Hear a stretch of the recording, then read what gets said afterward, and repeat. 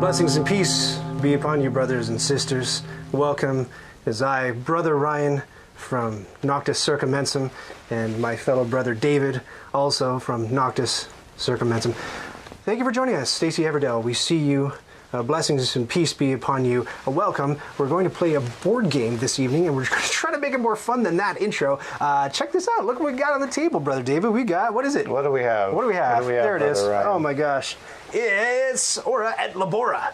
So this is part of Uwe Rosenberg month. If you've been following anything going on in the channel, and I hope you have, the entire month of November is going to be Uwe Rosenberg month. We should do a sound check before anything bad goes on. So tell us, Poppy. Hey, Poppy, how's it going? Tell us, Stacey Everdell. Can you hear us okay? Here, this is me talking. There's going to be Brother David talking. Go ahead. Oh, that's going to be me talking. Yes, sorry. I'm getting used to. I'm a new convert to the board game clergy here. He's so an acolyte. I've got to get used to it for but sure. But I don't know very much, but don't the dudes in the black robes control higher order things? I don't know if the They must have made a mistake when they were passing out the robes at the door. Probably. I feel.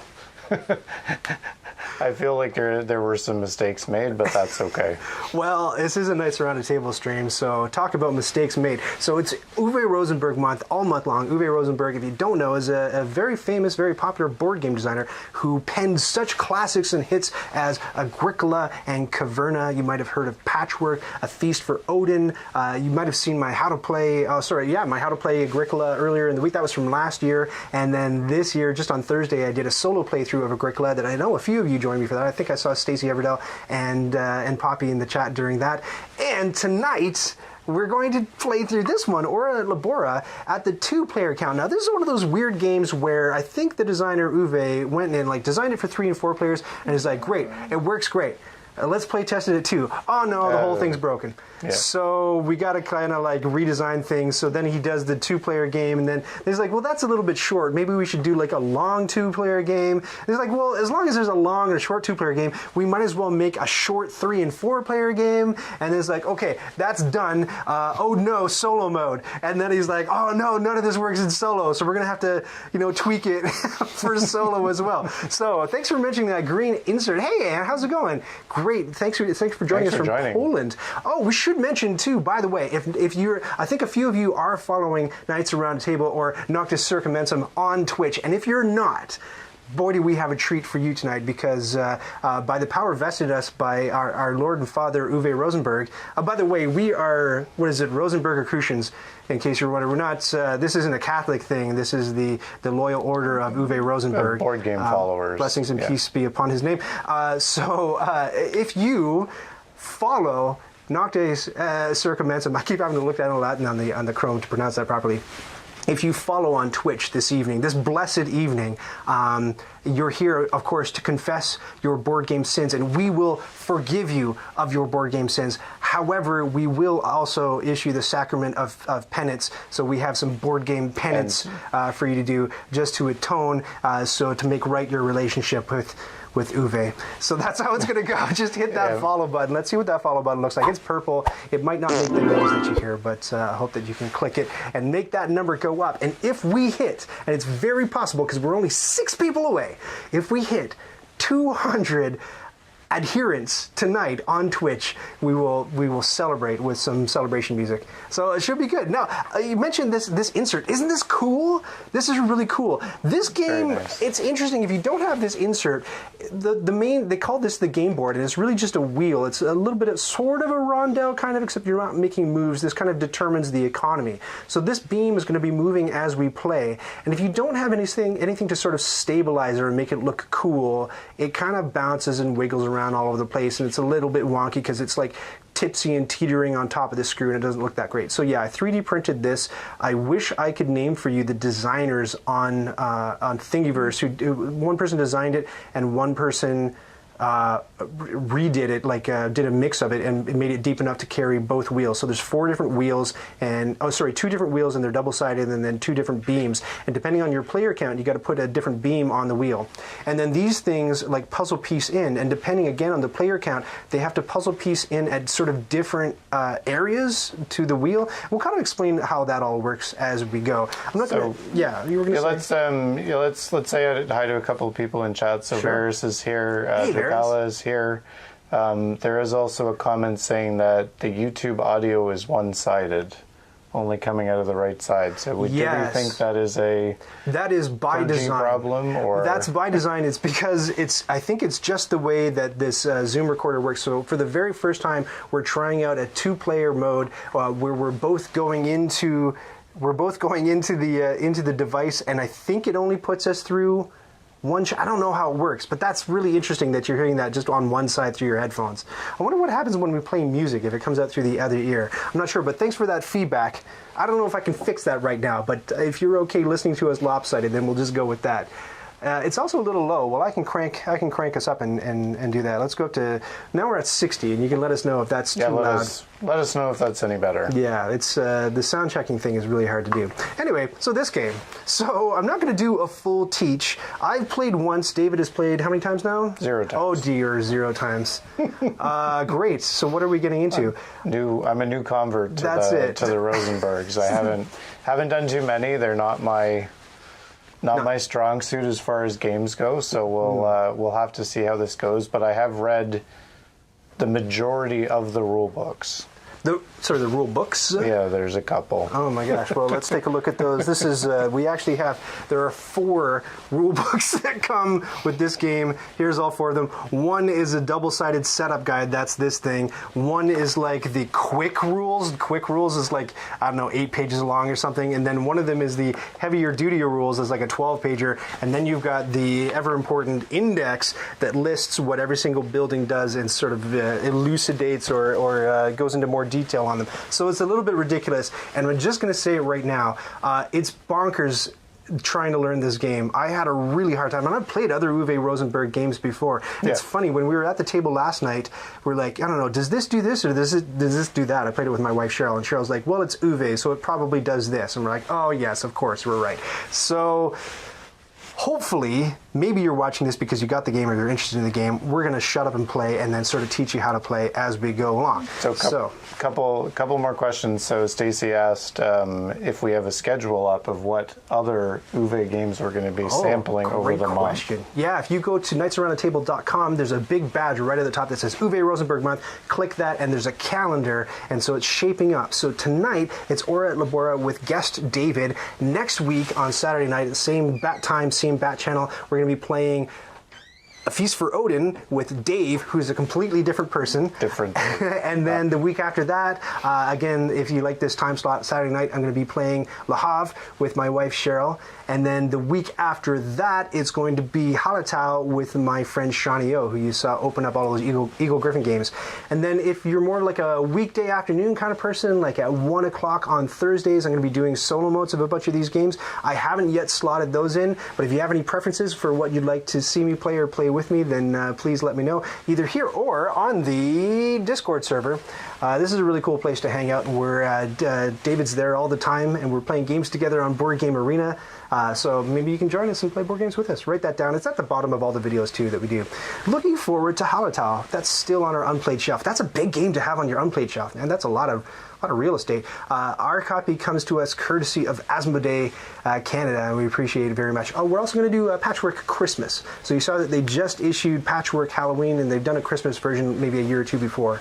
So you really like Hallertau. That's good. I haven't played. It's still in shrink over here as well, but we'll crack it open and see what it's. I gave Sean the option. I said, "What do you want to play? Do you want to play this game about Vikings, or do you want to play about monks?" I got one that's kind of more about booze. He's like, "Booze. We'll do the booze one." All right, Sean. Too thematic. Yeah. Speaking of the Discord, so I am not the resident Uwe expert yet, but I did ask DM Explains, who's another very friendly person on the Discord, which game that I would enjoy the most of the choices, and he did recommend this one. So we'll see. I'm glad you brought up. We'll see how that goes. Whether we need to send him some extra penances after the stream, or if we're going to be okay with that decision. So we'll see. He did say there was some combo building, there was some extra actions. So we'll we'll see how that goes. I do love my combo building games. There's a lot of combo building. Oh, we got to follow. It's Snaky82. Snaky82. Here's how this is going to work. First, thank you very much for the follow. I'm gonna look up what your board game sin is, which you told us, of course, ahead of time. Your board game sin was not saying Uno, which is very unfortunate. But Brother David, can you give Snaky82 his or her penance, please? Board game penance. Are we going to test out the? Oh, we should. Penance Picker. That's great. 900. That's a great idea. Here we go. The Penance Picker 900 is going to pick a board game. And what do we got? It's Wingspan. Wingspan. So Wingspan, we just played that last weekend on the Halloween stream, and if I remember correctly, the spookiest, and I died. You multiple died twice. Times. So how I'm even here? It's how like a resurrection miracle. It is a miracle. So for your penance, so for the sin of what we that was not saying Uno. Not saying Uno. Yeah, that's a big no-no. So the next time you play Wingspan, you are restricted by only playing birds that should qualify for the anatomist card, but don't. So the anatomist card is a card that says, well, the bird's got to have a name of a body part in it. So you're going to be making sure you're playing your American woodcock, your variety of titmice, and then perhaps even if you have it, the promo card, and I've got to look at this, Duke McCooter's Huge Bootied Dude Noodle. Yeah, that's my favorite promo card. That's the best promo card. The Knights Around the Table promo card for Wingspan. So yes, please perform that penance, and then all will be right with you and Uwe. What were we talking about? I saw Le Havre on clearance at a game store for $30. Wonder if it's worth it. I have not yet played. That was my Christmas present last year, and it remains in shrink, and I can't wait to get it out of there. But like $30, Uwe $30 sounds really good price for a. I mean, I know some people have that pretty high up on their top 100 games of all time list. So. Yeah, and it's on the BoardGameGeek top 100, and it's been there for a long time too. So. Yeah, I'd go for it. That's a steal. In fact, steal it. I know I shouldn't encourage people to steal board games. No, that's bad. I'll get board game penances. All right. Here we go. So this is what it looks like. That's the main board, and I'm going to show you David's board. I'm going to show you my board. Actually, I'm just going to show you my board because they're both going to look the same. This is what your when you bump the camera. This is what your player board looks like. So you have a little. You're trying to make the wealthiest, most valuable diocese, and so this is like your land that you've got, and this is your one little cloister building right here. And you've got a couple of other buildings here that you'll be able to place your little pawns on and do stuff. You also have a couple of empty spaces and a bunch of spaces that could be empty, except that they've got forests and they've got like peat bogs on them. So on your turn in the two-player game, you get to do 2 main actions in a row. So you've got 3 options for your main action. One is to clear out one of these forests or peat bogs, and then you get little tokens that represent wood or peat. I'll show you those in a little bit. The second thing you can do, optionally, you get to do one of these 3 things, is take one of your dudes and put them on one of your buildings and do the thing. And just like any worker placement game, you can't put a guy on a building that already has a guy on it. And one of these guys, you might notice, it might be hard to see from above, but one of them is special. So they look like kind of like sorry or trouble pawns, but one guy has like a hat on. The guy with the hat on is your prior. So the third thing that you can do is build a building, and the buildings are available right here in the middle of the board. This is like a common pool, so it's a bit of a race to see who can pay the cost first and get it into their diocese. If you build a building on your turn and you happen to have your dude in a hat available, if you have him available, then the moment that you build that building as like a bonus action, you're able to put your prior on that building and do the thing. Otherwise, he's just like a normal guy. That's his special deal.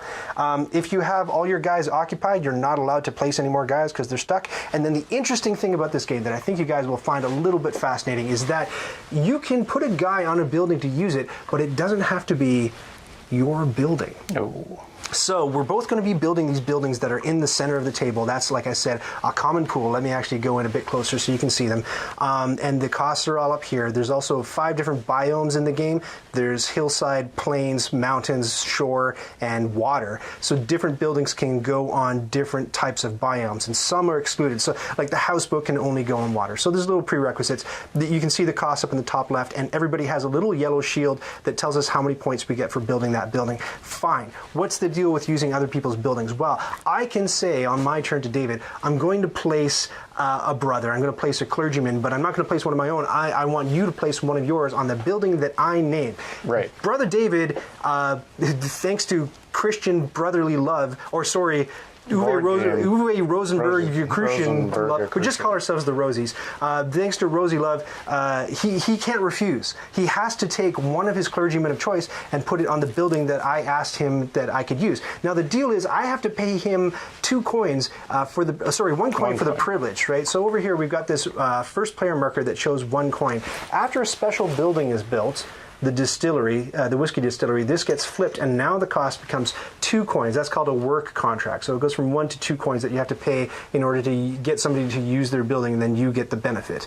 So that's all happening. But if you don't have the money, every brother likes a good little bit of tipple. So if you have a cask of whiskey, you can use the whiskey as the work contract, as a gift to your host in order to use that building. But here's the deal. If I use money, Brother David gets the money. If we use booze, Brother David and I have a little monk party. We just drink it. The booze goes, yeah. So the booze goes back to the supply. So that's how it works when you're using somebody else's building. Now, when you use a building that has how's this for $1 million word? A triskaidekagon, which is a 13-sided circle. So here, if I were to put my guy on here, anything with a 13-sided circle means that we're looking to the 13-sided wheel of resources here, right? So I look at the thing that I was going to get. So if I look at here, I'm going to get some clay. So then I have to look at the 13-sided wheel and look where clay is. Well, the resource indicator is right here, and it says 0. I would get 0 clay for doing that. So you don't want to do that. But as the game progresses,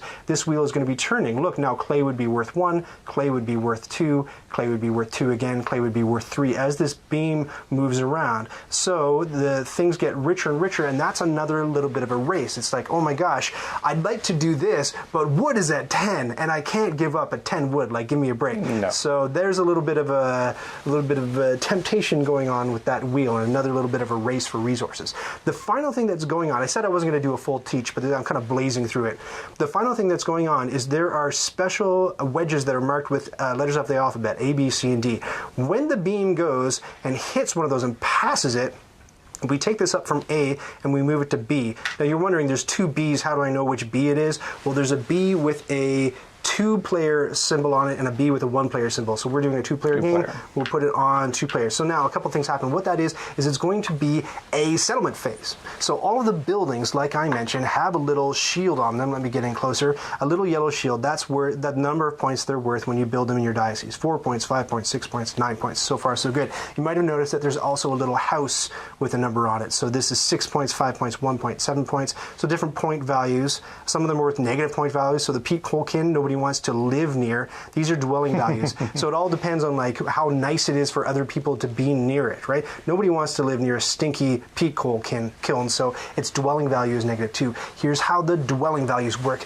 At those periods, when we pass the letter marks, David and I both have these cards. And they are settlements.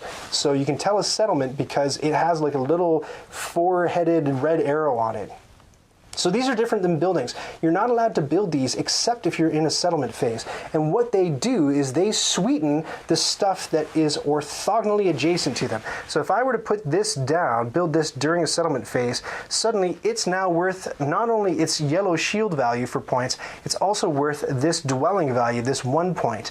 And it is going to activate the dwelling value for any building that is next to it orthogonally. So diagonals don't count. So in a cross shape, which I thought was a little bit clever. So here, here, here, and here, right? So any red house number is going to activate for points.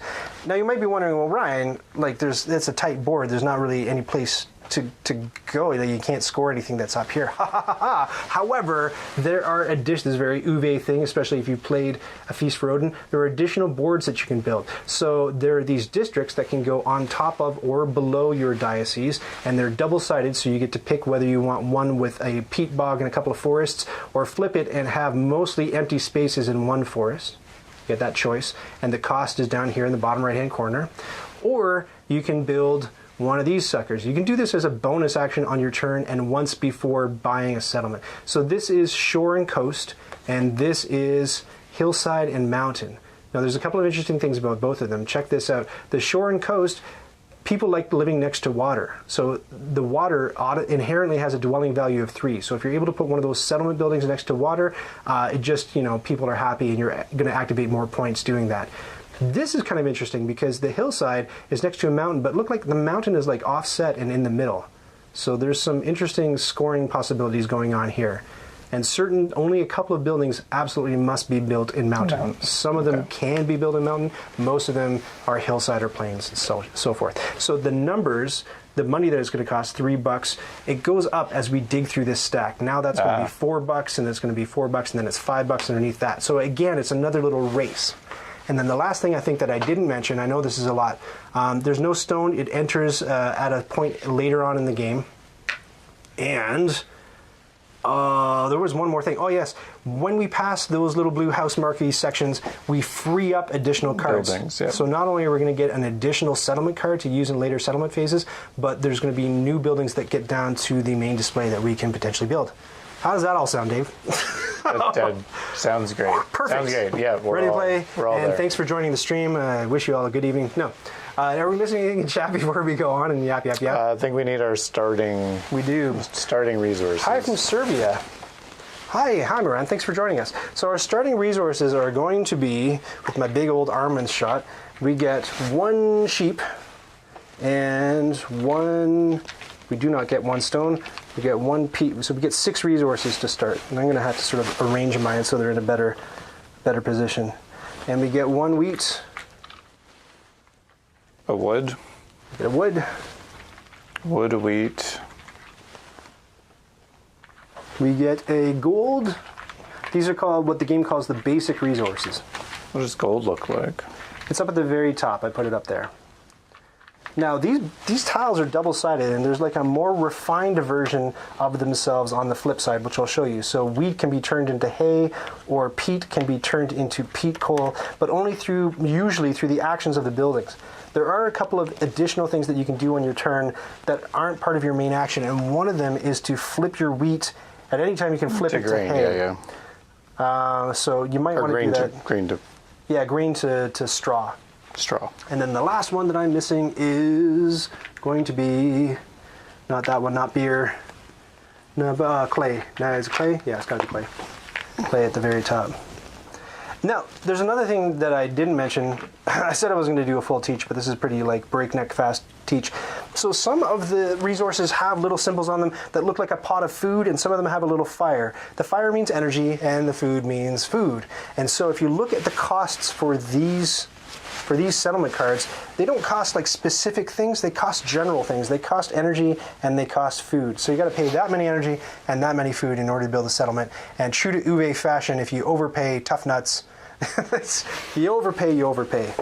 So that's how that goes. I think I need a drink. Woo.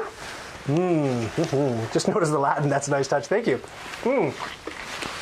That reminds me, I have a benediction to read. Is that the right word? I don't even know. I have a series of Latin phrases. Now, my Latin is a little bit rusty. I don't know. If you know Latin, you might be able to translate these, but gentibus emiscumque canis Dei.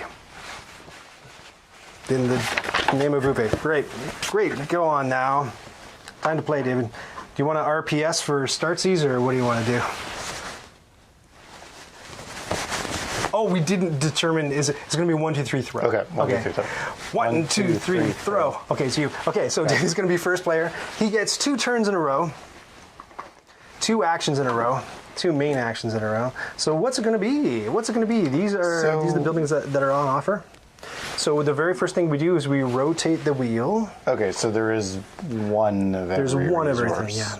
Well, important thing that I didn't mention is there's this orange thing card, down here. Yeah, this thing's called the Joker. So instead of, when you're using a building with a triskaidekagon on it, instead of using one of the normal resource markers, if you use the Joker, that gets you kind of like anything. Get you anything, yeah. Mm-hmm. I've definitely seen in plays that people just use that for the sake of using it, just to keep it from the other players. Absolutely. Okay. This will be interesting, having no sort of strategic idea. Do we want to take a poll? What you should do? Are we gonna poll for every turn? Poll every turn. I have no every idea single what turn. I'm doing.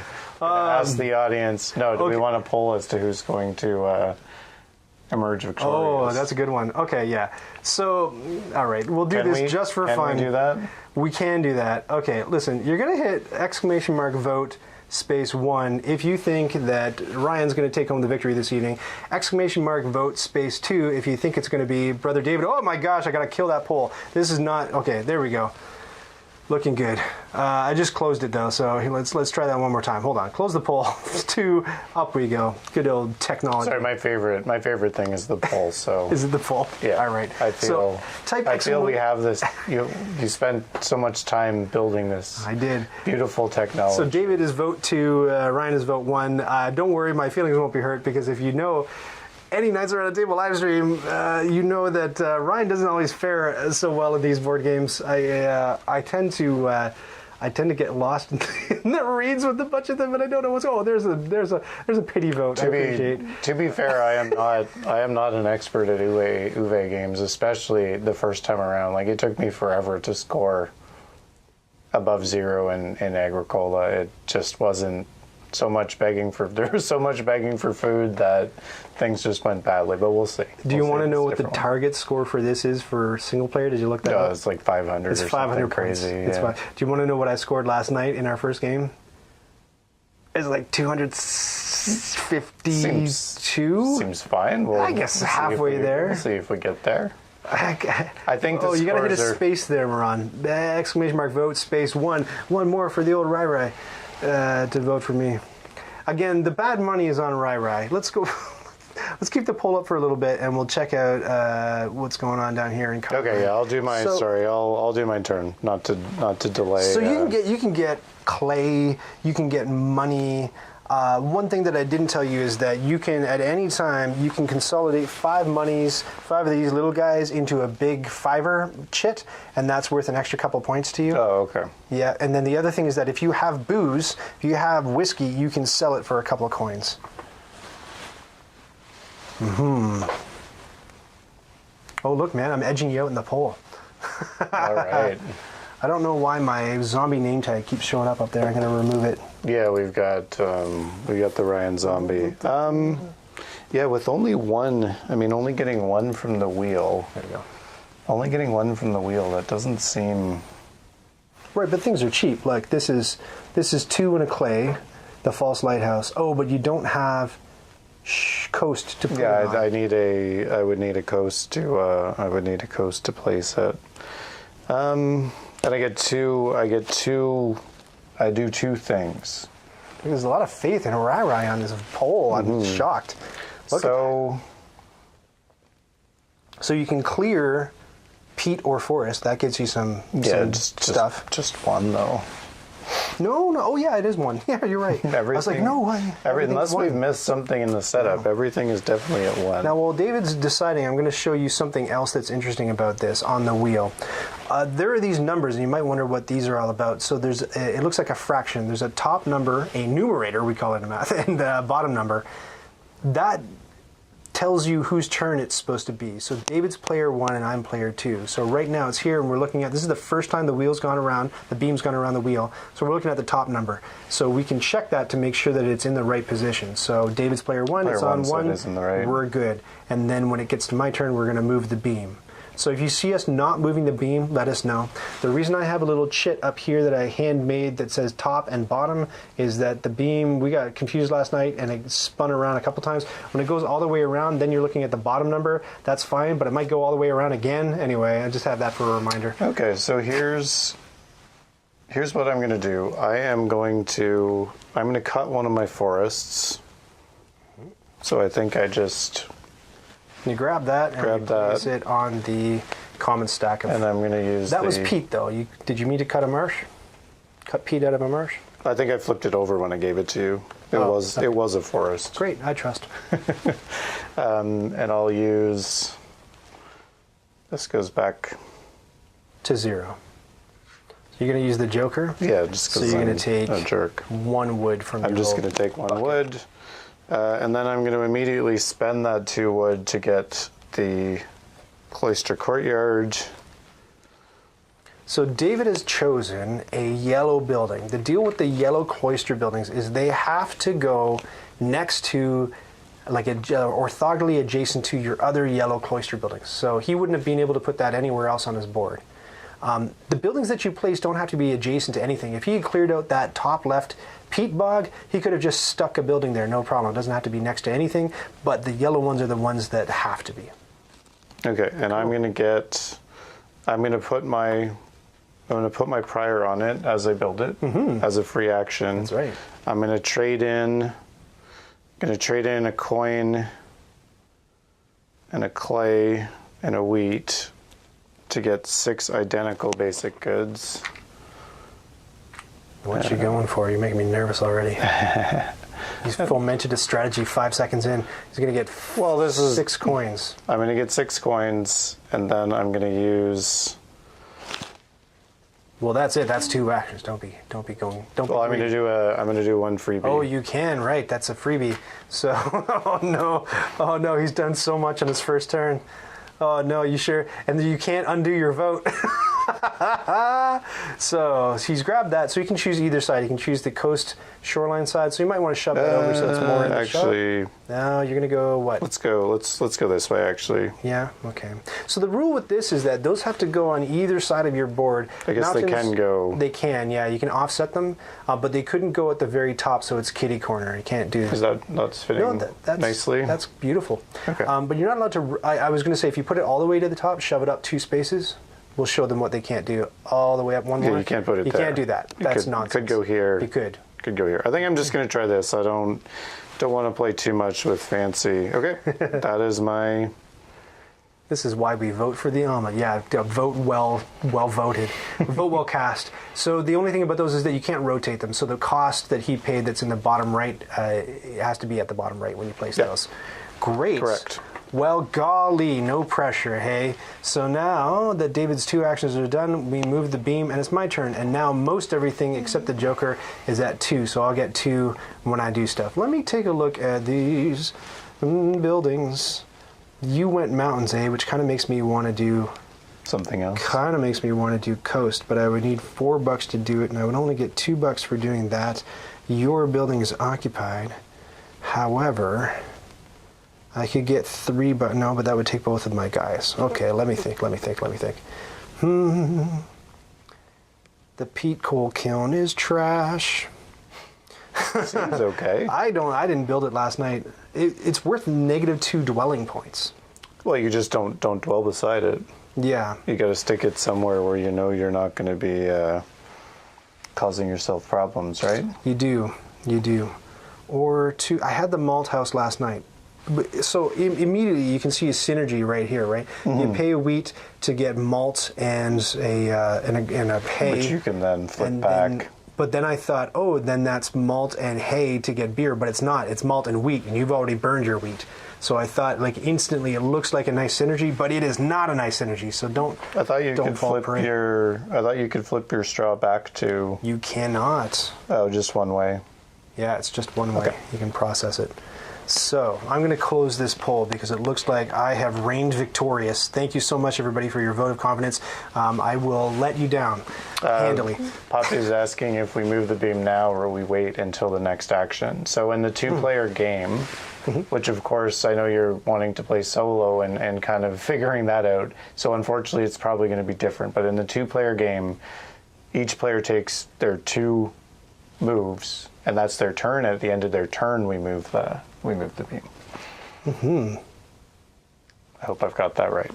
Perfecto.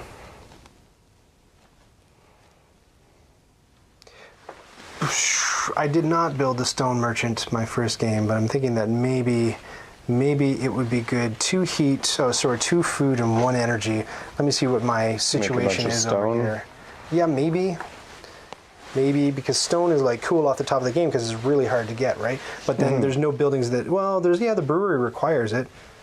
Yeah, it's interesting. It's interesting. It's interesting just like, you know, these games, especially like Keyflower, where it's like you're building it not because you necessarily want it, but because you know other people are going to want to use it. You know, maybe that makes it compelling for you to use. And it does only cost a wood, but let me see if I could. So it says that up to 5 times you can trade in 1 energy and 2 food in order to get stone.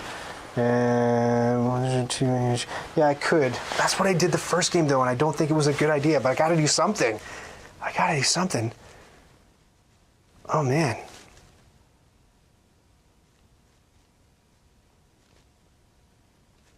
I'm going to pursue an interesting strategy now.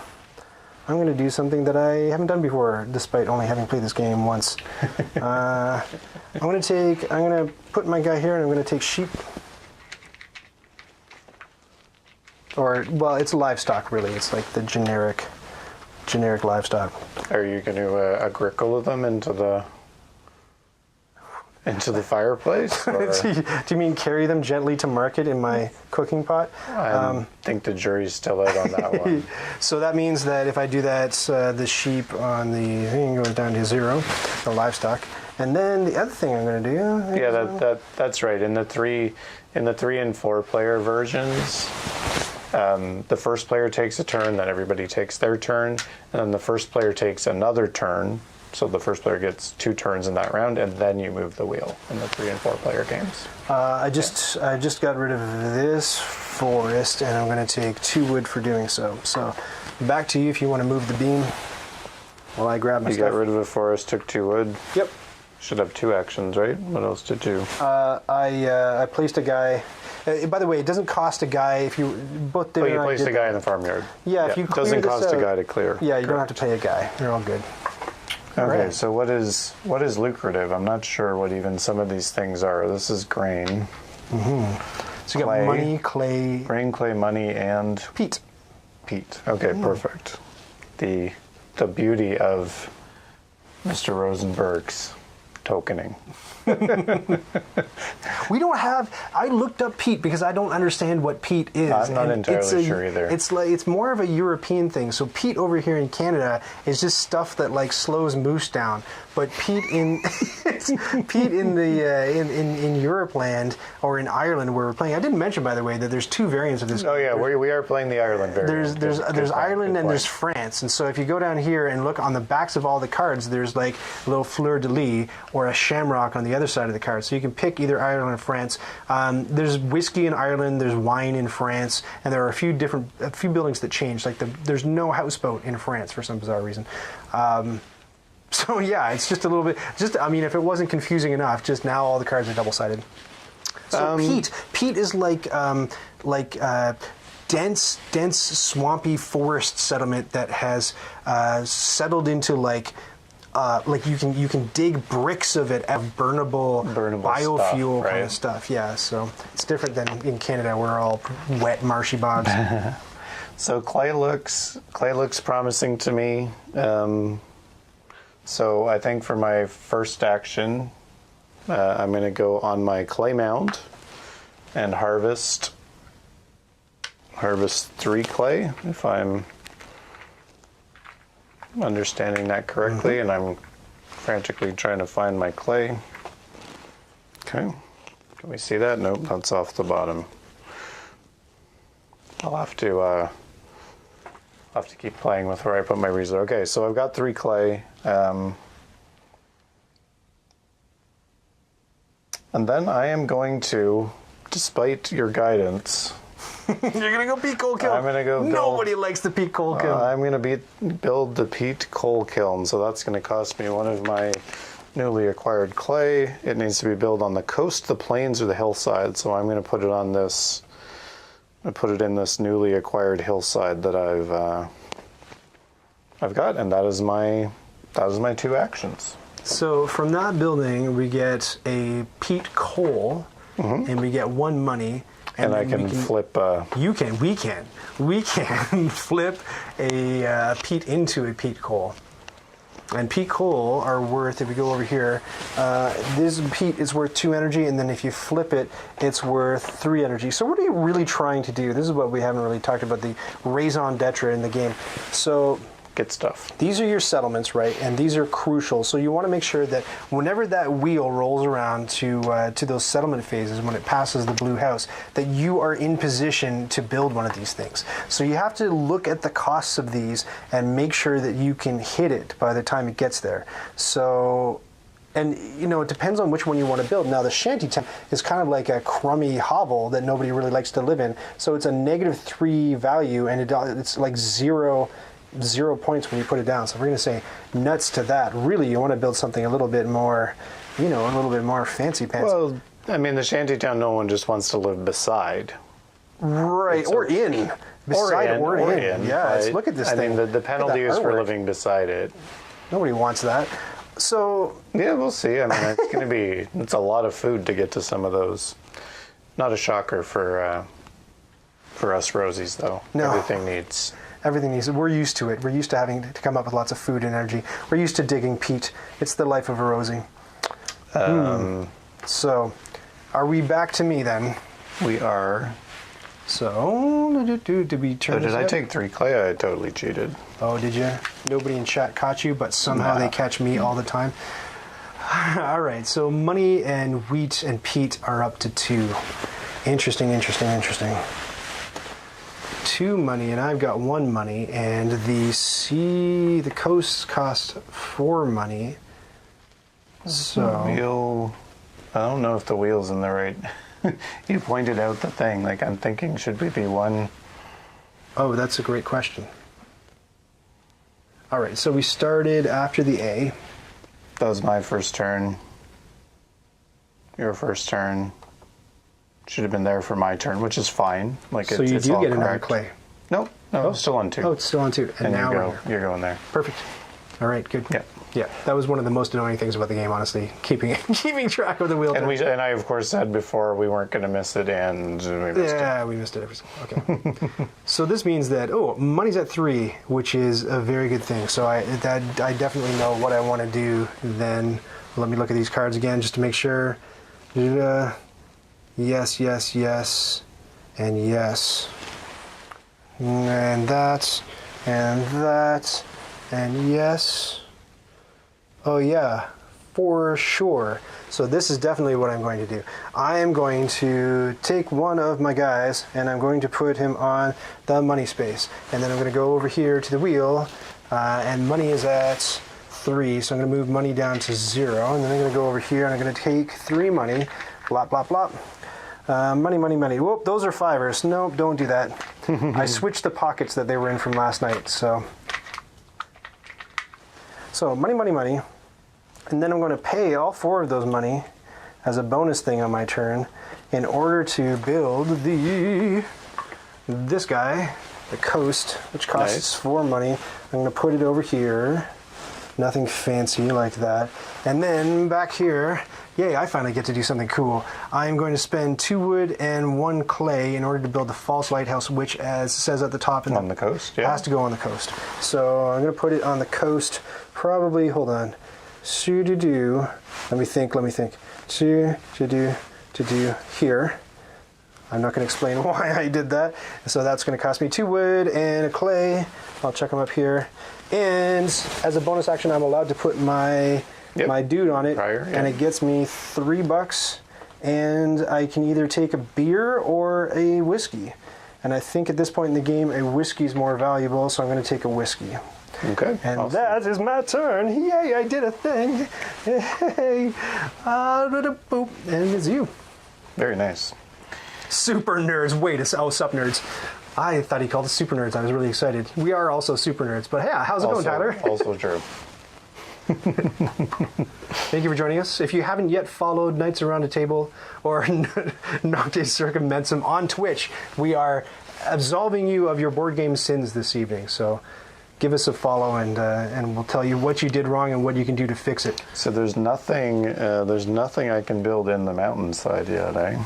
No, that comes up in maybe a round or two, a settlement round or two. Cool.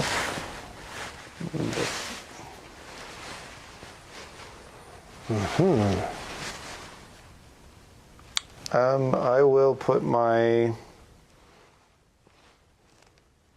I will go ahead and I will activate my cloister office. I'm going to use the wild to get 3 coins. And I'm probably going to spend those coins in a second. Tyler likes her outfits, Brother David. Thank you, Tyler. Thank you, Tyler. My outfit was made for me by my lovely wife, Cheryl, about a half an hour ago, and David was here while she was doing it. She's incredible. So the false lighthouse is just to make the boat crash and get wood. I don't know. What does it do? It might be. It's like a pirate thing. We were looking at it last night. Yeah. Basically, it's like a pirate thing. The boats crash, and then you take their money and grab their beer. Or their whiskey. Seems totally reasonable. So what am I paying? It's 2 for that. 2 for that, and I'm guessing it's what, 2 still 2 on the other side? Or are we talking about this district up here? This district here. Yeah, on the so right. $2. And you get to pick which side. They're both the same. Okay, they're all $2. Oh, sorry, they're not both the same, but they're both the same price. So this will give me 2 hillsides and 3, and this will give me some open spaces. Whoop, sorry. There you go. This is the first time we've run 4 cameras on a stream, so it's a little bit. There you go. Yeah, so it has to go immediately above or immediately below either your heartland, which is your big main board, or another one of those district strips. So I think this is legal, and I need one forest card to populate my forest. So that was still all my first action. Now, of course, I have perhaps not very cleverly locked up all my guys. Which is a mistake. Mistakes were made. However, I don't need a guy to cut the forest. No, you don't. So I will cut that forest. Okay. And avail myself of 2 wood, and that is my turn. How close are we to? We are. I go, and then it's time. Perfect. So now in the 2-player game, it works a bit different in the 3 and 4-player game, but David has locked up all his guys, as he said. At the beginning of either player's turn, if somebody has all 3 of their guys locked up, they get moved, so that David's spaces are available to me. And I'm going to look at them really closely, and I will tell you why. You want to avail yourself. I might. So this is what's coming up. I'd really like to, since I have the shore, I'd really like to build that fishing village, yeah. Which costs 3 energy and 8 food. So let's go over to my board and see what I've got going on. That's where I would put it, so I got a space for it, and it's going to activate the dwelling value of the water over here, because who doesn't like living near water? And it will activate the dwelling value of the false lighthouse above it, and its own dwelling value, which is going to be a 6. All I got to do is come up with 8 food and 3 energy. So let's see what I got going on. I have 2, 4, 6 food in sheep. And do I have the 3 energy? So I'm low. Yes, I have the 3 energy with a peat and a wood. So all I would need to do, 2, 4, 6, and 7 if I burned that guy. Or I could just get more sheep. By the way, my guys come back because they're all tied up too. Perfect. Yeah, beautiful. So let me go look at what the sheep situation is on the old wheel. We get 3 sheep. Yeah, this is a 3D printed, Tyler. This is a 3D printed plastic holder. It's pretty cool though, right? How cool is it? Yeah, so I think that's super good. I think I'm definitely going to use my dude to get those 3 sheep just so that I will have enough. Definitely. Look at that, looking good. So you're getting another 3 sheep. Yeah, all right, so let's put that in there. So sheep goes to 0. Fantastic. So I've got so much sheeps.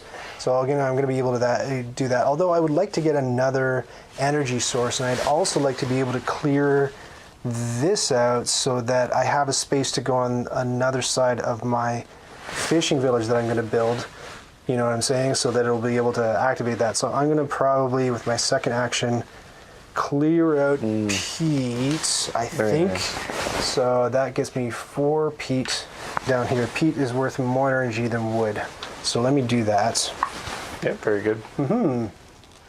Yeah, you're looking strong so far. Hopefully. I don't know where the peat is. There it is.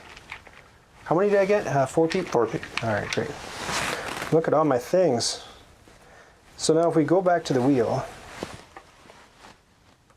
it's your turn, so we do this first, which triggers a settlement phase. So this blue house moves from A to B, and it goes to the B with the 2-player marker on it, the J, right? So that's not step 1, that's actually step 2, but I'll forget to do it if I don't do it now. So we can kind of like build our settlements simultaneously, it doesn't matter. Okay. But what you can do before you build your settlement is you can build one of these districts or I forget what these are called. These are landscape tiles anyway. So you can build one or the other. Yeah, I think before you place. Okay. You're not going to do it? I don't think so. You can go simultaneously unless these are being built, and then you kind of want to go in turn order because, again, the price goes up as you buy them, right? So, as promised, I'm going to spend 8 food and 3 energy. So sheep, or livestock. Sorry, fellas. You were scrumptious. It's very uve, eating sheep. And then the 3 energy, so it's going to be 1 wood and 2 peat gonzo so that I'm not overpaying to build my fishing village. And like I said, now that's going to be worth 4 points plus another 6 points plus another 3 points plus another dropping on the floor. Fantastic. Yeah, I've decided to put a farming village in at the cost of... I've decided to put a farming village in at the cost of 3 food and 3 energy, so we'll see. No, I wasn't as sheep rich as my brother here, so... I'm sure it'll work out for you. Do you want to show people sort of like how many points that's going to score for you? So I think just right now it's 7, 3 from the clay mound and 4 from the cloister. But I've got plans to populate other spaces with hopefully more lucrative pieces. Fantastic. So now a couple other things happen just before you take your next turn. These A cards come out. Now one of them on the top is blue and one of them is red, so you get the red one and I get the blue one. Excellent. Let's take a look at what's on them. We both get the same one. So we both get the artist colony to build in the next settlement phase. So that's going to go in our little collection of settlements to build. Okay, and cool. These are the Glengarry leads. The new buildings come out to the common pool, so these are the new options to build. Now, because these new buildings are out, I'm going to say that we have made a slight modification to the way the 2-player game goes. I was going to mention this later, but I might as well mention it now. Normally, per the rules, the 3 to 4 player game is 25 ticks of this wheel. The bean goes da da da da, and when it gets to the 25th, that's a bonus round, and then you close out the game. In the 2-player game, what the official ruling is that you go until you've at least passed D, and then it goes into this sort of endless cycle until all but one of the buildings is bought. We played that way, the official way, Cheryl and I did, last night, and what I found was, and people are giving me a heads up about it on BoardGameGeek, thank you anonymous people on BoardGameGeek, but what I found was it gets into the problem that people complain about terraforming Mars as this problem too, where terraforming Mars will end if you get all these metrics, these 3 different metrics up to a certain level, and then the game's over. But there's nothing compelling people to move those metrics as long as they've got a little engine, a little tableau built. As long as they think their engine's better than somebody else's. They can just go dink, dink, dink, points, dink, dink, dink, points, dink, dink, dink, points, like turn after turn after turn, and nobody else wants to be left behind. So they're going donk, donk, donk, points, donk, donk, donk, points, and Mars isn't getting terraformed, right? So it can just like drag on forever. That's what I found this did with that official 2-player ruling. So what we're going to do is this. To end the game, this is going to go all the way through blah, blah, blah, A, B, C, D, through those 4 settlement phases. And then we're going to pick up the blue house and we're going to put it on this space. So it'll end around here. Where is it? D? Hello, D. So it's going to pass here, and that's going to trigger these last turns until we get here. And that's going to end it. So we're not going to do this one building left thing because I think that'll get super boring. Yeah, we'll just end it and it'll be the same for both of us. Exactly. So, all right. Here we are. So it's your turn. Let's take a look at the new buildings. Tyler did ask a question saying, is this the Rosenberg that often gets critiqued for not having enough replay variability? If so, how do you generally feel about that? Oh, don't stop asking questions. That's why you're here. That's why you're watching live. Definitely keep asking questions. We love questions. We may not get to them the exact second, but we'll find a spot. I think that it has the same, I don't know if I want to call it a problem, but if you've noticed, there's no luck in this game. There's no randomness in it. Nothing gets dealt out at random. Those cards that we just pulled out are always the cards that come out. So you kind of treat it more like a puzzle, right? If you're playing solo and you take a certain number of actions to get over 500 points, if you take those exact same actions the next time you play solo and you're able to, you'll get the exact same score. Nothing whatsoever will change. So it is sort of like a solvable game, like if that makes sense. Like, some games are solved. Like Connect 4 is solved. There's a way that you play that every single time and you will always win, and there's no reason not to play it that way. It's kind of like an algorithm that you can follow. And this game is that. So if you're okay with buying like what is effectively just a really complicated logic or jigsaw puzzle, where the joy, if you're playing solo, is to find out what specific algorithms, like you're designing the algorithm to go through and play it as perfectly as possible, then no problem. But if you don't like the idea that once you find the optimal path through the game, solo or even multiplayer, that's it, there's no more joy in the game for you, then it might not be your bag. But if you're the type of board game player who's just like, I was cheated because the cards I wanted never came out, or the dice numbers I wanted were never rolled, then this might be more comforting to you. Yeah. So here's what's on offer. The new buildings are over here and here. We got a slaughterhouse, which takes sheep and hay. You take a sheep and feed it hay X number of times, as many times as you want, and you can make meat. What's the big deal with meat? Well, a livestock has a 2 food value. If you turn it into meat, it's a 5 value. Wow, okay. Look at that. And then what else is there? So I've got all my guys back. I'm looking at these new buildings. I'm looking at what's sort of most lucrative for me to grab from the common market for sure.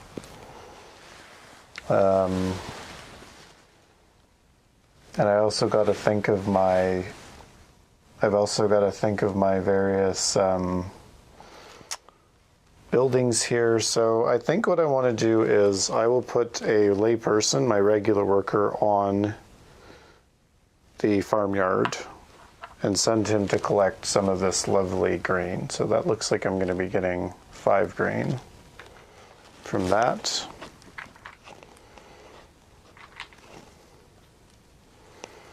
And then I think I'm going to build a building, leveraging my newfound green wealth, which is going to be the scriptorium. So I believe I can flip this as a... Let's see on camera here. What are you flipping? So I understand that I can flip my... Just that type though. Into that. Okay, yep. So I'm going to do that, which is that one. I should figure out what the names of these things are so I don't call them this and that. Straw. You're flipping a wheat into straw. And then I am going to pay a wood and a straw to grab the scriptorium. That can go in the coast plains or hillside. I will put it in the hillside. It has to be adjacent to my rest of my cloisters, and I will throw it. What does it do? You pay $1 in order to get... Pay $1 to once to get a book, a meat, and a whiskey, which seems really good. So I'm going to activate that, and I'm going to get all of that. Whiskey, meat, and a book. I think it's on the back of the gold. There we go. All right. Looks like the book is just straight 2 points. It's straight 2 points, yeah. That seems good. As we go, and like obviously the better, more expensive and more powerful buildings come out, the more you go around and trigger these settlement phases. And some of them are like, well, if you trade in a book and one of these and one of these and one of these, you get all this stuff. You know what I mean? So there's little recipes, I guess, little crafty things where you can get mega points. You can build, you want to show them a wonder, David? Wonder tile? Yeah. So eventually you can get up to building these huge 30-point suckers called wonders. There's 8 of them in the game, and they're limited, right? So we're going to see some buildings come out in the second last and the last settlement phase that'll let us build those. Very exciting. Yeah, it's an interesting... Yeah, just a couple of comments there about variability versus reliability, and it is definitely an interesting piece. I mean, I think certainly... we haven't used each other's buildings and done stuff like that, but I would say as you got more experience when you're playing the multiplayer game, there's a lot of ability to sort of mess with other people's sandcastles, so to speak, right? You can grab the buildings they want, you can grab the resources from the wheel that they want, you can use their building that you're thinking that they may want to use. So I think there's also there's that extra layer when you play the multiplayer piece that takes that puzzle, which it definitely is, and kind of adds that little extra. You may not get to do your strategy exactly every time, so I think that's also interesting too.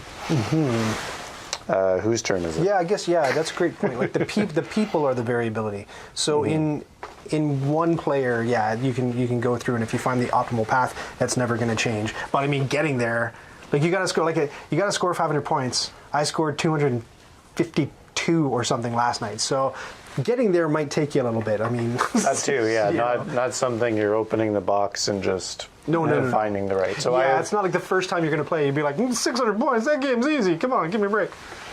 So I have advanced the marker. Second player is up. So at least we're following the turns right, and you are good to go. Let's see. Well, again, like strategy-wise, kind of what you want to do is sort of look ahead to what you want to build. So if I wanted to build, for example, that artist colony, I think is pretty cool.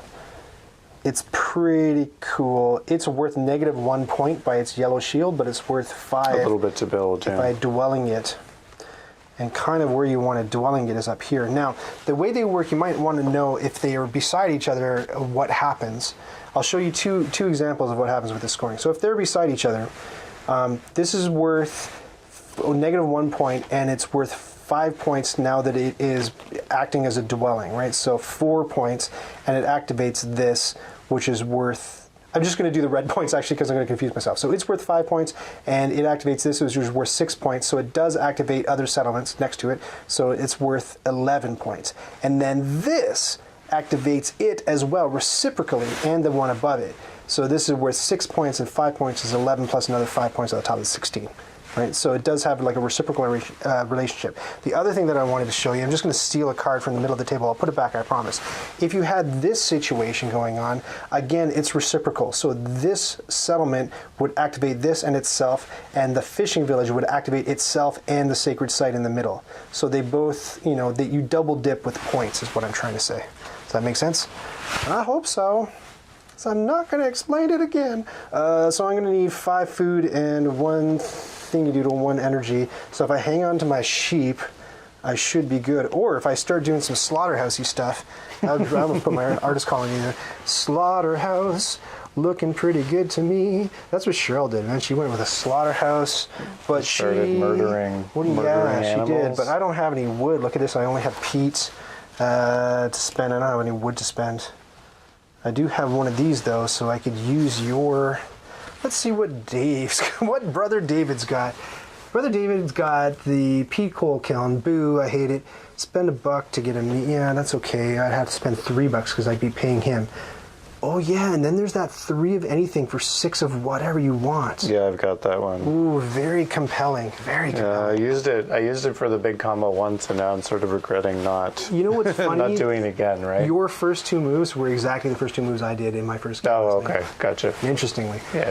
Yeah, it just seems. I'm sure there's like opening. Yeah, like official chess. sort of opening moves. Yeah, totally. So yeah, that slaughterhouse is looking pretty interesting. The malt house, not so much. The stone merchant. When do we get stone next? No, it has to go like all the way around. It has to go all the way to boom. Okay. Yeah. So, but this building here is sort of a way to like get the jump on that. You know what I mean? So there will be buildings that straight up give you stone. Well, thank you. There will be buildings that straight up give you stone, merchant, and this is a way to trade in for stone. Oh, sorry, I'm distracting your... No problem. I'm thinking hard. The house was interesting because it's got a 6 dwelling eventually, but like I say, the coast gives you 3 dwelling points. So the rule book makes note of the fact that you're covering up those dwelling points by using the houseboat. Yeah, that is a good point, Tyler. The custom art for each particular one, like especially the comments that were made earlier about that false lighthouse and what that would look like. So yeah, that is a really nice touch to this game. I haven't played Noose Fjord.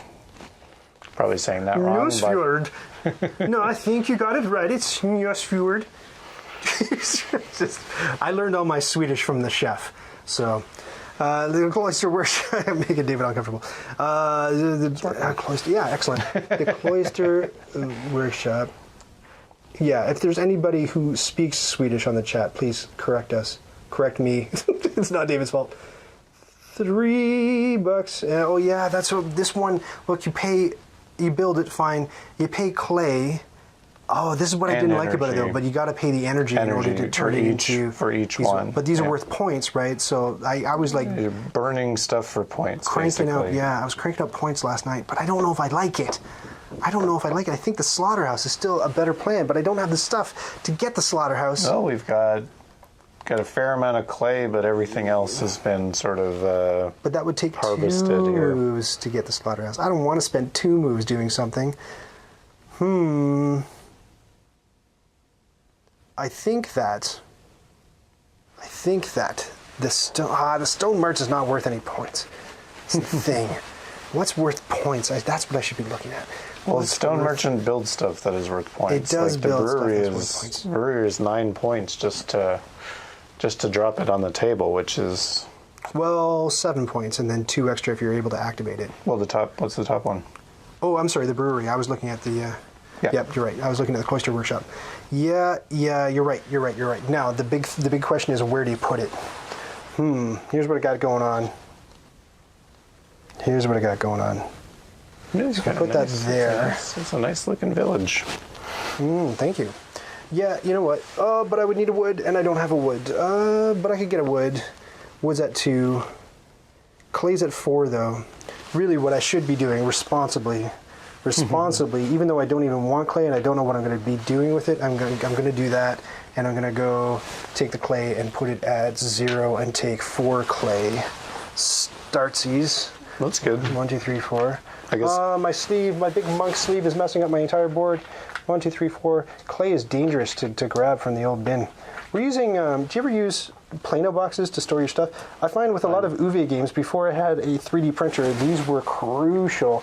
I don't really like them. They're not perfect. Here's what they look like. Because even though they're made out of plastic, they're like fishing tackle boxes, so they're made to be modular. You can move these little walls around, but trying to dig things out, you're going against a right angle, and these are right angle pieces, so they don't come out as well. I find with 3D printed stuff, you can design it, or you can get a design that has a scooped bottom, and so it's really easy, you know what I mean, really nice. to dig in, and it comes out really beautifully. So I think it's a step up from baggies, which is all you get with Uwe Rosenberg games, is like a million baggies. But it's you can go 3D printer, and that's the way to do it. Yeah, I definitely have it for Gloomhaven, because that has like the Plano box. Yeah, it was like 1,000 bits in it. So if you don't have it, you're going to be spending 45 minutes on your setup. But yeah, I grabbed some cheap kind of like scooped bottom plastic containers, which are okay if there's only 6. So I'm going to do the following. I'm going to clear the forest. Okay. Clear the forest. Clear out your area there. I guess so. Wait, it's at 2, but money is at 3. Get back there, forest. There's money to be had. Oh, but if I build something... Oh, wait. Hold on. If I build something, I can use my... You got your prayer man back? in the hat. The malt house. I don't want it, though. I don't want the malt house, David. I don't want it. I don't want any of this. What does the malt do? It makes beer. And then later on, you can trade in beer and whiskey for things. Gotcha. I just don't even see the want malt. it. I don't even see the malt tiles. If I go for the wood, I won't have enough wood, and the Joker is at 2 as well. Oh, decisions, David, decisions. Do I have 2 money to pay you? I do. Ho, ho, ho. It's only 1 money, isn't it? It's 1 money right now. Oh, that's super cheap. So here's what I'm going to do. I'm going to pay you a money. Here you go. Have some money. Thank you, sir. And let's look at your board. Thank you for your patronage. So I would like you to take a person and put it on that old trade 3 for 6 things. Yes. So now... 3 different goods. 3 different goods, all right. So now back to me. Let's see, 3 different things. So I know I can do like peat would be fine, and I think I can get rid of a clay safely. Maybe not, eh? I'll do one of these suckers, one of these wheats, and I'll do, what's the last one? I guess it's going to have to be a clay. You know what? Give me my money back. No, don't give me my money back. Oh, I'm thinking about getting rid of that. No, I should hang on to that. Okay, I'm going to do that. I'm going to get these 3 are gone, and for that, I'm going to get 6 wood. How do you like that? Very nice. Better than 2. For sure. So I think that's my turn. So That it is took your so 2, yeah. long. Back to me. So what's lucrative? Gold is at 4. Cheese is at 3. Or the joker, Cheese? sorry.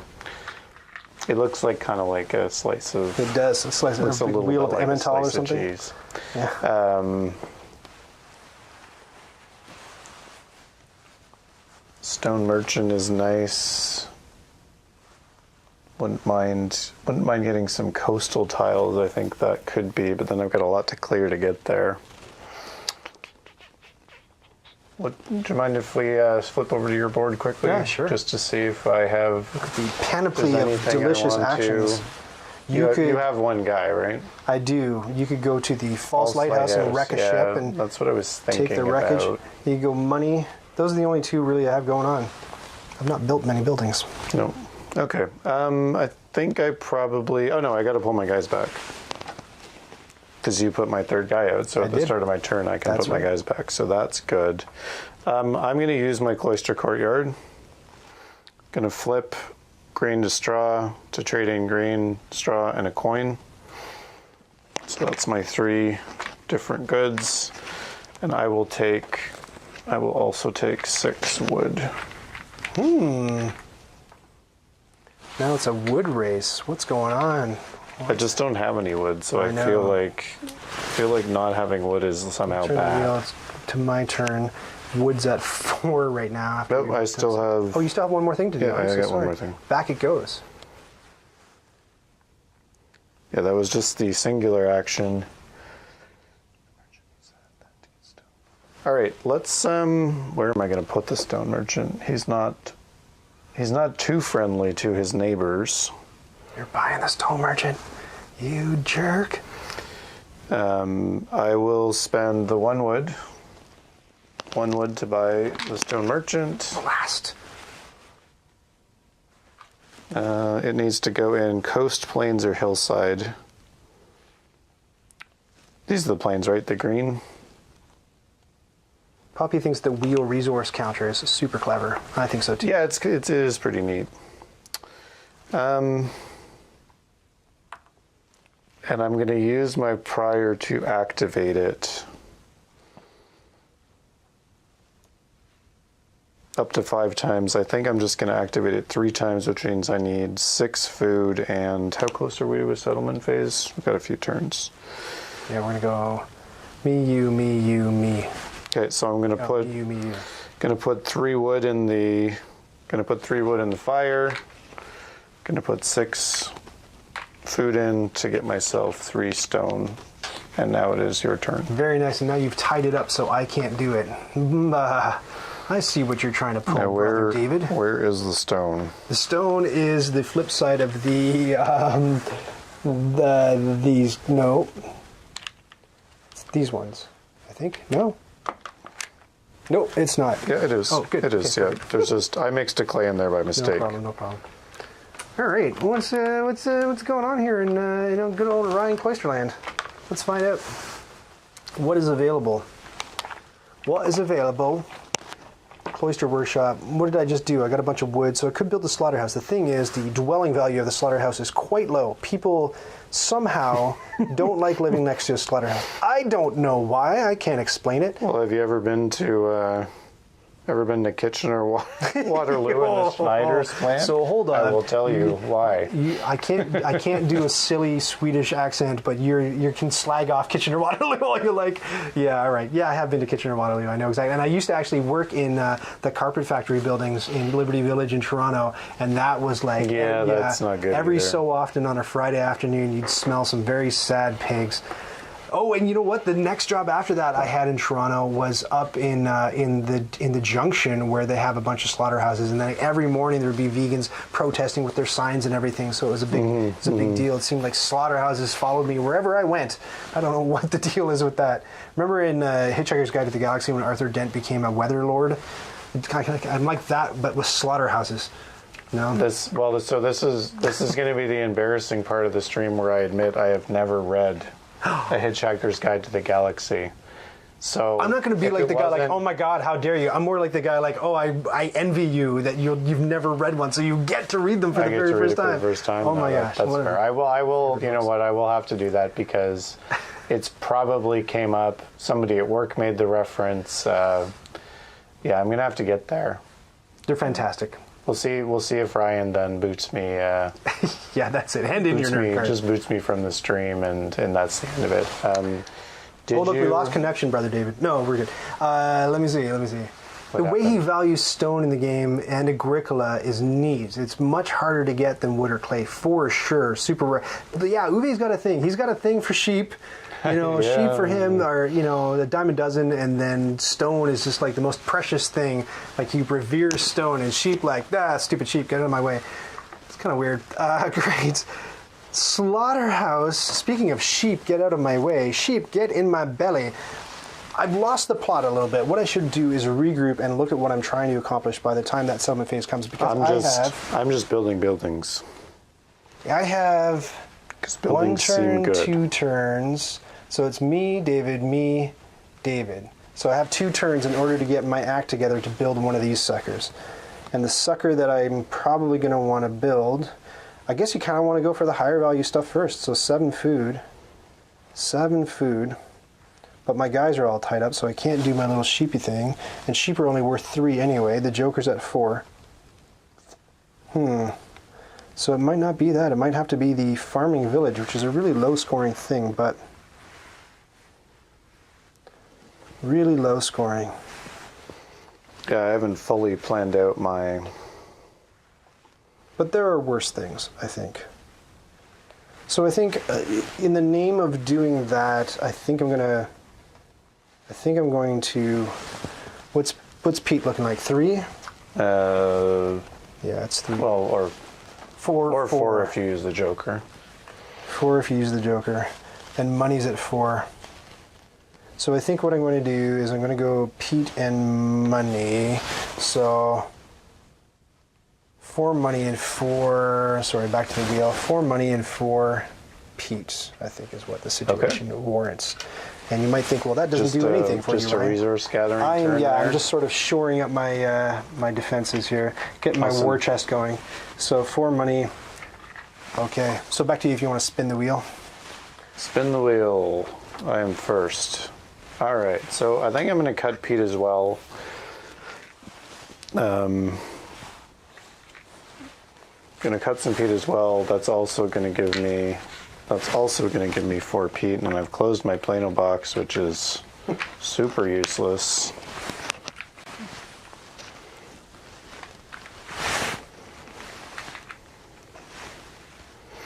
And I almost feel like I bought this peat kiln, and now I don't really want to use it, but I feel because I bought it. I did that with a few builders when I played last night. That's why I'm being more judicious. I almost should use it, so... I mean, it's 4... I mean, it was 4 points. It was 4 points. I mean, it's not... So what I... Chump change. So probably my decision is really between... I think my decision is between the scriptorium, which is certainly nice, to grab, just a bunch of food for some money. How many turns do I have? Will I have a turn before the settlement? You get 2 more turns, so let's take a look at the wheel. So this is you here, then me, then you. Okay. And then settlement time. Okay, good. So... Brother Warchest, what are you doing with all that uranium? Hold on. That's what I've got going on. Woo! All right. Stockpiling for the apocalypse. The Uwe apocalypse. Uwe apocalypse, that's funny. I can get some of that.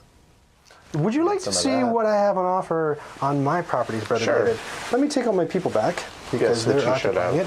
So you can get $3 and a That's jug really of the booze. only unique building that It you is, have. yes. You're right. You're right. I haven't built very much at all. I think I probably have maybe in the long term a better way to get coins. I think, and what are the reserve? Wood is pretty profitable. Cutting a forest seems like a waste though. 4. There is a building that comes up later in the game that rewards you for uncut forests or peat bogs. I bought it, so I'm going to use it. So I get that, and I get a single coin. And additionally, You're going to flip one of your... so does this mean once, or does this mean... Does it have a number on It it? does not have a number on I it. think then it means... Give me the name of the building again and we'll check the index. Well, it does say the peat coal kiln is G07. It does say on here additionally 1 peat to 1 peat coal. I think it's just a one-time, despite it not having the right should have a 1 on it. iconography on it. Flip as many peat tiles as you want over to their peat coal side. Well, why wouldn't you do that? Why wouldn't you do that? I mean, unless I need peat to build a building, which it doesn't look like. Okay, well, there you go. Wow, now that's it worked. I have like handy. 15 energy. Holy crap. No Good to food. know. You got no food, but Got 15 no, energy. Got no food. All right, Okay, you cool. were up. We're on the top. So this is my last turn before it's settlement time. And Mine's just a pirate in monk's my clothing. buildings, my buildings are all available for your I'm also going to build humble Poppy. patronage. I'm going to build the brothel, which, as you know, just belongs on a dice. The False Lighthouse, it's kind of like thematically weird, isn't it? Like, was that a thing in the Middle Ages? Like, I've never heard. This is the first mention of a false lighthouse. in the I mean, name a of the lighthouse- Lord, let's smash some ships on these rocks. I don't get it.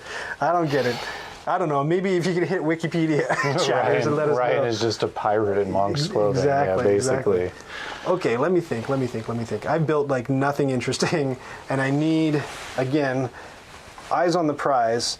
I'm trying to build that. You need some engine. You need some engine parts Yeah, here. I'll get there. I'll get there. It's fine. 7 food for the market town would be nice to have. And I've got 4 food. And I'm unlikely to get 4, 2, 4, 6, 8. Oh yeah. If I do sheep, it's good. So I'm gonna go here, and I'm gonna move the wheel, and I'm gonna put the sheep on 0, and I'm gonna get 4 sheep. Nice. And each sheep is worth 2. 1, 2, 3, 4. Now really, is that what I'm gonna do? I think it is. And then. No, it's not what I'm going to do. No, unsheep. Which 4 was he on? He's on this one. Bloop, right? Yep. No. No, what I'm going to do instead is I am going to get 4 grain. 4 grain. So let's grain it up here. So grain's going to go on 0. 1. My monk sleeves are in the way. It was such a good idea at first. Yeah. 1, 2, 3. Fractal, that is, the 3D, I mean, one thing I was really worried about before the stream, I didn't know Ryan had this 3D printed thing, is that we were going to, like, knock the wheel into oblivion. Frequently. And it is not a danger at all. This is a really, really nice. And then, Ben. Oh, who we got? Say the name. I can't see That's it. Devin K on YouTube. Okay, Does that Devin. count? We'll take 2K. We'll take it. Yes, we will. So, Devin, thank you very much for following on Twitch. You're here to confess your board game sins, which, if my records are correct, you've admitted it was stealing money and/or resources from the general supply. Oh my gosh, Devin, that's a no-no in board game land. That was a big no-no. But it's good that you brought us to us and Father Uwe. We can issue some penance for Devin in order to get right with the relationship with Uwe. What's up? Oh wait, we have to. Yes, we have to spin the Penance Picker 900. We should do the Penance Picker. Here we go. All right, Penance Picker, pick a game. Great Western Trail. Okay, I'm going to have to lean on Ryan a bit for a part of this. But so, Great Western Trail, you need to speak, next time you're playing, to absolve yourself, you need to speak the entire game in your best Southern drawl. So, for example, bless your heart, or yeehaw, or there's a snake in my boots, or the Civil War was about states' rights. For example, those are just some examples of how you can use your own examples. Yeah, fill in your own, but that's the idea. Great, thank you again so much for the follow. Unfortunately, Poppy set a marker for the Penance Picker 9000. The Penance Picker is actually the Penance Picker 900 because it is medieval, and they hadn't figured out how to count up to 1,000 at that point. So it's the Penance Picker. I'll correct it later. Don't worry about it. But thank you for the marker. Thank you for the marker. Poppy did have another question. What was the question? Does this feel like a sandbox, even though there is a solution? I'm going to answer this one first. Go for it. Because you got the other one first. I'm going to say yes. I mean, a little bit. There's definitely tons of options and tons of ways you can go. So I guess I would see a sandbox as something like, where if you're not a sandbox, you're guided towards certain things. Like you have to get this much, or you have to build this to do that, right? I think here, and there's a ton of resources. I mean, all of them can be used for different purposes. So I would say yes, at least a little bit. I mean, it's maybe not truly a sandbox in the sense that there aren't like 6 different things you can go off and do. I mean, all the things you are doing are getting resources, but you've got a lot of variety, at least in my opinion, to grabbing those resources.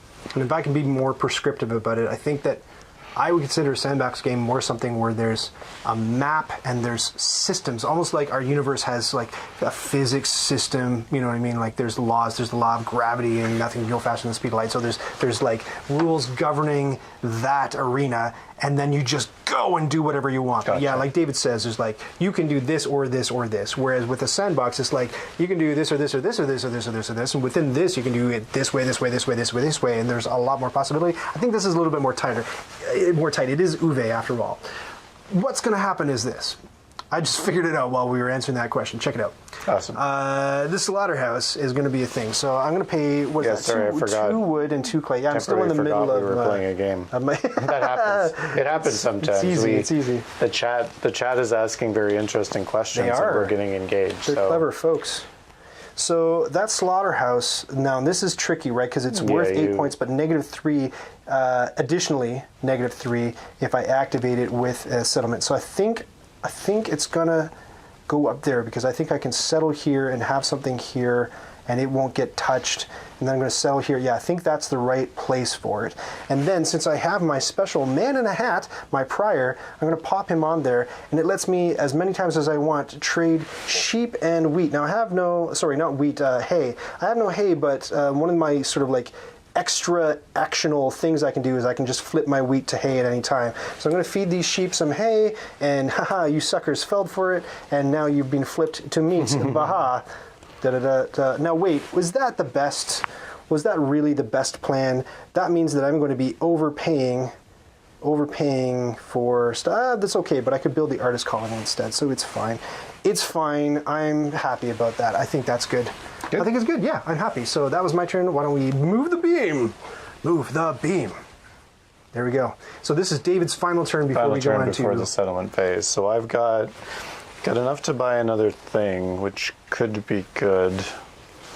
Because if I want to also build that, fishing village, but I'm way short on food. I have tons of energy. So what do I do? This is where I got to figure out what the heck do I do with energy. Can you convert energy into food? That's kind of a tough sell, eh? Yeah, that is a tough sell for sure. Looks like the Cloister Workshop is a good one because we're just sort of melting down our stuff. So that could be interesting. I don't really have the stuff to make that though, and I don't even have a spot to put it. So that's not great. What I am going to do though is I will spend one of my stone, and I will build the sacred site. Yeah, good idea. I'm going to throw that right next to my farming village to get that nice little sort of adjacency bonus. I'm going to drop my prior on there. I'm going to get a book. And then I believe I'm reading this correctly. I either get 2 grain or 2 malt. Where is the malt? The malt is on the other side of the beer. So The sort other of like side of the lower left side of your. Oh, you've turned your box. You've rotated it. So Got it. middle Okay. right. Oh, and the malt is actually food. That's interesting. Yeah, you can eat malts. I don't know if you'd want to, but you can eat malt. And then I believe I also get a beer or. This is quite the sacred site. What are they doing down here? Yeah, there's a little bit of. Well, it's like a picture of Stonehenge. So there's a little bit of dancing around the. Dancing and some druid beer brewing, I guess. There's another building later in the game that's similar to that, where that's the one that gives you points, I said, for all the forests you still have. So it's basically like you spend booze and then like get points for all the forests. So basically you throw like a big bacchanal, I think. Mm-hmm. And I'm also going to do this and build the brewery because I'm crazy. This is still only 2 things, I hope. Yeah, I did the prior thing. Right.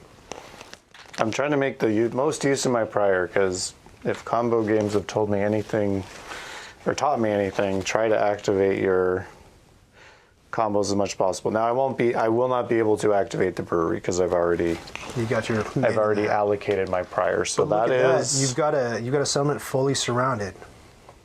Quite nice. I don't have that yet. Look at what I've got. I've barely even built anything on my thing. Versus, look at this noise. Oh my goodness. Oh my goodness. Okay, well, back to the wheel. So now it is settlement time. So I'm going to move this, and I'm going to move this over to C, 2-player. So that's where the next settlement phase happens. So we both get to build basically simultaneously, unless you're going to build one of these district tiles. Are you interested? I don't think so, because I might have liked to have gotten a coast to build the fishing village, but unfortunately, I don't. I am 1 coin short, and I am not able to do that, unfortunately. I am going to build the fishing village, yeah. So let me go over here, and I'm going to have to scoot everything up just a little bit. Are we still in frame? Yes, we are. Hooray! Somehow we've managed it. Sorry, like that. Yeah, just barely, but just barely. I'm gonna have to pull out the camera in a little bit, but I hope you guys in chat have been able to like read the cards okay so far, and it's been it's worked. It's worked for you. Looks pretty readable to me, but okay. So what do I want to build? I don't really want to build the shantytown. So the middle points on the artist colony say do activate themselves, right? Yes. But if you have, this is an interesting thing, if you have one like the crummy shantytown that's worth a -3, if you manage to stick it somewhere where it's not adjacent to anything, you don't lose those dwelling points. It just doesn't activate itself. It only activates itself in its positive score. The -3 you don't lose if it's... Okay, cool. So I'll build the artist colony. I'm gonna fuel that with some beer. Let me get over there. And some peat logs. And I put it up there, so I'm leveraging the brewery and the sacred site there. So I think that's a nice... And I'm going to do the same thing. Nice little combo. So I've built the artist colony here. Okay. Next to the lighthouse, nice. Mm-hmm. Oh, and you're setting up for a nice big... I'm trying. A nice big point drop there. I'm trying. Doing my best. In the battle of the wheels, who reigns supreme? Penance Picker 900 or the resource wheel? Sunday, Sunday, Sunday. All right, here we are. So we moved it, right? It's your player 1, so it's your turn. Is that correct? Nope, we're on the... Nope, go back. Oh, right. We flip it to the... Aren't you glad we have that token? Oh my gosh. I'm glad. I even did it in like... So now for the number pickers, you're looking at the bottom half of that fraction, right? So now we should be on player 2, who is me, and we are. So here we go. Here we are. And the B cards come out. So that means that awesome. I get another place. And why don't we check out what it is? It's the Hamlet. The Hamlet. What's the Hamlet? Very nice. Yeah, it costs 6 energy and 5 food. There's some energy I can spend. So fantastic. I'm happy about that. I'll put that in my collection. And meanwhile, the new buildings are the shipyard.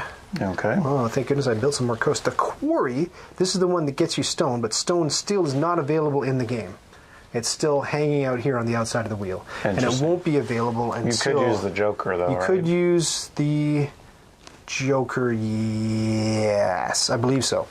correct us if we're wrong in chat if you could. I'm not an expert, super expert yet. Oh, and that's a mountain. That's the first. Yeah, it has to go on a mountain. First mountain I've seen. Okay, cool. That was it, eh? We've got. That's all we got. It's only the chapel. And you can turn beer and whiskey into something. Into a reliquary, which is That's like interesting. the finger bone of a saint, supposedly.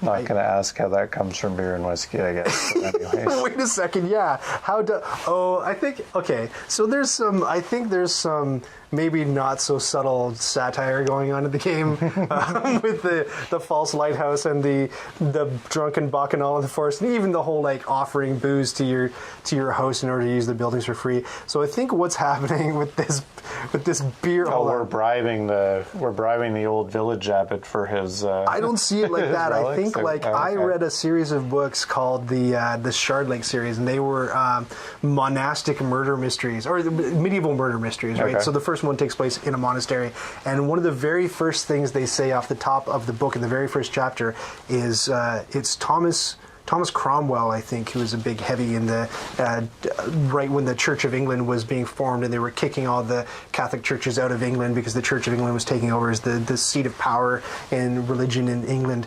And so he was complaining because he had piled on his desk all these relics and reliquaries. So a reliquary is like a box that contains a body part of a saint, supposedly, right. and then the relics are all like, oh, this is a splinter from Jesus's cross, and this was a lock of hair from Mary, and this was Joseph's, this was his mug, and all this sort of stuff, right? And so it's like, well, this is the fifth Joseph's mug I've seen this afternoon, kind of thing, right? So maybe that's what's going on with these, with like, right. No, we'll down a couple of brewskis and like, hey, look, I've got a precious artifact that represents something in the church. Maybe. So Poppy did ask a question about the building sort of area or availability. So the buildings, even though there's may even be starter buildings or A buildings or B buildings, they do not get cleared. As you go through the rounds, they're just always there and available to build because you may very well need those buildings to kind of get to later buildings. And one thing I should mention, Poppy, if you're planning to play this solo, a few rules change for sure. True. You have to set up like a dummy player, and that dummy player. So it's different in a one-player game. The unbuilt stuff in a one-player game, you take and put it on the dummy player's board, and you think, well, so anything you don't build, the dummy gets, which you then get to use, but you have to pay the dummy in order to use it. But what's interesting about it is that if there's no space left in the dummy's area, you actually, like, picture this is all full, you actually start overbuilding. So you put buildings on top of buildings, and then that makes buildings unavailable anymore. Like, you can't even play on them anymore. So, good question. And it's different in 3 and 4 players versus 2 players versus 1 player. Which is the fun of this game. Fun of going through those 4 rule books. I believe that may need to flip. Not quite yet, but you're close. So this means that it costs $1 to rent each other's buildings, and it's not going to flip until the whiskey distillery gets built. Oh, the whiskey. Oh, I thought it was the brewery. That's my mistake. Okay. Yeah, no Thank problem. you. So as soon as one of us builds that, now it becomes a more expensive rent. But we haven't done much renting in our game No, anyway. we haven't really. Let me see what you got again. So I got stuff. You've got the thing that turns peat into more valuable energy. You've got something that gets you a book and a beer or a whiskey and a malt. You've got, what else have you got? You got turn the malt and the wheat into more beer. And then turn the beer into money. Where's the turn the beer into money? Oh yeah, one time. Right? One time you can sort of $7. Some of it you're going to drink, and some of it you're going to sell. Interesting. What's going on in the wheel? Six wood is the best thing you got going on in the wheel. What's going on in my sad-looking diocese? Let's take a look. Definitely, I want to try to get a building here so that both of these buildings activate it, and so I kind of want to build out this area. And to do that, well, let's see. And then the hamlet was the building that came out. So 6 energy, 5 food. I do have the 5 food. Oh, and I do have the 6 energy. So I could totally get the hamlet going like down here, but I'm going to need to build a different district board. And to do that, I'm going to need a little bit of money. So money's a thing to consider. money's a thing to consider. So maybe one more buck would do me good. Even though I could, this is one of the other like bonus things that I didn't mention that you can do on your turn. If you've got booze, you can sell it. So if you got whiskey, you can sell it for $2. $2, no problem. Yeah, I could have actually built or bought a thing, but it doesn't. It's not changing. Interesting. So let me take a closer look at these buildings and see what the options are here. The houseboat, eh? Don't like it. Sorry, Yeah, that's touch my mic for a second to make sure that it's in the pocket. Yeah, that's in the imaginative houseboat. art. The houseboat is an initial building, so The imaginative art. Can I?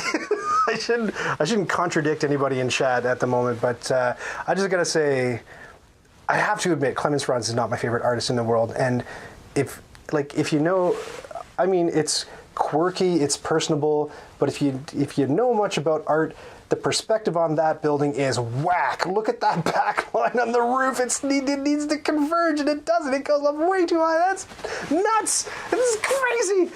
Can we give Klemens Franz penance, please? No, it stresses me out. Anyway, whatever. And look, the Twitch followers have gone down. no, they were always. I thought they were at 196. No.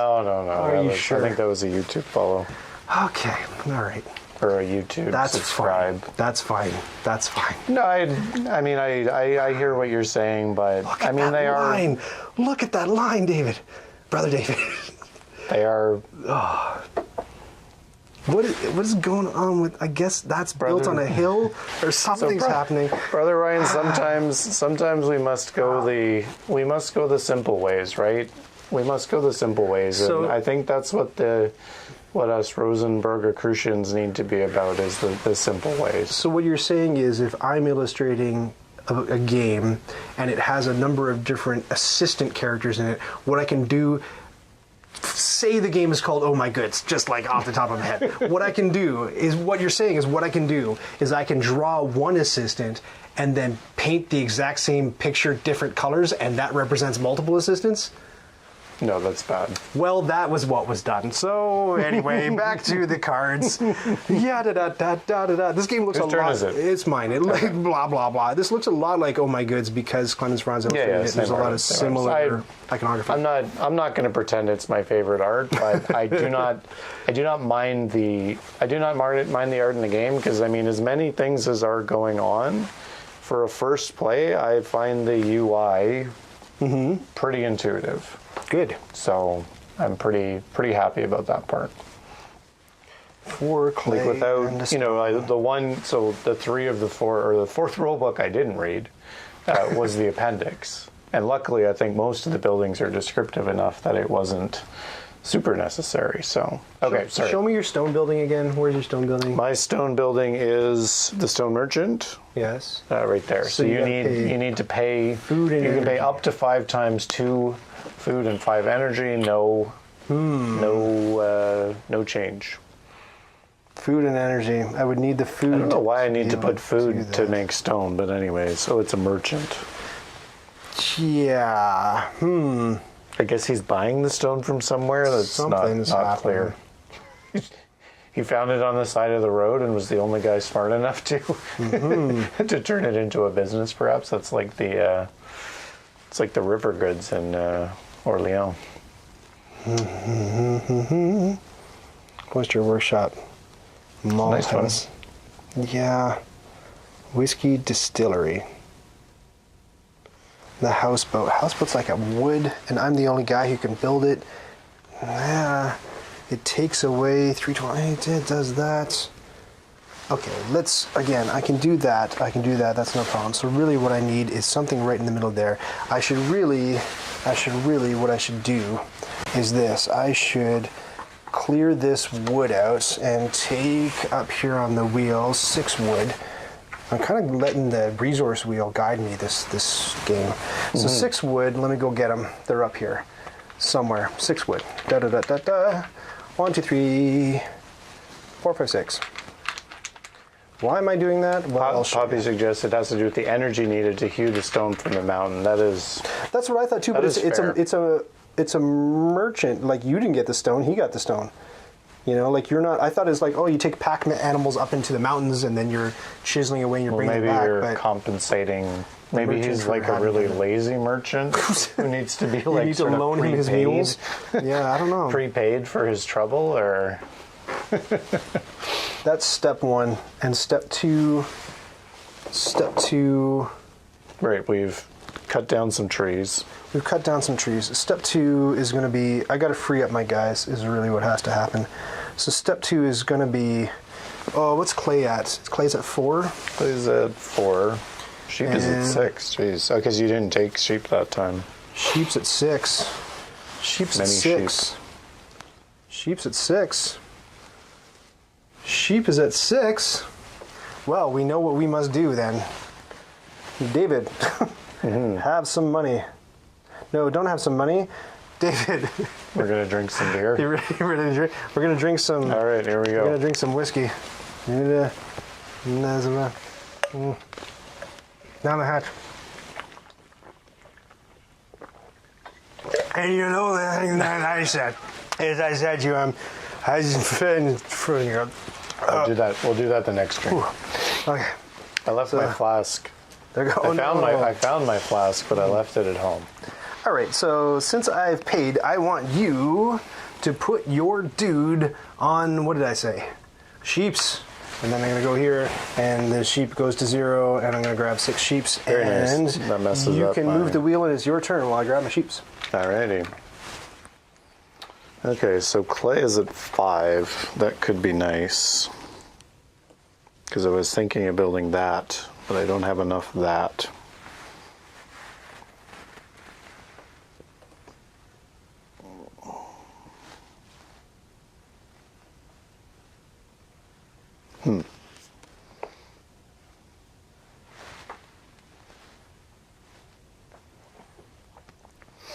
Okay. I'm going to make that again. I got lots of energy.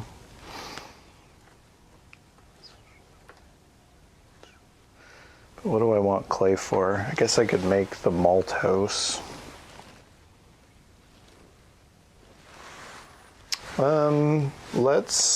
Let's activate the clay mound.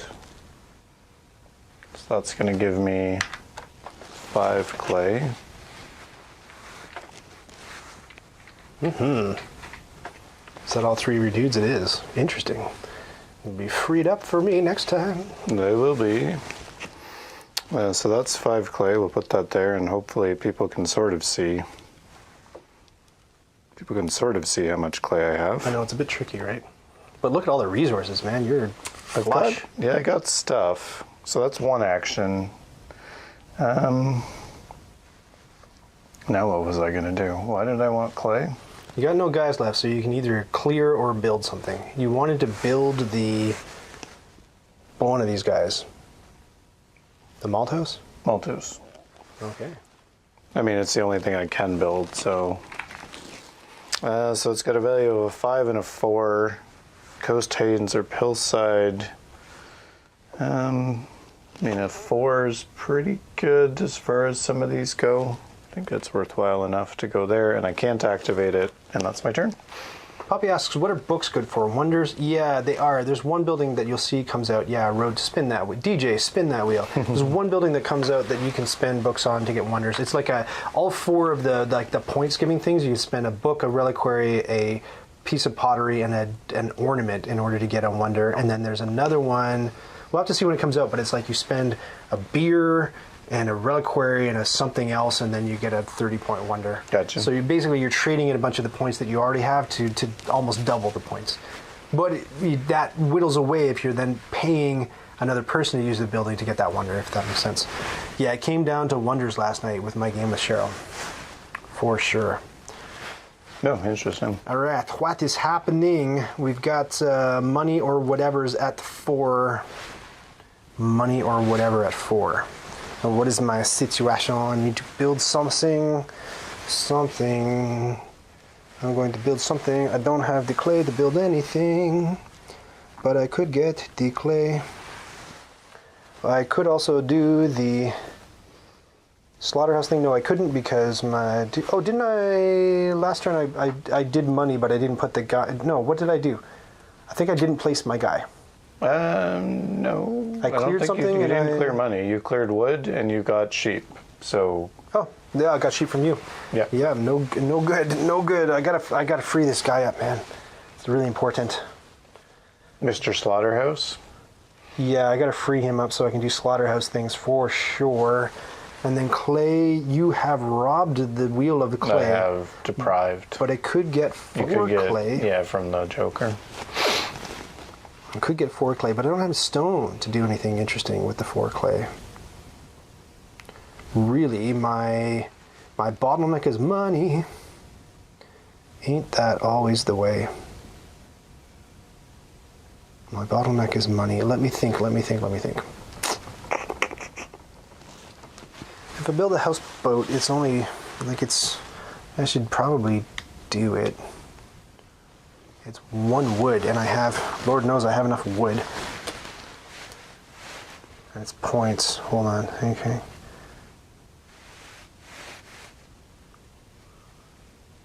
Yeah, I'll put it here.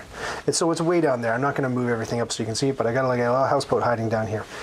So maybe I can push everything up just slightly so you can push. I might pull the angle out in just a second. All right, so that was step 1. Step 2, I'm going to start building some of the stuff. Turning things into points would be nice too. Imagine that. It's this blasted stone that Still not available? It will be shortly. It will be. That's $5 to build the quarry. I don't have the money. Right, so the money. I said the money was the bottleneck. Okay. So what I want you to do, is I want you to put a guy, I'll pay you $2. I want you to put a guy on $1. stone land. We're still $1. Oh, we're still $1. Hey, just have $1. Thank you. Stone land. Stone merchant, you mean? Yeah, that's the only one you have to make stone, right? Yep. And that gets me how much for how much? You can up to 5 times. Yes. Spend 2 food and 1 energy. And receive stone in return. 5. So I can get 5 stone, right? If you have 10 food and 5 energy, sure.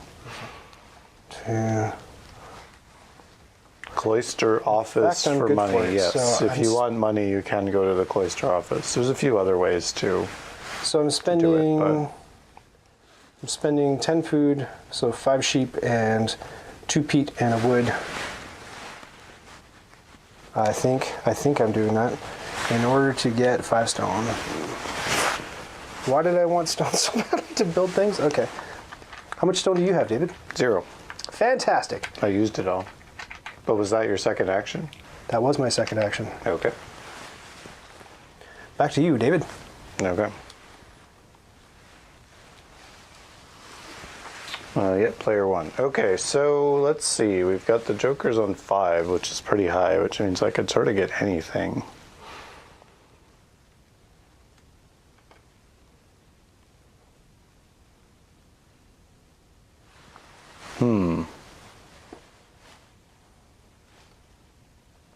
Don't really need peat. Money might be good.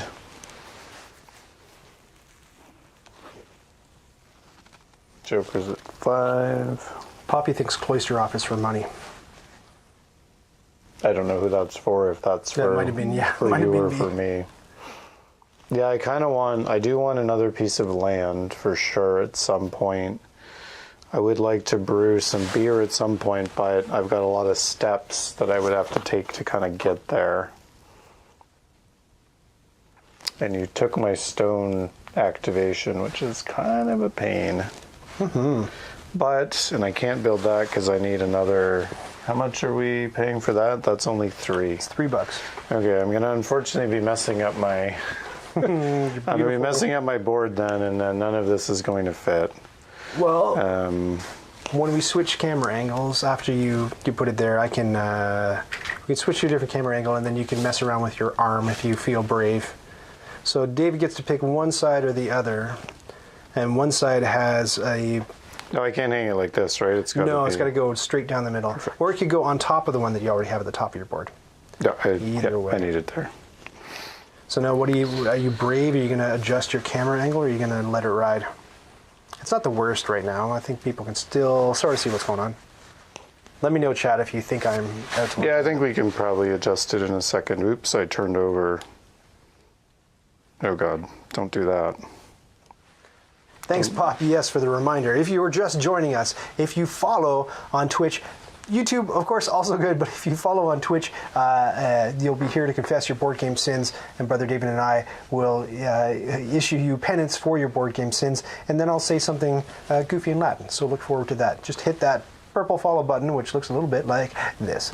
I'll chop down the forest, okay, using the Joker, which was at 5, and that's it. Say two. Say two, on to you. On to you, Brother Ryan. So I get 1, David, 2 more turns before we have to build or get before to we've build got to build another settlement. We're getting there. So I've totally lost my wood, but so I can totally build that hamlet if I want to, no problem. But I want a building right in the middle there, and a high value one would be good. So let's go see. How did I have what did I sacrifice to get? I have the stone now to build things. Hooray. Yes, the shipyard was very interesting, wasn't it? Yeah, that's a neat one. You used my stone merchant though, so. And you just used the Joker, so I can't exactly get the clay that I need in order to build. Why did I want stone so bad? If I can't get clay. 2 clay. Does something convert to clay? I missed it. What did David get with the Joker? David, what did you get with the Joker? Wood. Wood. He took wood. Like a jerk. Well, I was complaining that I didn't have any money, so I'm going to... Let me think. It's my catchphrase. Let me think. Let me think.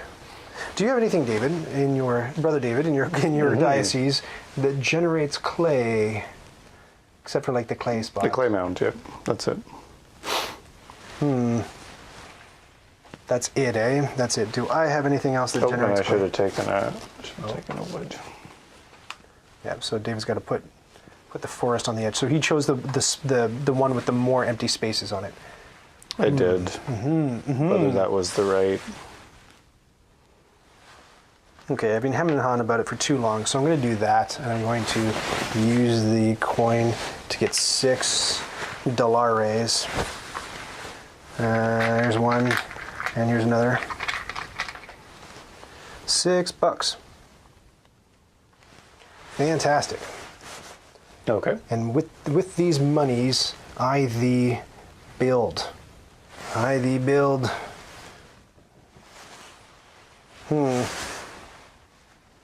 Those guys cost 5. And if I build one, it's still at 5. How much money do you have, David? $1. Well, and the whiskey, I guess, so 3. You got $3. I could exchange the whiskey. Do we add the stone to the wheel now? Yes. Not quite yet. Almost. Oh, did it pass it? Great. Thank you very much. Yes, stone is on there. Just in time to build a stone quarry, if I had the money to do it. You just spent it on a... Or did you? No, you just got 6. I just got 6, but I don't have the mountain to build the quarry. Aha. Yes, I would need to spend... I do. You do, right? That's why I want to... You have 3 money? 3. So you could easily get the money and build a quarry. In many different ways, yes. Yes, so that's a bad race. That's a race I'm destined to lose. So I don't think I'll pursue that race. Thank you very much.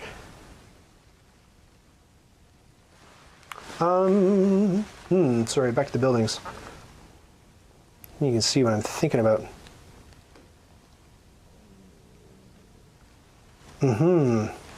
I know what I need. I daren't say it out loud.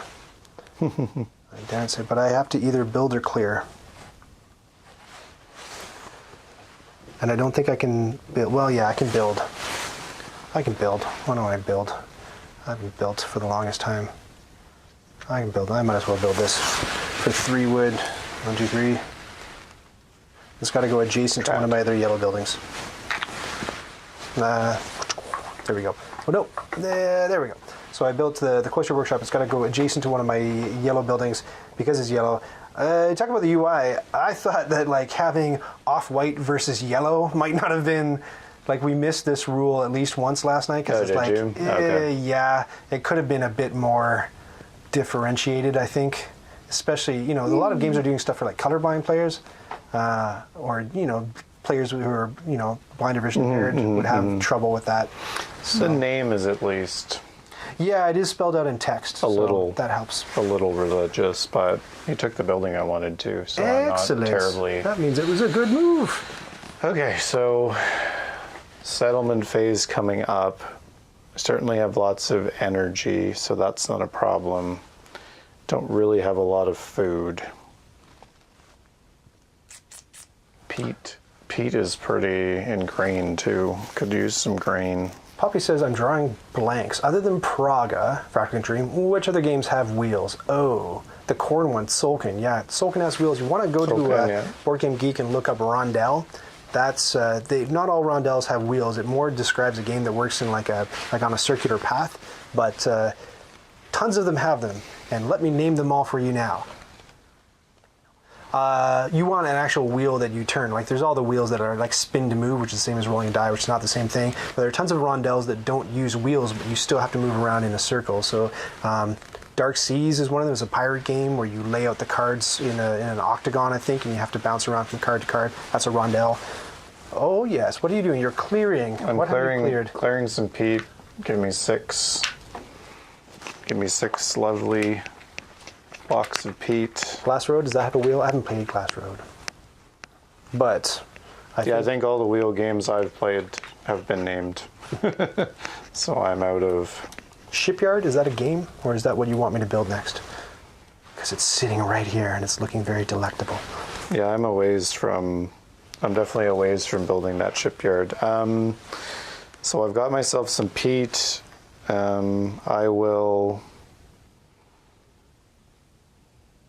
I could do 3 different goods.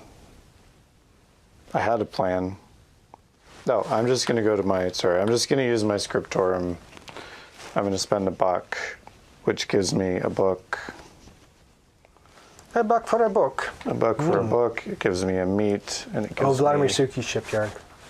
I like Vlad S. It gives me a whiskey. Okay. Vlad S makes good games. He did Praga as well. That's me. Go. That's me. We're getting there. The last one before round C. Funny, Shipyard is supposedly Suki's greatest game, and I've not played it. Slicker Drips loves it. Well, anything Slicker Drips loves. Yeah, I haven't played it either. I was delighted to find out that he did Praga Caput Regni, which is awesome, and also Latin, so it fits. It's good that we're talking about it. I think I know what I must do. I think it's going to work out well for me. So my guys come back because at the beginning of either player's turn in a 2-player game, if they're all occupied, they come back for jam. Said more for their benefit than for your. You know what's going on. I'm going to put this guy on clay, and then I'm going to go up to the wheel, and clay is currently sitting at 4, so it's going to go down to 0. So let me get my 4 clay, and hopefully not knock anything over with my sleeves. That is step 1. And then step 2 is for a big 15 points. The shipyard costs 4 clay and a stone. Love it, and it has to go on the coast. So here it is on the coast down here, and it's costing me 4 clay. 1, 2, 3, 4. Easy come, easy go, and 1 stone. Shazamity! I put it in the wrong bucket. That's okay. That's fine. That's fine. Everything's fine. Everything's fine. I think that's it. That's it for me. So now settlement. We're going to move to settlement phase, and we'll put this on D. I don't think I want to buy something, because really all I can afford is that I have to turn my whiskey, so I'm not going to do that. Are you expanding your Let me see. environs prior to? Let me see. And then I can. I don't think I particularly need to. No. Like I can kind of do it anytime. It's $4. Yeah, you know what? I might as well. I'm gonna. So I'll pay $5, get $1 back, and I'm gonna build one of these. And I'm gonna build the one that has the most open stuff on it. Am I? That one? I think so. So if I take a forest card and put it down, we're good. And then we can both build. What are you building, David? I'm building a hamlet. Are you jealous? I am also building a hamlet. Oh, nuts. 5 food and 6, 2, 4, 6. 3 peat is the 6 energy required to build a hamlet. Yep, and I'll throw my meat back. Hey, fantastic. There we go. I have also built a hamlet. I've almost surrounded my sacred site with Let's see. with settlements here. Yeah, look at that. So Very nice. And I've done sort of the opposite. So I've done a bunch of settlements that I can like plunk something down in the middle of. aha, so you're going to be waiting for that big, Maybe a big sucker, the right? big slam. I haven't seen the C or D building, so this. Well, this here may we be go. You're about to. So This the may be very first thing that a happens. deficit for me, but we'll find out. So I've been trying to hint at some of them as we've gone along, because I don't want you to be at a disadvantage. Let's take a look at I'm our red. C building. Oh, sorry. Let's take a look at our C I buildings. mean, I think they're the. So they're identical, but yeah, color. Oh my goodness! It's a village. It costs 15 food, Ooh, Brother the David. 9 energy. Then 9 energy. Wow. 8 and 6. Okay, let's Okay, take that. well, interesting. I don't know about that. And the extra buildings, let me get in closer, are going to be the refractory, blip, not the refractory, that's where you make more monks. A castle, oh yes, here we go. Here we go, some interesting, cooperage is very interesting. Look at this. Cooperage, you pay $3 and then you get to blow the joker on beer or whiskey. Very cool. Interesting. Right. Whiskey played in more, I think, in my game with Cheryl last night. Over here, we got the Grand Manor. So one time, you pay a whiskey to use any occupied building. Pretty cool. That was very cool. $20 though. That's going to take a little. It's going to take some doing. The castle, also very cool. Build one of your own settlement. So even outside the settlement phase, you get to build a Still settlement. have to pay for it, presumably. Still have to pay for it, sure, of course. Interesting. The chapel is a cloister building, so it lets you pay that back. was already there. And Oh, that, yeah, right. That's a B in the whiskey distillery. was there. Distillery got. But the refectory gets you $1 and a meat, and additionally, you can turn a meat into pottery. 4 times. Yeah. Ooh. 4 times, yeah. That looks like a potential sheep. Barrage. Potential No, we're talking sheep. about barrage. Yeah, I heard good things about barrage. One thing that my friend Doc said about barrage is he wished that it was set up so that I am. Oh no! Wait, am I thinking the same one? Is barrage the one where stuff flows from higher ground into lower ground? Is that barrage? I believe it's think a so. water system. So he thought that it would be better to set the game up so that visually you had relief, so that like the highest level was actually higher on the table than the lowest level. He thought that would have helped or been more interesting. I've never played. I don't know. I'm just. I have not. It is one I haven't played either. I've certainly heard it talked about a lot. It is my turn. So what's it gonna be? Let's go back to these buildings. I've got my prior. Got my prior, so I want to build something, but. Lots of grain is available.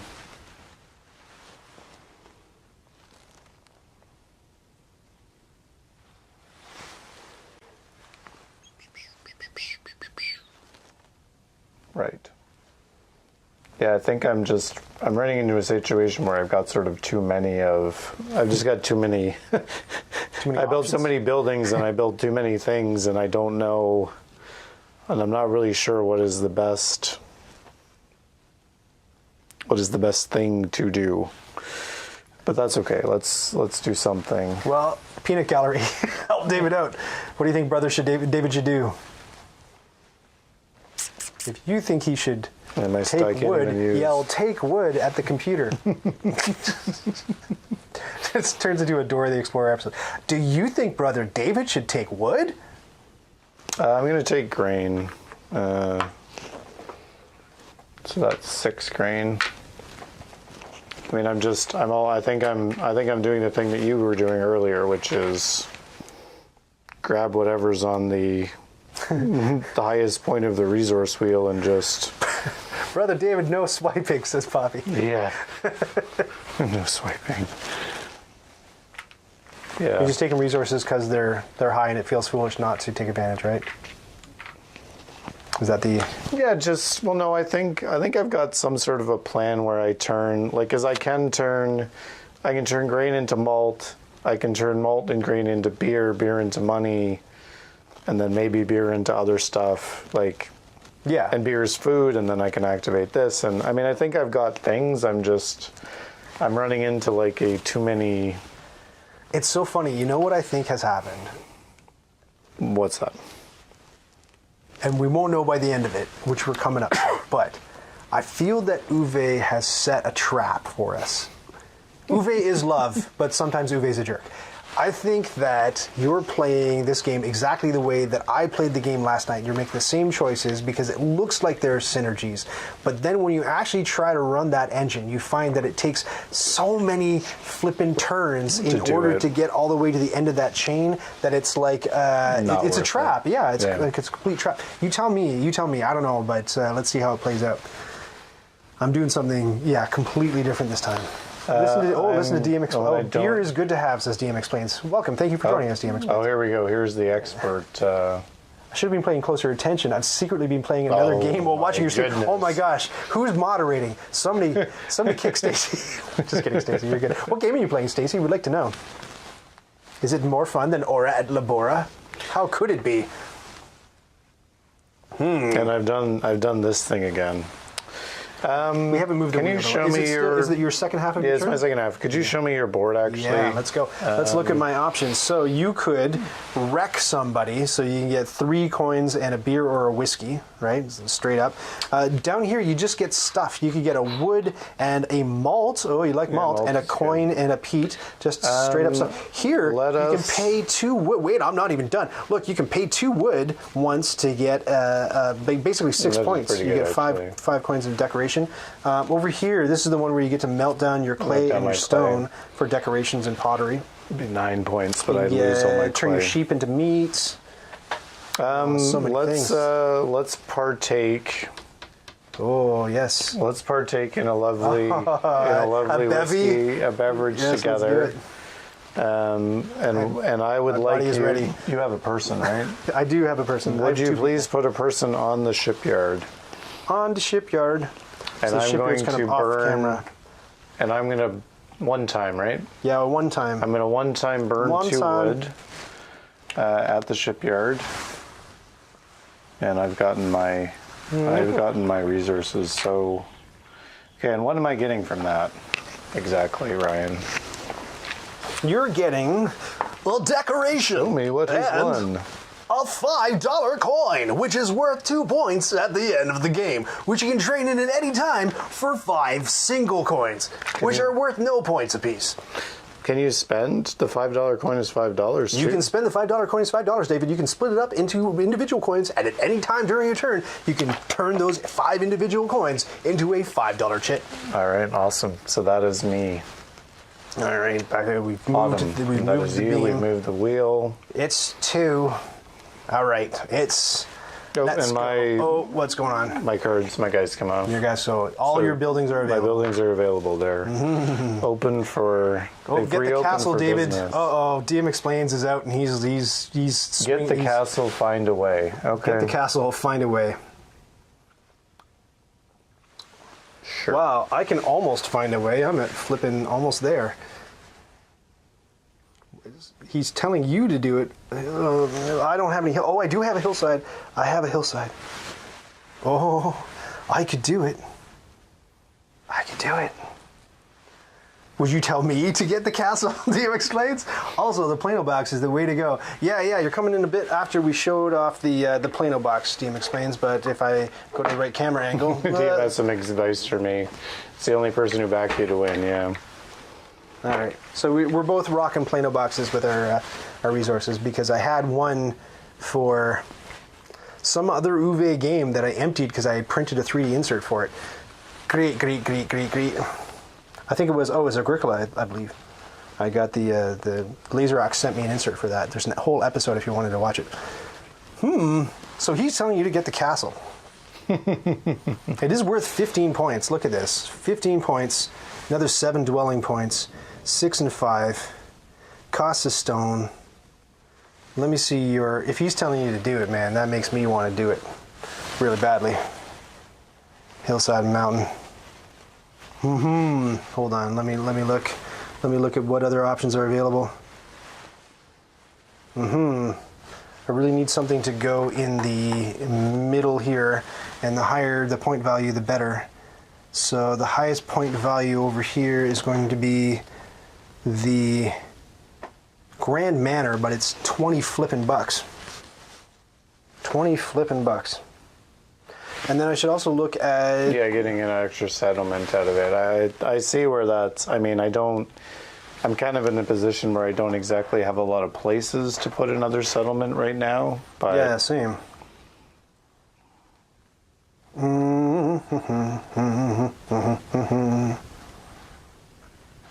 Oh, right. I remember what I wanted to do. I'm going to... Oh, no. That would be a waste. Yeah, I guess that would be pretty... I know, but hillside and mountain only, right? I could put it there. So, backing out and looking at the wheel, here's the situation. Now, I don't know if DM Explains has actually played this game more than solo. Have you played it with... Yeah, I think you have. Didn't you say you played it with at least 2-player?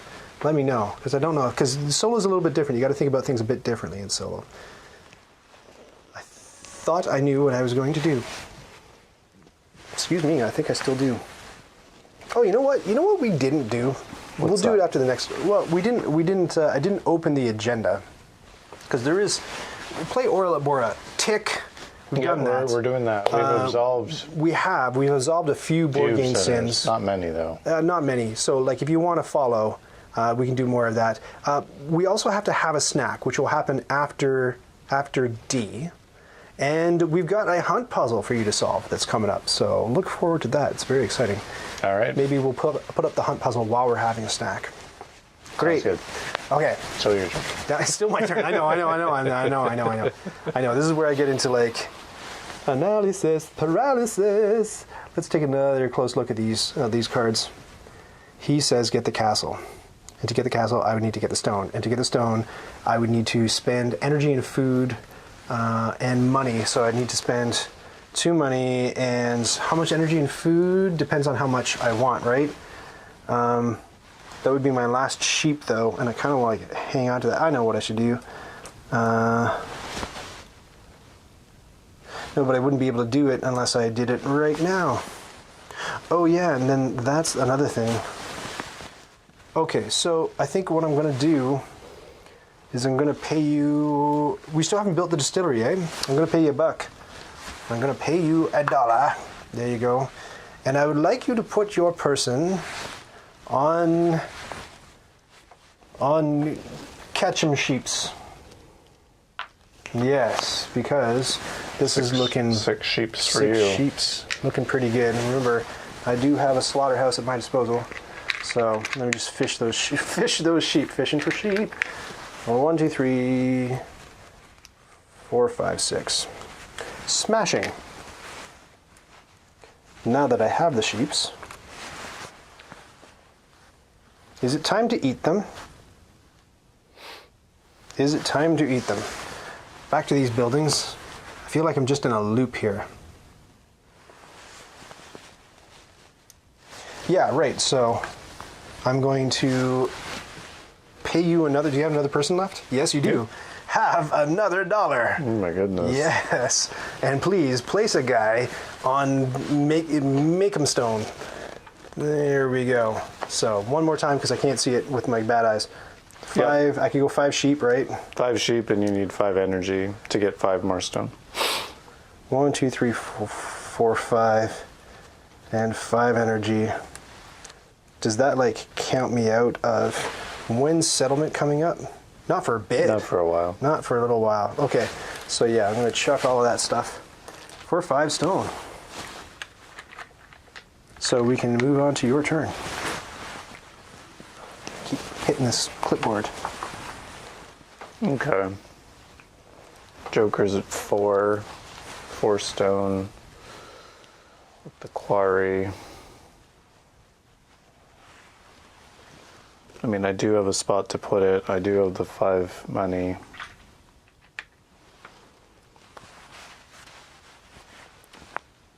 You've been heavily utilizing my my buildings here. It's like it's like Keyflower. Always messes up the plans a bit. It does feel like Keyflower. That part, it has this a lot very in common. specific, this very specific part of it does. That's one of the coolest things I think about Keyflower is that you get to use other people's buildings. You want to save food for another settlement when you get the castle. Oh yeah, good. Yeah, that's a good point. Yeah, that's a good point. I'm gonna build the cooperage. So flip that, 3 clay.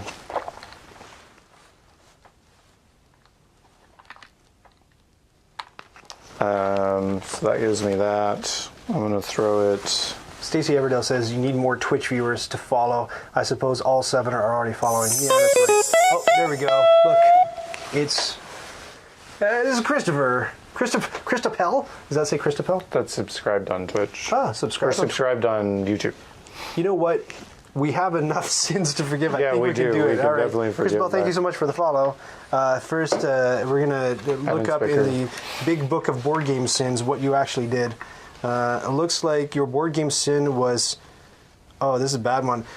Putting... So I don't mean to laugh. It's a serious matter. You apparently put small format board game cards into large format board game sleeves? What kind of a monster does that? Wow. That's horrible. What do we got, Brother David?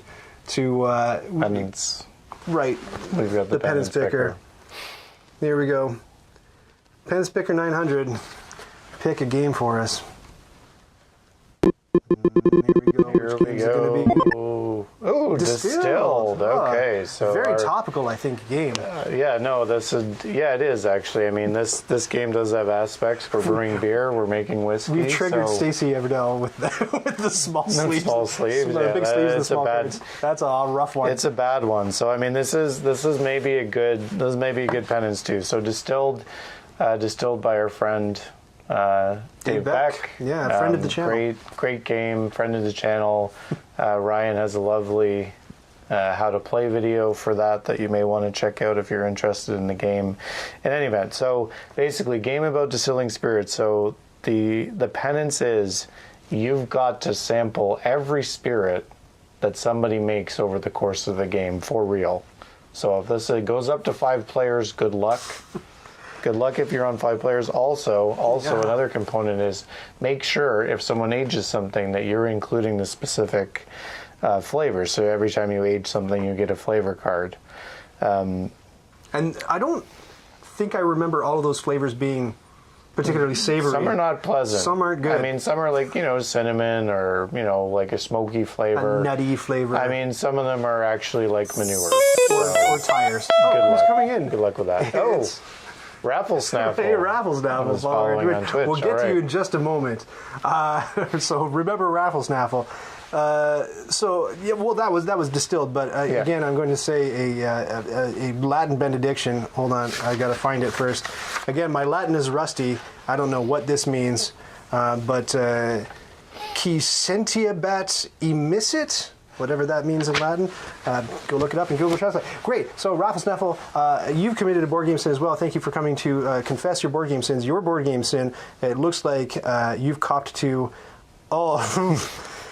binding decks with the rubber bands. Oh my gosh. man. Why would you? All right. Let's hope it wasn't like a deck builder where it's critical Where to it matters, know, like, yeah. which cards are which. My goodness. My goodness gracious. What have we got? Awful. Let's going to be Patchwork. Ah, look at that. Patchwork. So that's another Uwe Rosenberg game that we're going to be covering later on in Uwe Rosenberg month, Patchwork Christmas edition. Patchwork. So your penance. This is high stakes. So this is when you're serious about Patchwork. You'd better.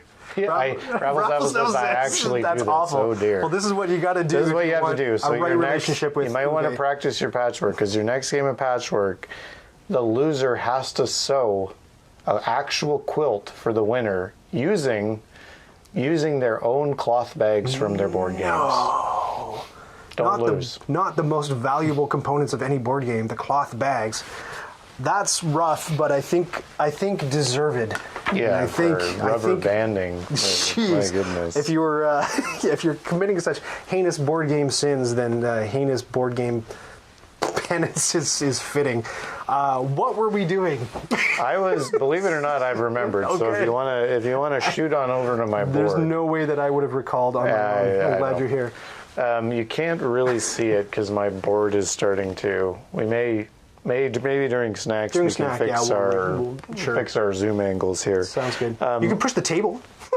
You can move the whole table if you wanted to. Well, no, I mean the whole thing's not fitting. I am using an instant action to activate this lovely cooperage, I guess, which I understand. I think makes me spend 3 of these wood, and then I can get a joker of either beer or whiskey. So the joker's at 4, so you get 4 beer, 4 and I whiskey. assume this moves it. That's right. I'm going to go ahead and take 4 whiskey. Look at that, holy whiskey. So I'm in the whiskey business, everyone. Oh yes, they're adding to the penance. The quilt has to be done by hand, using no sewing machine, like old school. That's rotten. My copy of Merchants and Marauders needs rubber bands for all those small Euro card decks. Now, okay, you might have noticed that we've got this rockin' 3D printed thing to hold. This is amazing for this game. And I've got a whole series on, if you're new to the channel, I might as well plug it, called Bits Please. Bits Please! And so that's a series where I go through and I upgrade the components of the games I buy, the fancy resources, and more importantly, I use my 3D printers that I bought, the SLA and the FDM, to do cool resin pieces and inserts like these. So if you love Merchants and Marauders, there's an absolutely fantastic insert on Thingiverse that if you get an entry-level 3D printer, spend a couple $100 if you've got the means, and then rolls of PLA or another $20. That's the plastic that you use to run through it, and you can print a very, very nice insert. And everything fits, and not only does everything fit, but here's the gold standard, Brother David. If you can get everything into the main box, plus all the expansion stuff into the main box, and all fits snugly, then that's and you can store it either horizontally or vertically. That's where you want to be. And with this Merchants and Marauders expansion, that's where you're going to be, because it does or it's the insert. The insert does the expansion vertically, everything. Oh, it's amazing. It's amazing. There you go. So I was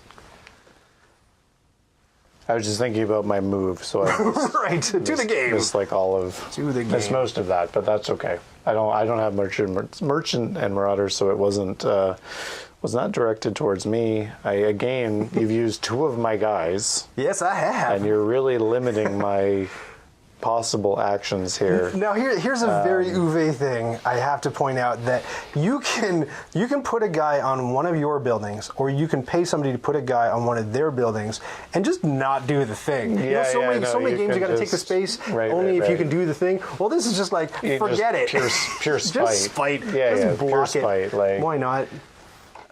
I don't know if you I'll would win just doing become that, a close personal friend and mooch off your 3D printer. That. Maybe. I'm open to it. Hey, why don't you jump into, look, David's here in person. We didn't know each other until a few months ago. This is the Discord server, and a lot of wonderful people, including people that you're seeing in chat right now, hang out in there all the time, including Brother David. He'll be there, and we play board games together. David, in honor of Uwe Rosenberg this month, set up a whole board game arena tournament for Agricola. Has it kicked off yet, or can people still jump in? No, you can still join. If you want to join, you just wander on over to the Discord. It's in that link, and take a look for our Knights Around the Table group and click on the link, and we are playing a very friendly tournament of very Agricola. low stakes. Don't worry if you don't know how to play. Just click through until something happens, and there might be a lot of begging for food, but let's not worry about that now. That's how you It's learn. okay. That's how you It's learn. okay. Starving your family is how you learn. I agree, Stacey Everdale. Wouldn't it be lovely to get to that magical 200 number? And as promised, we have some celebratory music if we do hit 200 sinners absolved by the end of the stream tonight. Okay. David, what's it going to be? I am trying to take my next action. So what? So I can't. If I can't put dudes on buildings, now I could pay. What do you got? Let's see what I got. You Let's see could what pay me you've some got. money I because could pay the you. money can go back and forth in a two-player game. Now, the two that you can't see, I'm just going to slide them up. But the shipyard's, taken. The So that's houseboat not an gets you a option. wood Houseboat and a just malt gets me and stuff. a buck and a peat.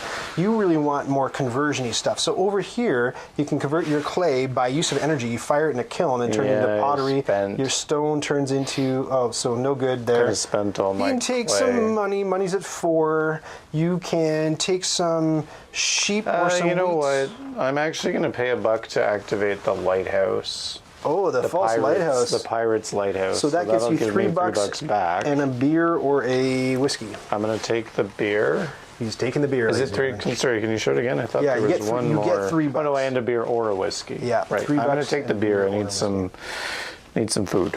Okay, that's it. Okay. I need to go back and study this wheel on what's happening. So, Shazam, we're here. I get Such one a turn, mess. David, 2 turns, David. Unfortunately, my buildings are all available again. Fantastic. That's the drawback of having really excellent buildings that are tasty to use. That so is something I didn't fully anticipate. But yes, Let me just agreed. look again. 2 turns before we have to build another one of these wonderful settlements. I Right. definitely want to build it down here. So basically 4 actions. So one of my actions, this is kind of neat because this is what I was able to do with the solo playthrough of Agricola, is I know that I'll have 4 actions, and I know that one of those actions has to be, or should be, clearing that forest. Okay. What are the rest of my actions going to be, and which thing am I going to build? I'm a long way from that castle, Poppy.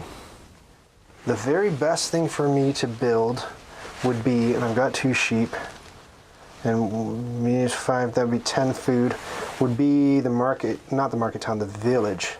10 food and 6 energy, but like all my peat's gone for Pete's sakes.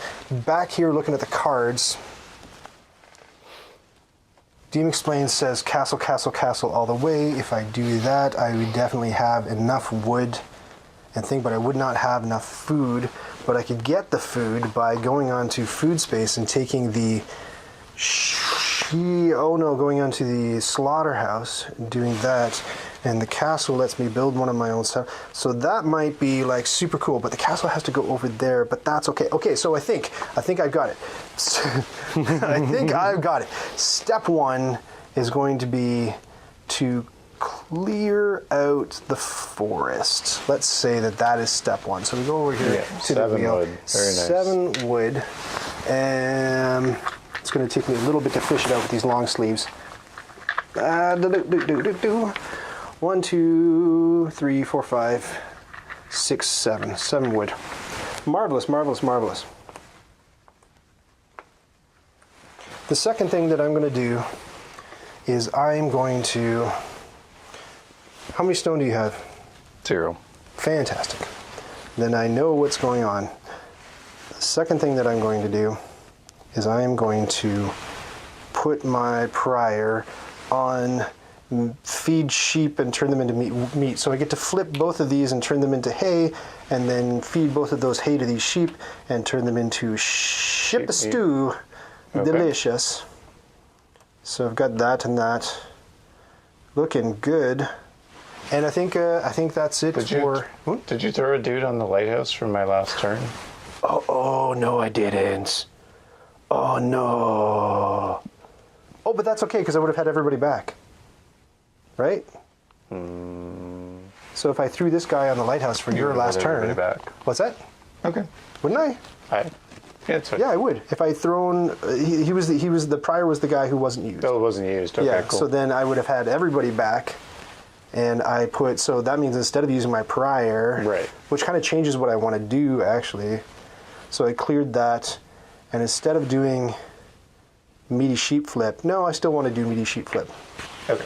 Awesome. Okay, cool. All right. All right, back to the wheel. Back to the wheel. And we're gonna go. Settlement. I've got... These messages are not for Ryan's eyes. I'm going to read them anyway. Come on, get some wood. Get that castle, Dave. Come on, David. I am so Get that far. castle. I am so far from the castle. I mean, like stone. So far. They want you to use your building to get the stone. Ben is Yes. me on the Discord to keep you on the straight and narrow. Yeah, no, I got. Subterfuge. Oh my god. No, I do need to use my building to get stone. Raffle Snaffle, this is an older game, and it went out of print, and then it came back into print, and DM Explains, one of the lovely patrons of the channel, sent this copy to me in order to play, because he likes the how to play videos I do, and there wasn't a really good how to play. This is not a how to play video. This is just a playthrough, but I do have a script written for the how to play video. If you want to be a cool guy patron like David or like DM Explains, that's the address. Patreon.com/nice around the table. A bunch of different things. If you don't like paying like basically subscriptions, like a monthly thing, there's like a one-off. Somebody was really nice this week and just said like, hey, love your videos. Here's some bucks. That was wonderful. And what do I do with those bucks? Well, let me tell you. Cocaine. No, in addition to cocaine, I buy gear. So one of the reasons that you're able to see David and me playing this game together is that I was able to upgrade my gear and make it so that you could hear both of us through our mics, because I had to buy like two. This is nerd stuff, but I had to buy 2 attenuators in order to get the double mics working. Plus, his camera is on an arm. And I had to buy that arm, and then I had to buy like an adapter to go into the phone so that we could put it into the computer so that we could actually see David's board. If you watched the Zaya playthrough with me and Dave a few weeks ago, I didn't have all of that stuff, and it was really painful because you couldn't see Dave's stuff. This is not David, but Dave, the other guest. You couldn't see his board; it was kind of cramped at the bottom of the screen. I really like a playthrough where you can, I can switch camera angles and we can see everybody's stuff. So there's that, and there's the wheel, and there's the close up on the cards, and you know what I'm saying. There's my stuff, and there's David's stuff, and there's Ryan and David. Look at that, 4 cameras, ladies and gentlemen. How exciting is that? So. Long-winded way of saying thank you for your donations and for helping keep this channel running and helping the stuff get better and better, because I hope that you can appreciate that it does actually improve as we go. Back to you, David. Yeah, I did use my stone merchant.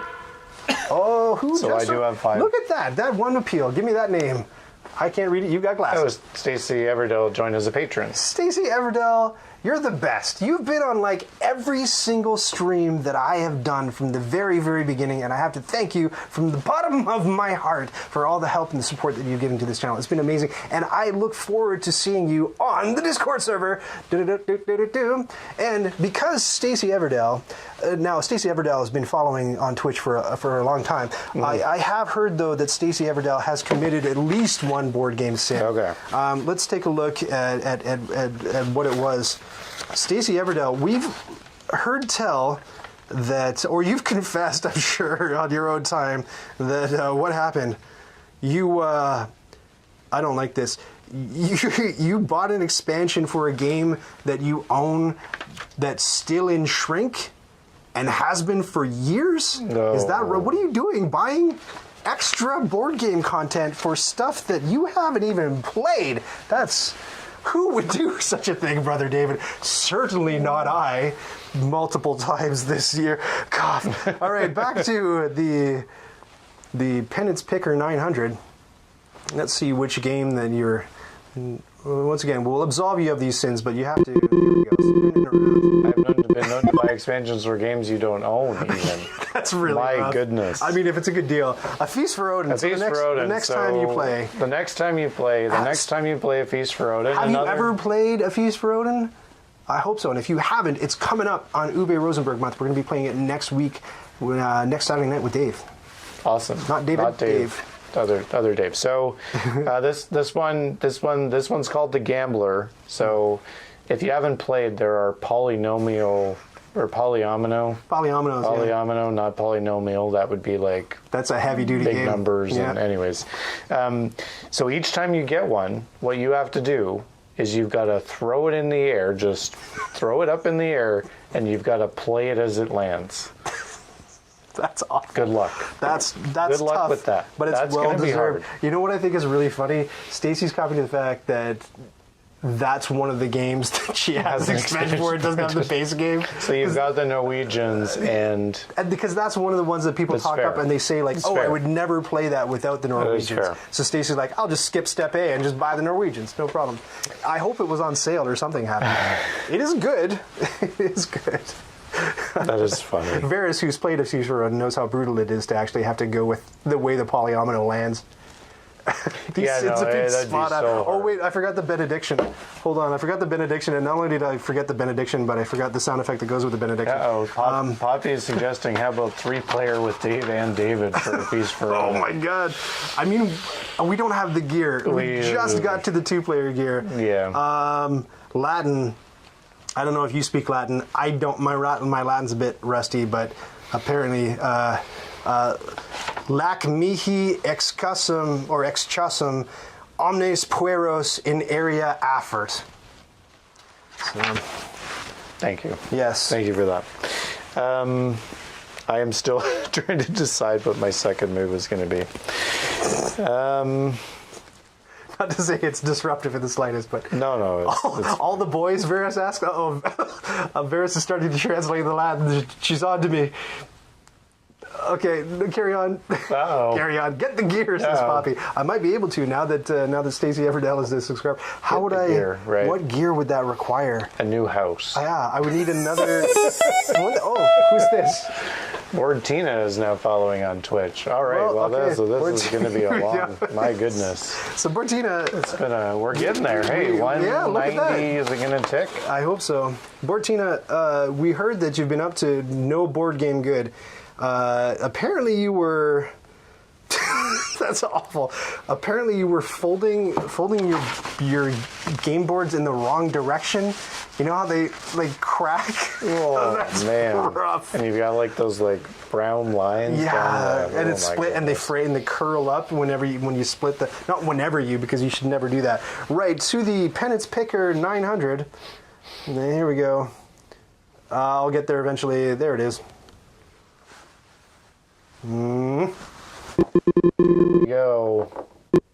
Here we go. Terraforming Mars. Terraforming Mars. Popular. Very popular game. Here we go. So so this is a mix of things. Every time someone builds an ocean, every time someone builds an ocean, you have to drink. Okay. Every time someone increases the oxygen, you have to yawn. Okay. And then every time someone increases your heat, you've got to rub your thighs together to try to create a fire. And I assume trying to do all of this without anybody kind of catching on. No, you have to do this in secret. Absolutely. Like in complete secret.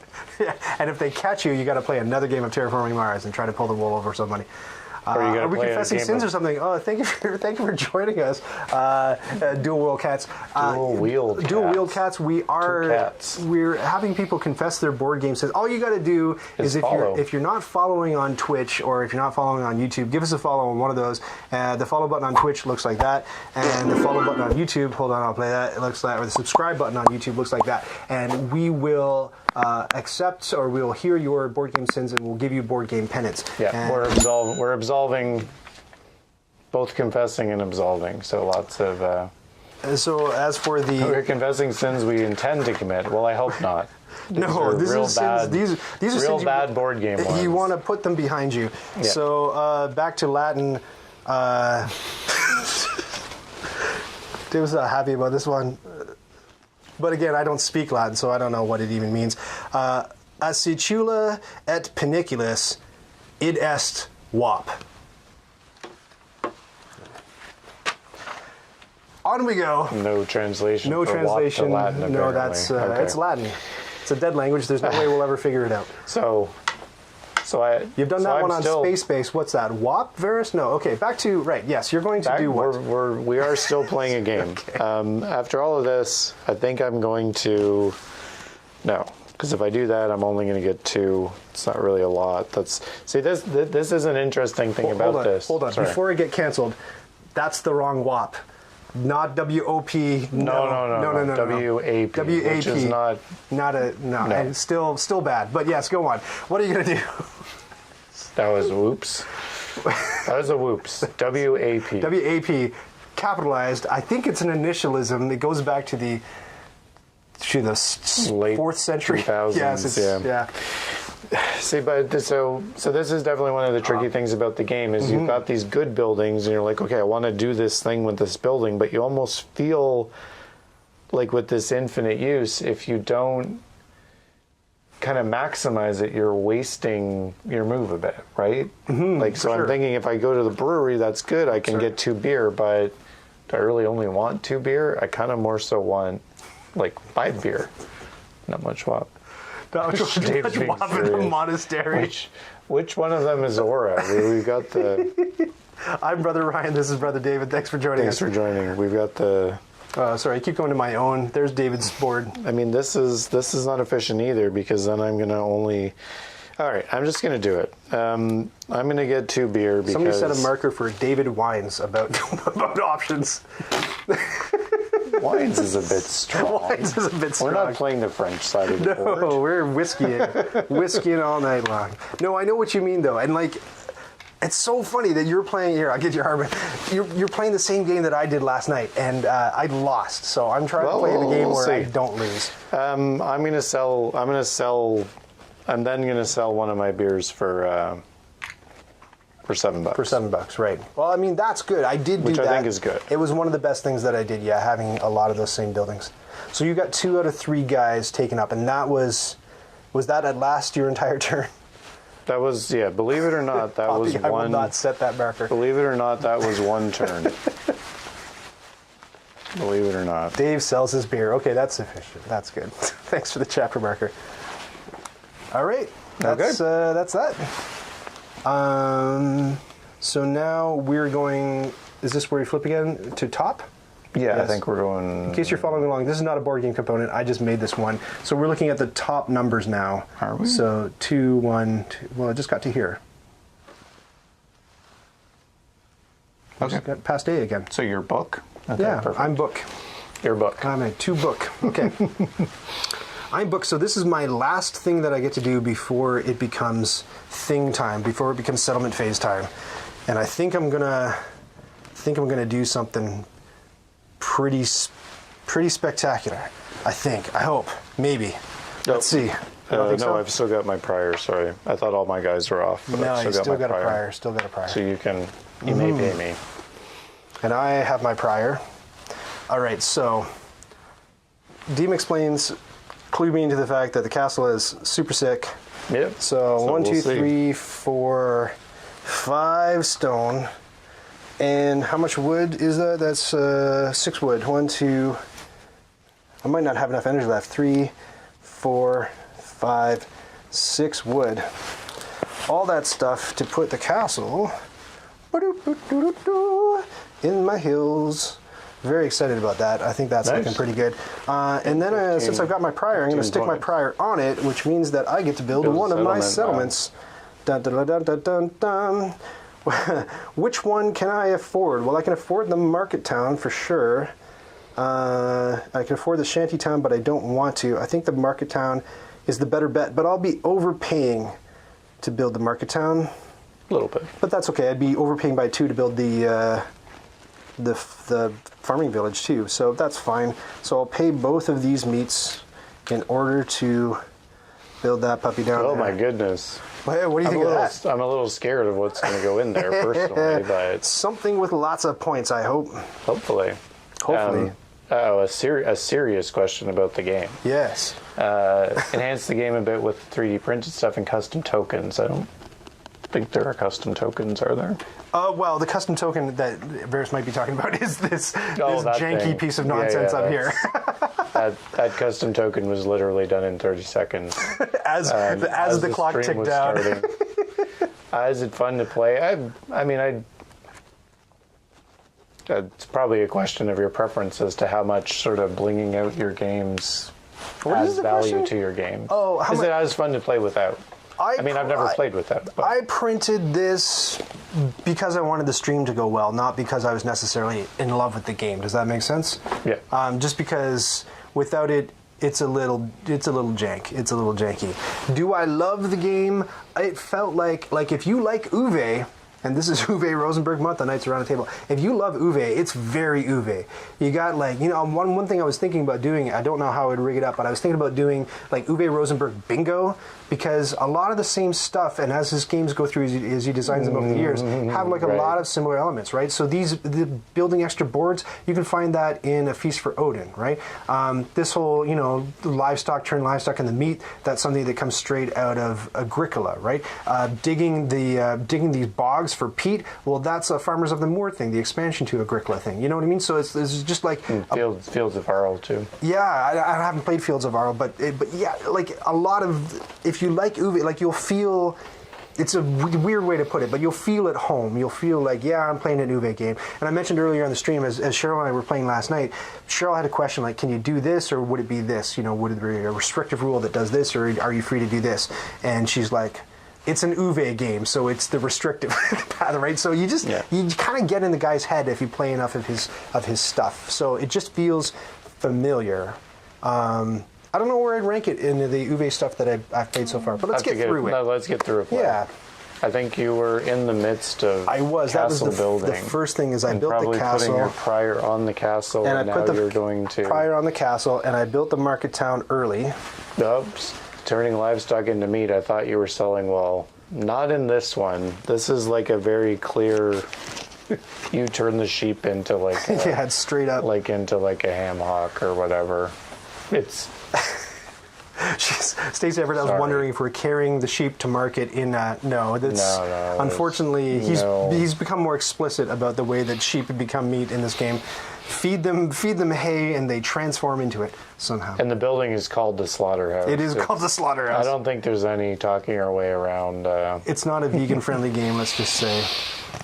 I think Feast for Odin coming up though, you can shear the sheep for wool through. I think so, but you can also like hunt whale and get massive chunks of whale meat. Yeah. But the sheep are safe, so okay. I wish I had the clay. I do not have the clay. Maybe I should get the clay right. So we're coming up. This is the last thing that I have to do before I get to build one more of my settlement-y things. So really what I need is to get some food. What's the sheep at there, David? At 3? Sheep's at 3? Is that what I'm saying? Livestock is at 3, or sheep is at 3, correct. So 3. I could do that. I could definitely do that, which I would definitely want to. Yeah, it was definitely funny with the sheep in Agricola for sure. Agricola. So, oops. I'm going to sheep it up for sure. Did you build your settlement? Yeah, you built the market town. Okay. So 3 sheep, you said?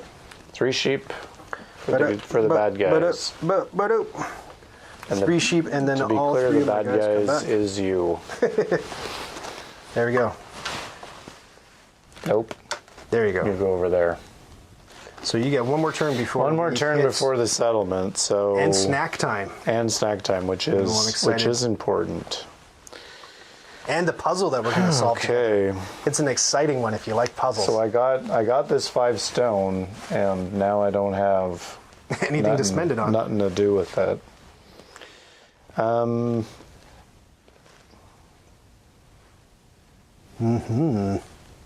What is money at? We're at 6 for money. Yes, David Stone. That's correct. That's exactly what he said. Ah, shoot. If there's one common thread, is your money building available? It is. Thank you for the money. I'm going to put that there. So I get 6 money, right? It's at 6. If you want to zero that for me. Sorry, just to show the people I went from here to here with the money. All right, now. Now what? Now I'm going to spend $20. He's doing it. He's buying the Grand Manor. And I'm going to buy the Grand Manor. So 2 barrels of whiskey. I've got 5 tokens and a 1. Whiskey can be sold for $2 at any time. I hope so. Because otherwise this doesn't work. Yes, thank you. I'm going to put the Grand Manor. It needs to go coast, plains, or hillside.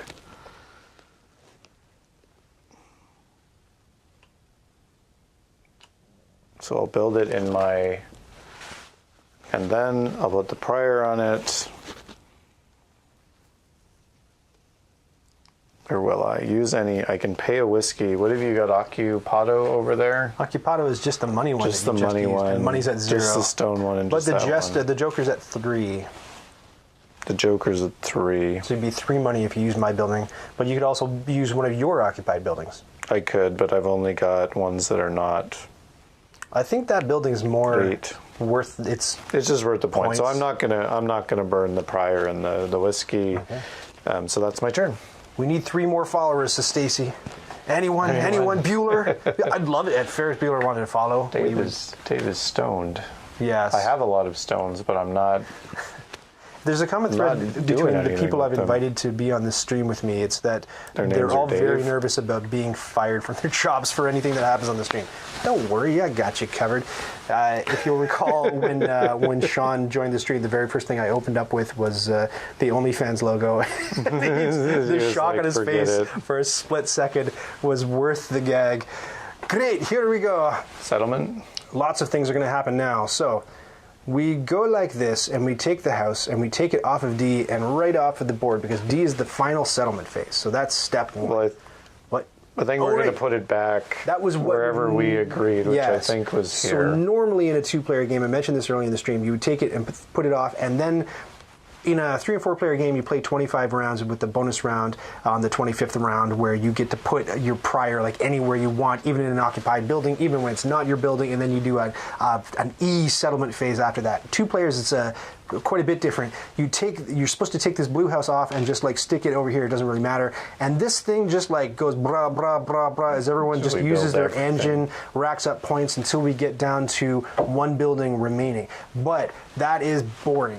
I found out that I played last night, and it's not a very exciting climax to the game. And some people on BGG were recommending that instead, why don't you take it and like decide on a set number of rounds after that. So we agreed at the beginning of the game we were going to put it on this single player A wedge. So this is how many turns there are until the end of the game. Yeah. So far so good? Okay. So quite a few. Yeah, We'll be able to do some things. We're good. All right. So first thing, are you going to build a district?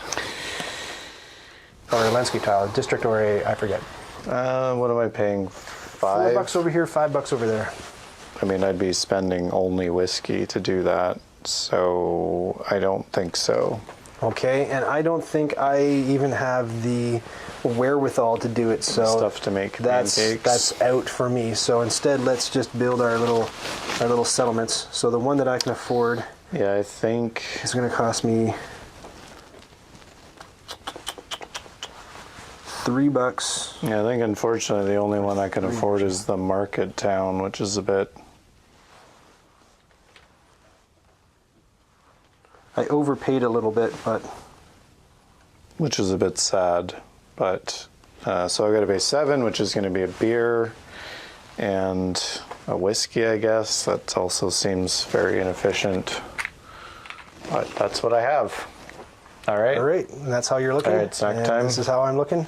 Yes, it is snack time at last. Snack time, and then it's going to be your turn. Okay, perfect. Great, snack time and my turn. So join us. If you've got a snack, then it's time to bust it out. The snack that we will be feasting on this evening, in true monk fashion, in medieval style, is going to be imported Walker's cheese and onion potato chips. I'm very excited about this. Sorry it's blocking your face, but do you have the bags? No, are they probably nearby? not. So Oh no. I'm going to be. Do you have to? But you're mic'd, remember? You're gonna. Oh shoot! How far are they? Oh no, our snacks are stranded. They're in the bin all the way down there. Oh no, they're in the bin. Oh, you can unclip though. You can unclip. Oh no, that's gonna take too long. Can we get David? Does he have enough tether? What if you just unplug me and turn it off? Oh yeah. So we can do that. In the meantime, what I'm gonna do is I'm gonna show you the puzzle, and Great then idea. I'll put the puzzle up, and you guys can solve the puzzle while we're getting the snack. Just one moment, please. Do-do-do-dee-dee-boo.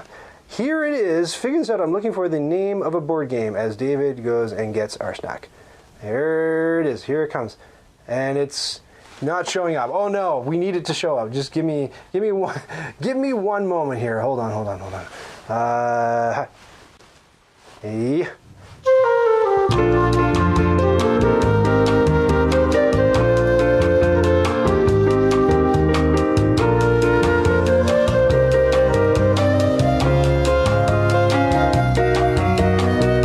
All right, and we're back. I hope we're back.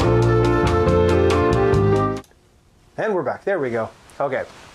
There's your puzzle. Please figure out the board game that I'm trying to think of while David goes and gets us a snack. Go for it, David. It's like doing a spacewalk.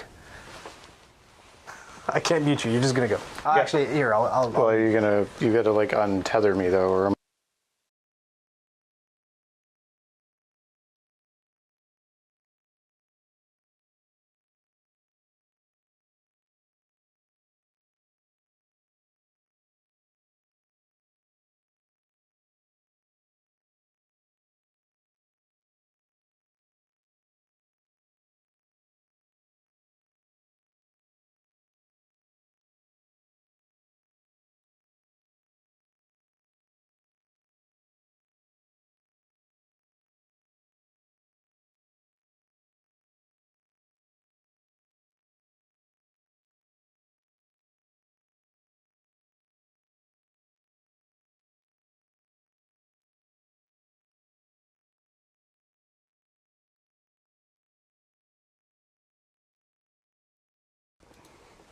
Oh, okay, Paris let's is see what thinking do we about it. got. Stacy's thinking about it.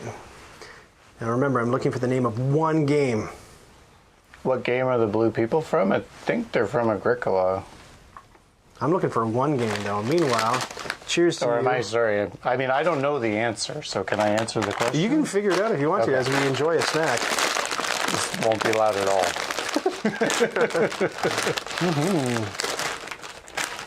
I think Agricola 06 with stickers. Yeah, those stickers are from the goodies. So, am I allowed? I am allowed to do this, right? Yeah, 'Cause I you don't know have the answer. So, Agricola, Ticket to Ride, Everdell, and this game, or some sort of generic Uwe game. That does show up in a bunch of different games, Sure. which might be a hint that the game that these pieces came from doesn't matter at all. Exactly, generic Uwe wood. But how does that get you a name of a board game? I don't know. What do you think of Walker's cheese and onion potato chips? Oh, good. Aren't they spectacular? They're from they're imported from the UK. I don't know what the expiry date is on chips, but they seem fresh. Yeah, they seem really fresh. No, says Stacy. She's getting closer. No, it's they have- not about the games they came from. They have expired, but They have? Okay. Whatever. You only live once, and maybe short in life if you eat expired chips all the time. And you got to put them together, says Stacy, and it equals a game. Good reasoning, Stacy. Stacy, you figured it out and you're shepherding everybody else through it, or you're helping everybody else decide?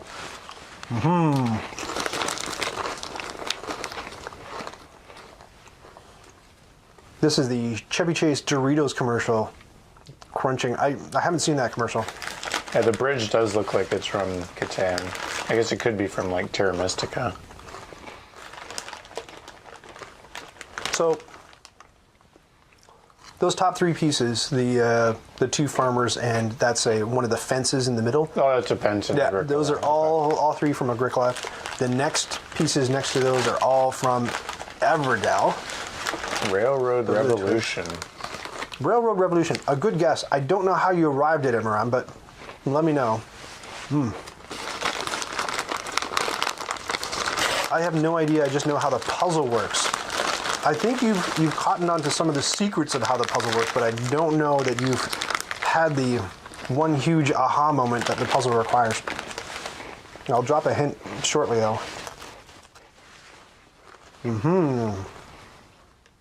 Okay, here comes the hint. You guys ready? The hint is, this is a code-breaking puzzle. I like what you're thinking. Farming, forest, travel. That's interesting. That's an interesting way. But this is it's a code-breaking puzzle. There's a code happening here. If it's Morse code, then I'm not going to know what the letters are.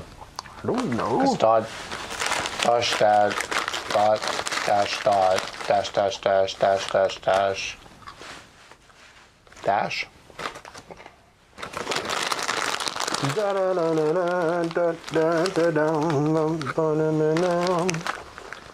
David's the skinny guy, so he doesn't have to finish the whole bag of chips. No, I'm good. I'm gonna finish. You don't have to finish the whole bag. No, they're really like they're like kind of like sour cream and onion, but not. Mm-hmm. Like it's like a lighter. Like that sour cream has that really. I mean, I don't mind it. It's got a really strong flavor, and these are like the same feeling without that strong. No, a lot of the snacks that we've had on stream I haven't tried before, but these I have tried before because I love them. They're one of my favorite chips in existence. Prawn cocktail is another flavor you can only get in the UK. I don't know if I'm so big on prawn cocktail. I don't know if I would eat prawn cocktail like the actual thing, let alone chips flavored like prawn cocktail, but Okay. 3, 3, 3, 1. That's another interesting way to break codes too, yes. And then the 3s might map onto... Oh, what do you got, David? ROOT. Root. I did it! Yeah, you did it! Chips fly out of my mouth, that's right. The secret was that it's Morse code. Top left letter, Like R. the Agricola one was the one that looked most like Morse code to me. Give me a moment. Let me throw that up in the overlays. In case you're wondering, overlays, Rebus. I don't know why my puzzle is not working. Things like to not. There it is. There you go.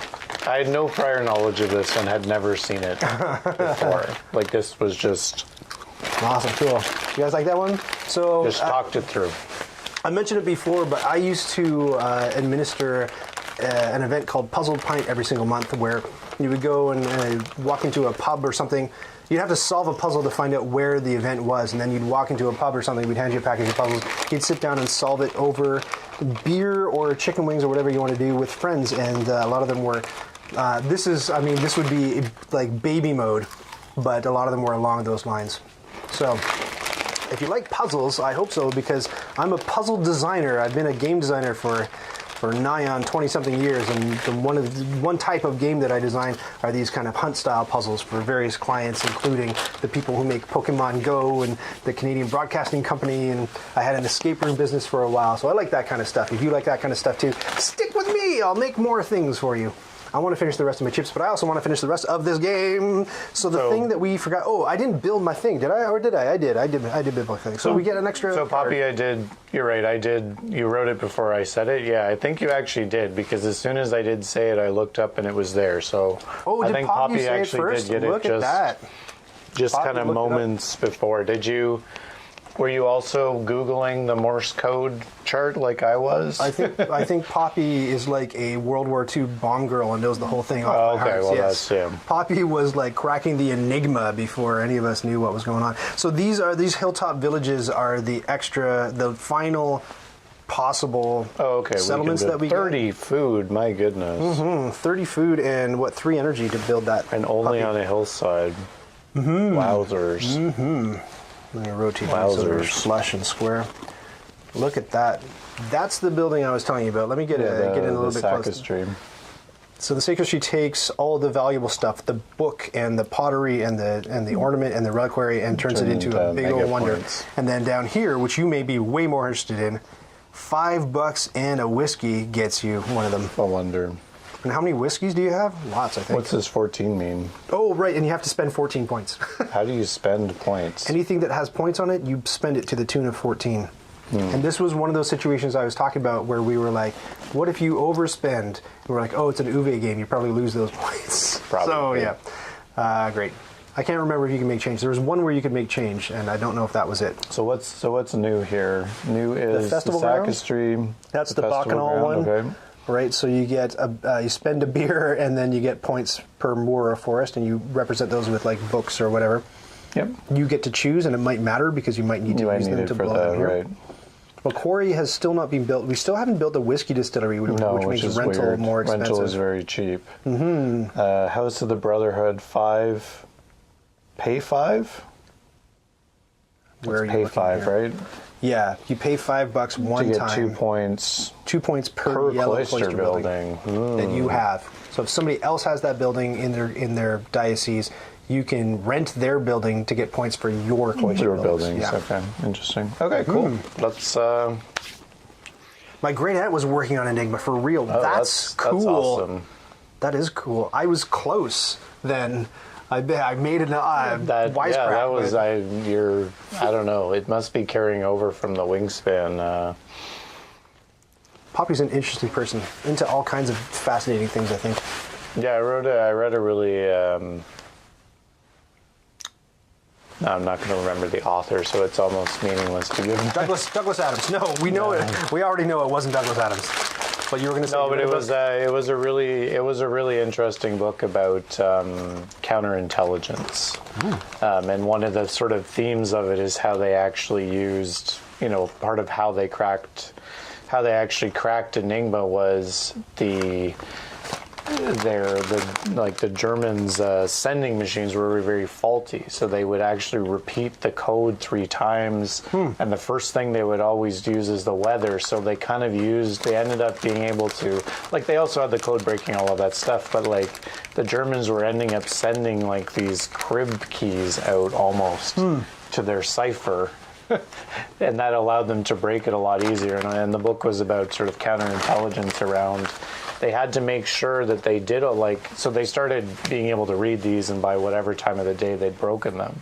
But the counterintelligence was around making sure that so it would say where the U-boats were, and then so they do all these things. They broadcast these messages that they knew would be intercepted to say, "Oh, we're just going to go patrol in this area for fun." Right. But they really knew there was a U-boat, so it's a really interesting book, and it got into.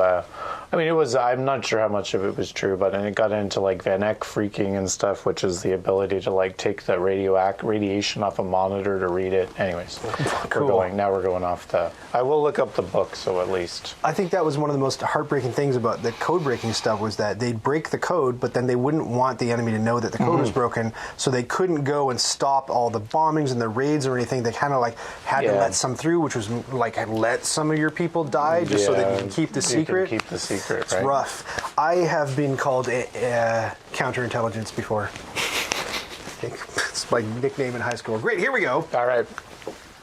Whose Here we turn? go. Home stretch. Your turn. Yes, my turn. Settlements are built. Yes. We're in the home stretch. I got a lot of resources. Yeah, let me You take. don't have as many resources. Let me take inventory. No, I've squandered many of my resources. You need something big to put in your. I do some big fat juicy honking thing right there's there. a festival ground. There's a couple of things that are Yeah, let's take a look, eh? doing all right. Let's take a look, eh? What a couple of hosers on the stream. The festival ground I don't like because it costs a lot of money that I don't have, and it gets me points for moors that I don't also have.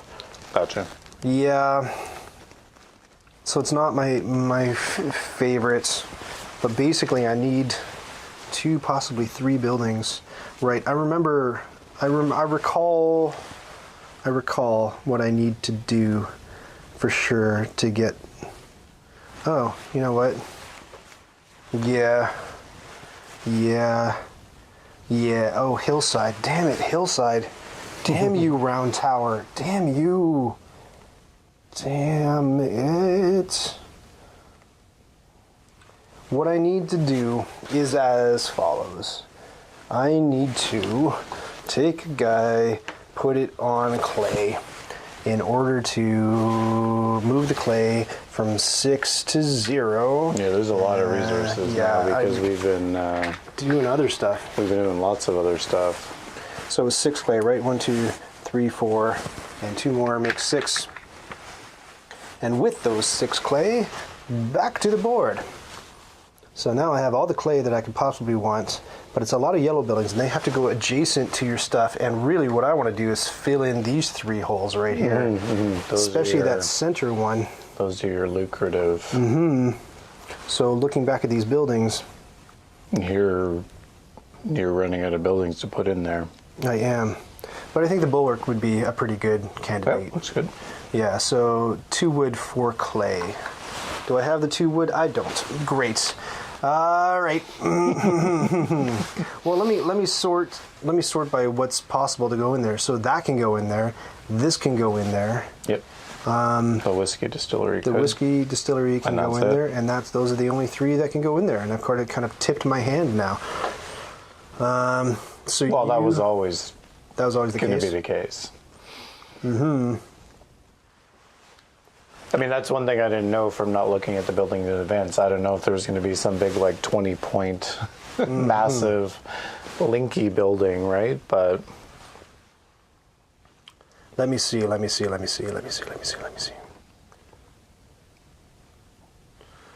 Yeah, so really, like, keeping things close to home, close to your cloister is kind of like a better plan. I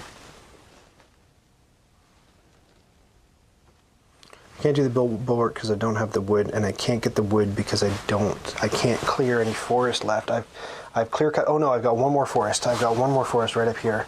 I thought I'd clear cut it. I've got 2 more. You've got 2, but I can't clear your forest. No. But I just want to make sure that you're not going to, like, take it from me, you know what I mean? I don't know if I should play that defensively, but... I'm not sure what to do. Yeah, okay. So I guess I'll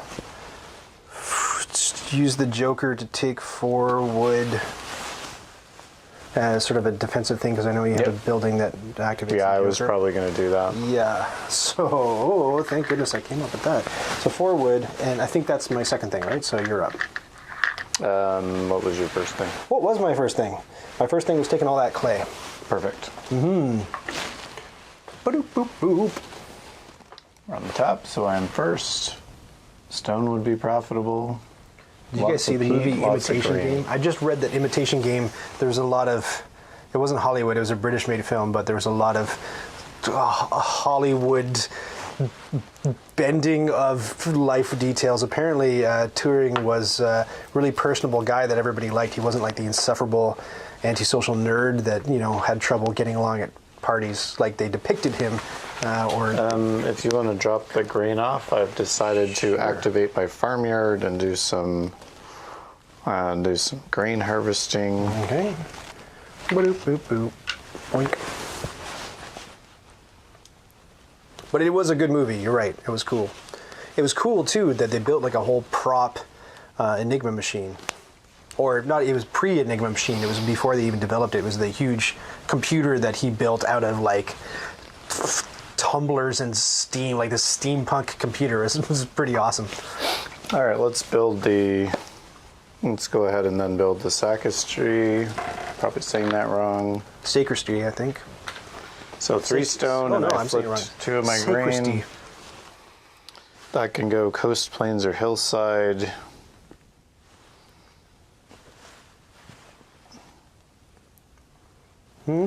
What's it gonna be? What's it gonna be? Neither of us has feigned an Irish accent yet. Perhaps that's for the best. Put it there, actually. So you took one of the 3 buildings that I could. Nope. It was, oh no, you didn't. I did not. That was a. Didn't you? It was these 2 and. No, you didn't. What was the third one? Oh, Whiskey Distillery. So I took that, and I took that, and my 3 guys come off, so they're available for thing. I think you've got 2. It is open season. You've got 2. Great. And we're all looking at the top. Yep, on 2. Ooh, 10 stone. 1, 2. 7 turns. 7 turns for each of us? No, total. Oh, 7 turns total. So yep, I get so we're this getting one, down to the 2, 3, 4. 4. I get 4 turns. We'll just make sure we end on even turns, whatever. Like if that's off, like I think that'll be most fair. Take some math because it's a 13-sided wheel. I don't know. Well, as long as like you do it, as long as it ends on your turn, it ends on mine because you were second. So. Okay, cool. Can you build over your buildings? Not in 2-player, but in 1-player, you must or if you run out of room, which you will on the dummy player's board, you can put buildings on top of buildings. You have to do that. And that sort of like covers up stuff that maybe you want to use because, again, you can use other people's buildings. But no, in multiplayer, that's it. The space you got is the space you got, which is why there's so many options for building all these extra boards, right? Mm-hmm. Back to it. Good night, Stacy. Thank you so much for joining. Stacey, thanks so much, and we hope to see you on the Discord at last. We've been awaiting your arrival, and thank you for backing me on Patreon. Again, if you want to be cool like Stacy, or if you want your sins forgiven, tonight, your board game sins specifically, not real sins, but like sins that don't really matter, then we're the two brothers to do it. So just give us a follow on Twitch. That's what that purple follow button looks like. Or on heck, we'll do it for YouTube too. Why not? Why not? And that's what the subscribe button looks like. Look at all these graphics. I worked so hard on that one. I purchased, but you've probably seen it on other channels. Great. Gotcha. All right, here we go. So I did all of that in order to build that bulwark building. Is that another one with weird pronunciation? It's pronounced like bulwark or something? No, I'm not sure. I don't know. Good question. 4 clay, 1, 2, 3, 4, and dos woodos. Look, I speak Spanish. And Latin. And that'll plunk right down in there to make good on all that juicy jazz. Cool. And that was my first thing. My second thing will be, let me think. It's going to take so much food. 30 food, 13, that's nonsense. If I want to do that, hold on, back to here. It's $10. I don't know if I can do the $10. What's gold at? It's at 2. That's not going to happen. I don't have anything I can sell to make money. I've been pretty anemic money-wise in this whole game.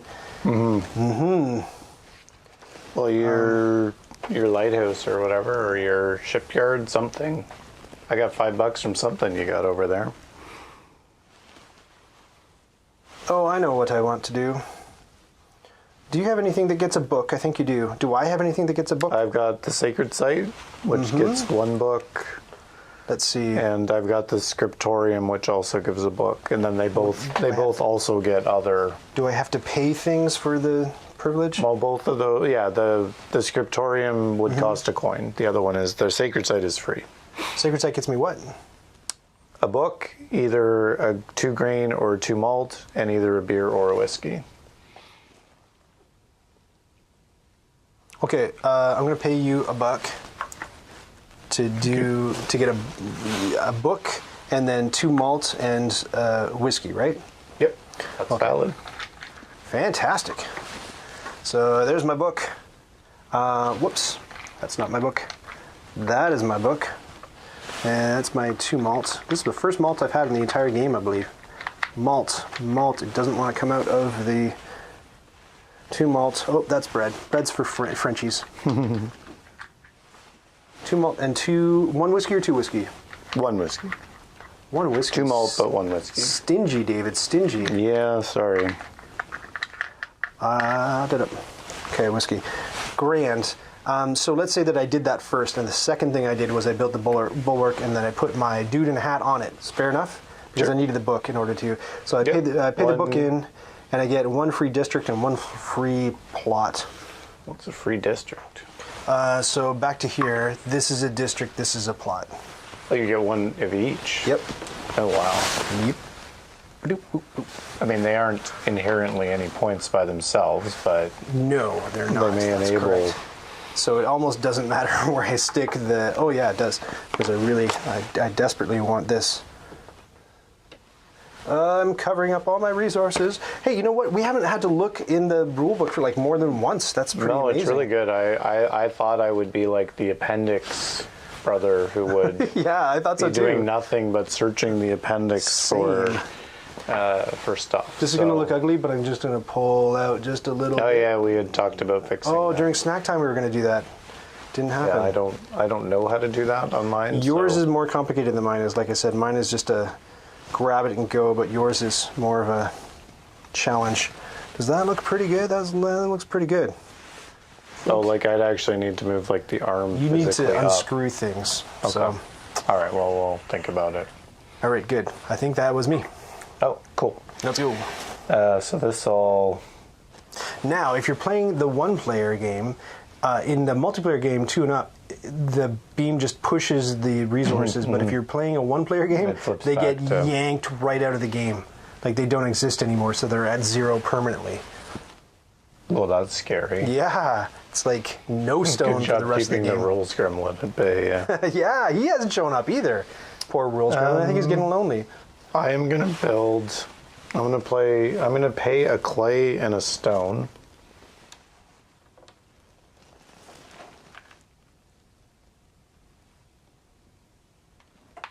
to build the House of the Brotherhood.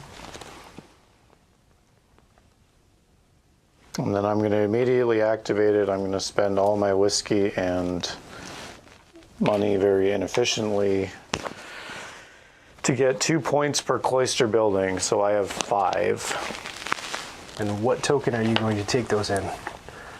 I'm definitely going to take a reliquary. And then unfortunately, I'm 1 point short of the one I would want, so I'll have to take a book. So there are different ways to earn points at the end of the game. One of the ways is just the yellow shield. I mentioned all this off the top, but if you're just joining us, the yellow shield on each building gets you points, straight up. Certain goods, like David's taking, will get you additional points. So if you have a $5 for money, that's worth a couple points. The whiskey's worth a couple points. And any of the fancy process stuff, like there's an ornament that gets you points, there's pottery that gets you points. You can change a bunch of that stuff into a wonder, which is like 30 points, which is the big cash.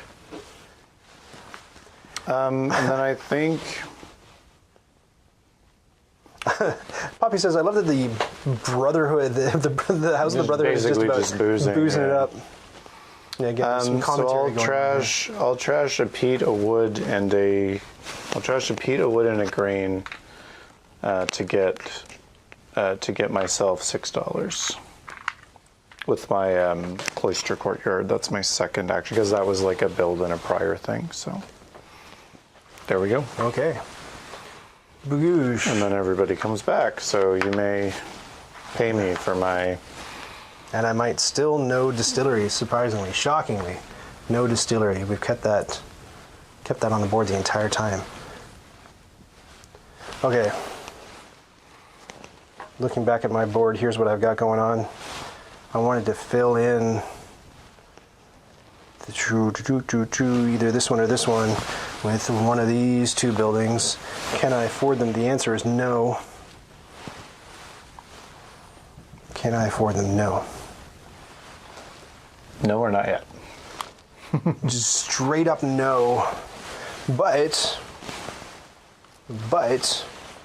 in the name of just straight up getting points, I could buy that tower, that round tower, but then that would kind of open it up to you, I think.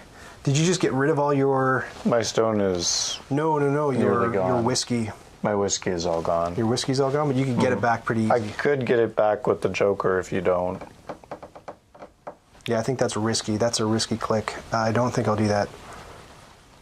I think it's still down to these ones to maximize what I've done. I think I've spread out too much, but... $10. $10 is 0% going to happen based on what's happening on this wheel. I don't have anything to sell to be able to get up to $10. So really what I got to do... David, what do you have that gets wheat? Like normal wheat or my farm? All my stuff is available, so my farmyard. Yeah, your farmyard, but do you have anything that gets it more efficiently? No. Okay. I mean, I have stuff that gets it for free, like the sacred site, but not...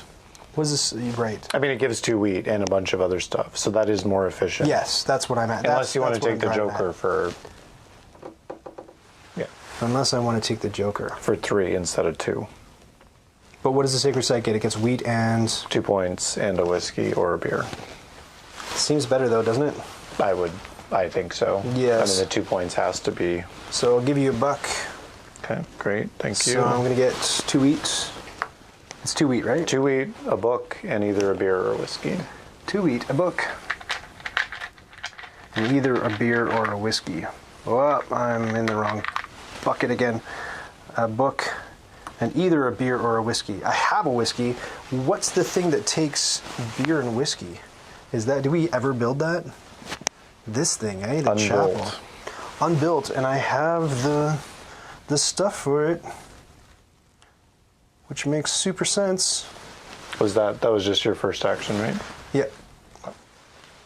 At 10 points? But we mean that I can't get the whiskey distillery. And the whiskey distillery, this is a way better option. Although the whiskey distillery lets me plunk it right down in multiple thing land. but then it would count me out of paying you for stuff because I have no money and I want to use your things and I wouldn't be able to afford to pay you anymore. Right. I think that... Yeah, we've very cleverly avoided that the entire game.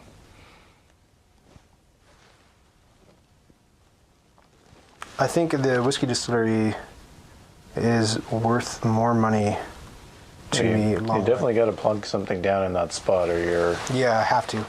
And giving away a lot of as the points. options are limited, I think I'm going to do the whiskey distillery. So I'll flip these 2 wheat into hay and get that whiskey distillery going. So right. now, because wait, let's get it on camera. Okay, do it. Here it is, the big flip. So now it costs $2 in order to rent other people's things. Or some $2 or a drink. I think just whiskey. I don't think they take beer, right? No, just whiskey. Just whiskey. Yeah, nobody wants it's your whiskey. cheap beer. It's a whiskey economy. And it's back to you. Yeah, I've Klemens Franz.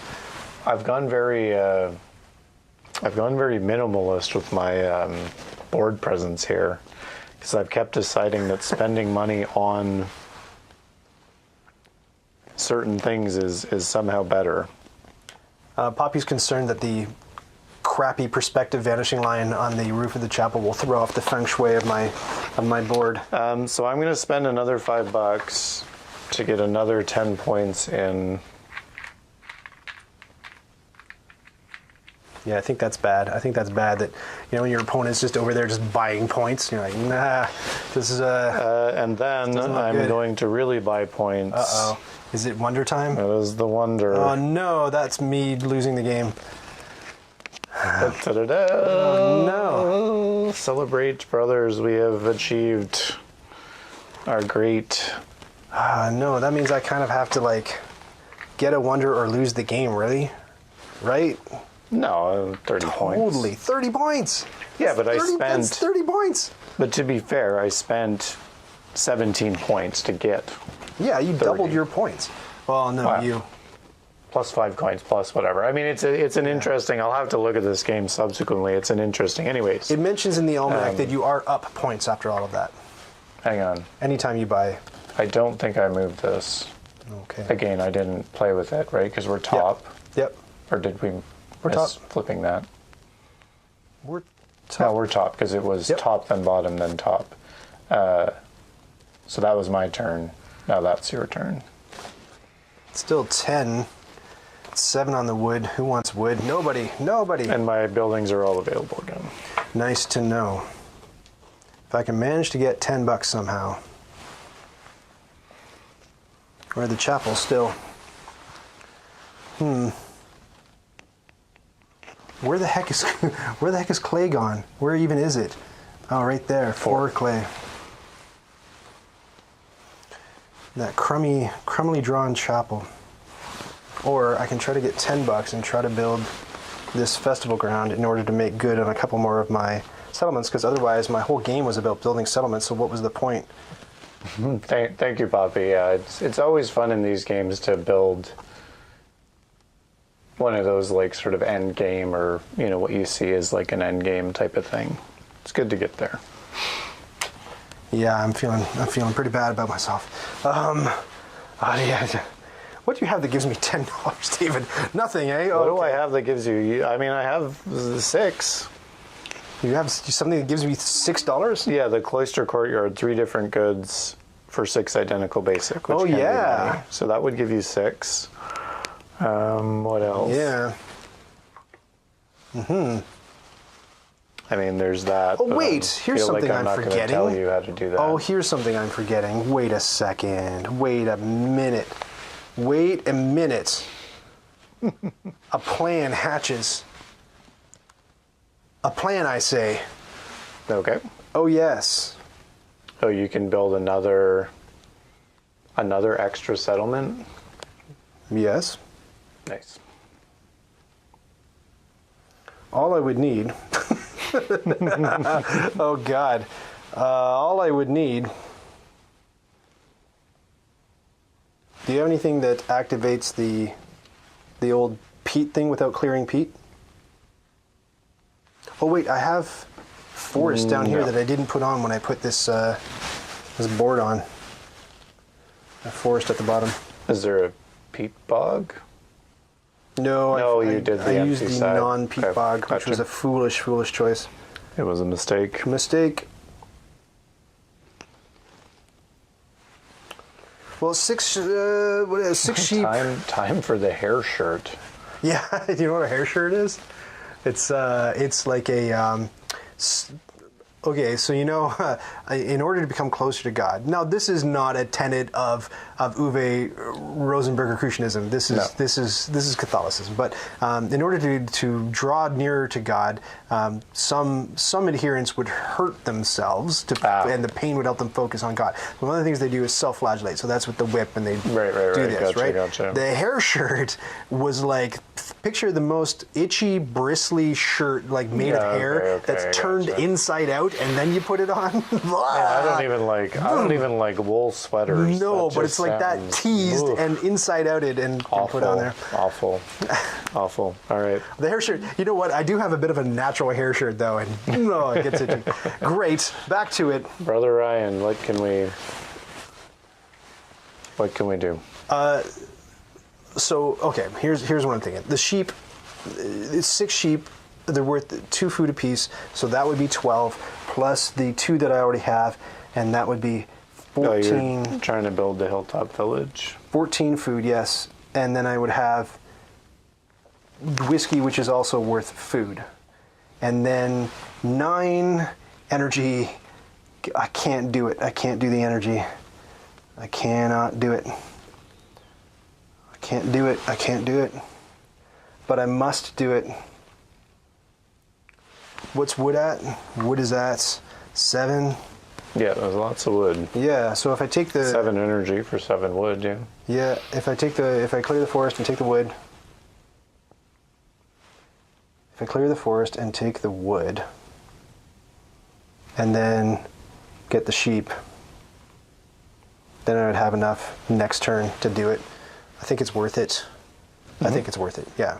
Sure. Okay, so what I'm going to do is, he's like, just take your turn. Okay, cool. So I'm going to do that, and I'm going to take the wood at 7, so 7 wood, and I'm going to put my guy on sheep and take how many sheep? It's going to be 7 wood and 6 sheep. 7 wood, 6 sheep. Here we go. So you Put your can... dudes on your... Oh, I don't know if that... What'd I do? Your board. Do you want to see your board? Nah, because it's just me fishing in this thing. Gotcha. 7 wood. So your turn is... That's it? That's the 2 things that I got to do? All right, awesome. So we move it along. I am first, so... Me, Ryan. Okay, so it looks like we've each got... We're each down to 2 turns, so we are really getting down to the...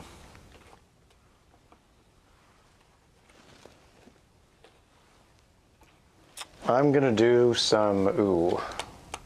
I'm gonna chop wood for 1 wood. There's a joker. Yeah, I know, but I'm gonna use the joker to get beer, maybe. I mean, my other thing would be to turn that into beer.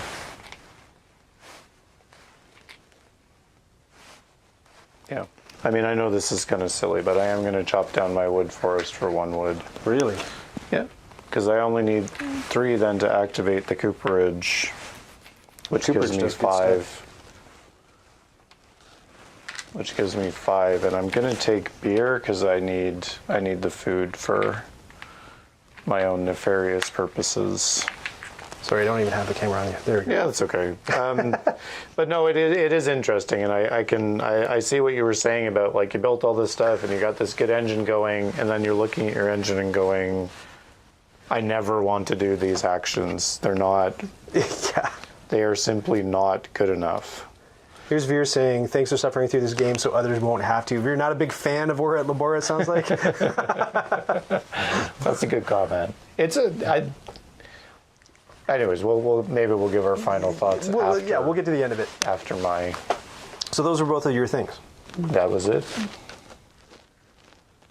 So I get... You got 2 turns left. 2 turns, eh? Yeah, I think that's how we're gonna. Okay. That's how we're gonna swing it. I got 1, you got 2. So let me puzzle through it. Let me puzzle through it. What did I get all that wood for? I can't even remember. Burn. Because To burn. To burn. Because I wanted to, yes, I wanted to burn it in order to get the village going. So I'm going to put this guy in the castle in order to burn 15 food. So 2, 4, 6, 8, 10, 12, 14, and a malt is 15.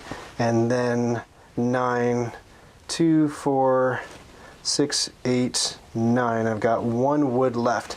And that village is going to go 5 and 4, 2 and 4. I think here is the most pointsy place to put it. And let me get rid of all this stuff. And meanwhile, let me think about my next.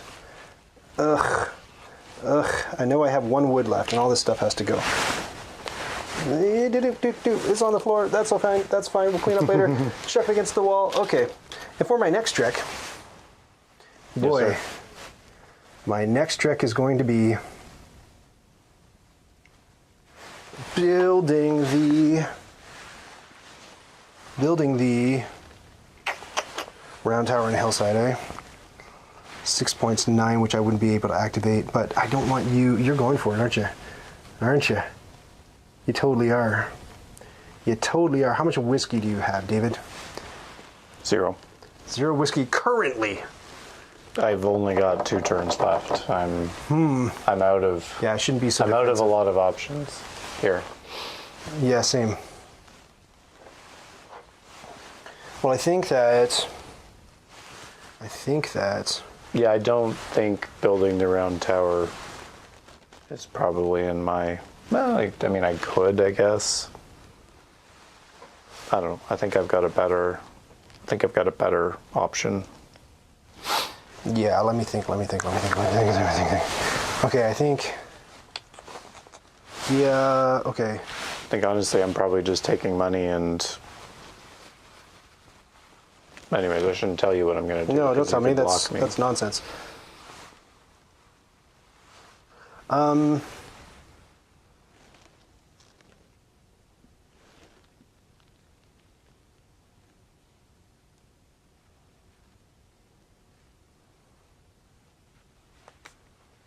Okay. Okay. Let me think. So I could, what I could do is next turn, if it's available, use my shantytown. But I have to use my castle, and then to do that I have to free things up, so I have to put my man in a hat on something on this turn in order to use to unblock your guys. To unblock my guys, yep. And in order to do that, I need to hang on to a fuel, so there's my fuel, and 1 food, which could be this, so that would buy me that. Grand. So I'm going to use my man in the hat to get some clay, I believe. Man in the hat to get some 6 clay. And the clay is at 6. Sure. And it goes to 0. He's like, yes! I know that sure. It's the sure of somebody who's happy that his opponent has made a mistake. I just probably want to be able to do the turn I want to do. That's where I am now. And this is your final turn? Are you done? Well, that was 2 things, I believe. What was the second? Clay and... Clay and... Uh-oh. Now we're going back. Clay and... What was the other thing I did? Just want to make sure you're not Brother Ryan. I went on the castle in order to play. Build the... Right. Okay, gotcha. Yeah, you're probably not going to like this Virchasm, much. not a big fan of Aura at Labora. Let us know. I don't know if you're still here. Just Virchasm just pops in and goes, whoa, Aura at Labora. I'm rage quit. Actually, I think I did I miscalculate? Uh-oh. Were you looking for 1 more wonder? Yeah, but I don't have the... Yeah, I was... Yeah, I did the thing where you think you can do... Where you think you can do 3 things and you can't. So let me make sure I've got enough to do that. I got enough to do that. Like, I'll be able to drop that down, which is really nice. I mean, that's just turning 5 coins into 10 points, which is 8 points. What's a better? Do I have a better option than 8 points? I mean, I can't really activate the tower. Yeah, let's gold that 7. So take 7 gold, pay 5 of it. Where'd the gold go? We're getting down to the end of the game. This is Brother David's final turn. He takes and then I just 7 take, gold. And then I just take 10 points worth of stuff. And he's taking 10 points worth of stuff. All right. And now That's it. we're on to the final round of the game, Ryan's last turn. The house comes off the board, and here we are. This is it. All right. Ryan gets all 3 of his dudes back. Oh, right. We're not building. I was thinking we could build another settlement, but of course we can't. That's not. There's no final settlement There's no phase. final settlement phase. That's not part of the game. all she wrote. However, you could have paid to use my castle. Did you want to undo points? It would make me cry. Well, that would kind of mess up your. You were planning on using it, right? Oh, I certainly was. It was my entire endgame strategy. Okay, no, All go right. ahead. Go ahead. Thank goodness. I would have. Thank Uwe. I would have done things very differently, but that's my own. I mean, that's my own miss. Oops. The castle, build one of your own settlements. Using these 2 cheap resources, Ryan builds the shanty town. Down here, I don't know how this card ended up upside down. There we go. Build it there. It's gonna like multiply its -3 points all over the place. The witch is. What is? What's going to multiply what 3 points? Minus 3 points. Yes, it doesn't multiply the 3 points. Oh, okay. It's -3 points, +2, +4. Am I crap at math? Without that there, I would have 6 points. With that there, I'd have... But doesn't it minus points from the hamlet and from the market town? Okay. Yeah, it might. That might be a terrible, terrible idea. What was I even thinking? I don't know. Give me my things back. I don't even think I've read the final score. I'm extremely bad at math. This is the problem. So currently, let's look at this little setup here. This would be 2 points plus 5 points is 7, plus another 6 is 13 points. Yes, correct? Yes? Yeah. Putting this here would make it 10 points. So that's a crap move. But... yes, it's bad. Don't do it. I don't know what I was even trying to do. So instead of doing the thing that I had planned to do and not being able to, I think I will... I think it will flounder until the end of the stream. I think purchasing this, the badly drawn chapel, is my only good move at the end of the game. Yeah, I should have borrowed your castle to build the hilltop village. That would have been. Do I have a beer? I don't have a beer. Crumbs. And Windows security just went da-doom, so everybody on stream heard it. I don't have a beer. There were like 30-something points that I lost. Oh well. Fudgy, you lost 30 points, didn't you? Yeah, I should have used your castle to build the hilltop village, because that's why I got all this beer. And it would have gone here and done like beautiful, beautiful things. But anyways, if I lose by that, I'm flipping the table. And as you will, as you would. So this is worth 10 points plus another, nope, just 10 points. Wouldn't get the 8 points dwelling, plus another 2 points because I'd activate it and pay the money to get the book. So there'd be 12 points, and I would not be able to get the thing on the bottom. However, so 12 points. This one would be worth 4 points and no extra dwelling, plus I would get a beer and a meat, and I'd turn the beat 8 points. So that means that we build the horribly drawn chapel, and then it goes adjacent to the whatever up here, and we're going to pay 3 clay and 3 stone in order to build it. Fantastic. Yes, all yes, right. yes. And David regrets his life choices. Yeah, that's true. so I didn't actually use the castle. But I built the chapel and I put my dude on it, and I'm paying $1 in order to get a book. Actually, flip the buck to the book. The book, and I can't do the thing with the booze. And then the very final thing I'll do is cry, because I'm unable to do anything else very interesting at all. 2 and a wood gets me the refectory, which I think I will do, just because it's points. Abe's. Can it go there on the hillside? Yeah. Yes. Cones Plains and Hillside. So there you go. All right. Smashing! All right, we did it. Good night, everybody. No, we got a score. Could you imagine? All right, great. So this is where chat gets to participate, because everybody get out your calculators. This gets a little bit nuts. Oh, here we go. So let's get these buildings out of the way. So yes. So how does do you count the dwelling, like the red dwelling value of this, or just the adjacents? Let's go.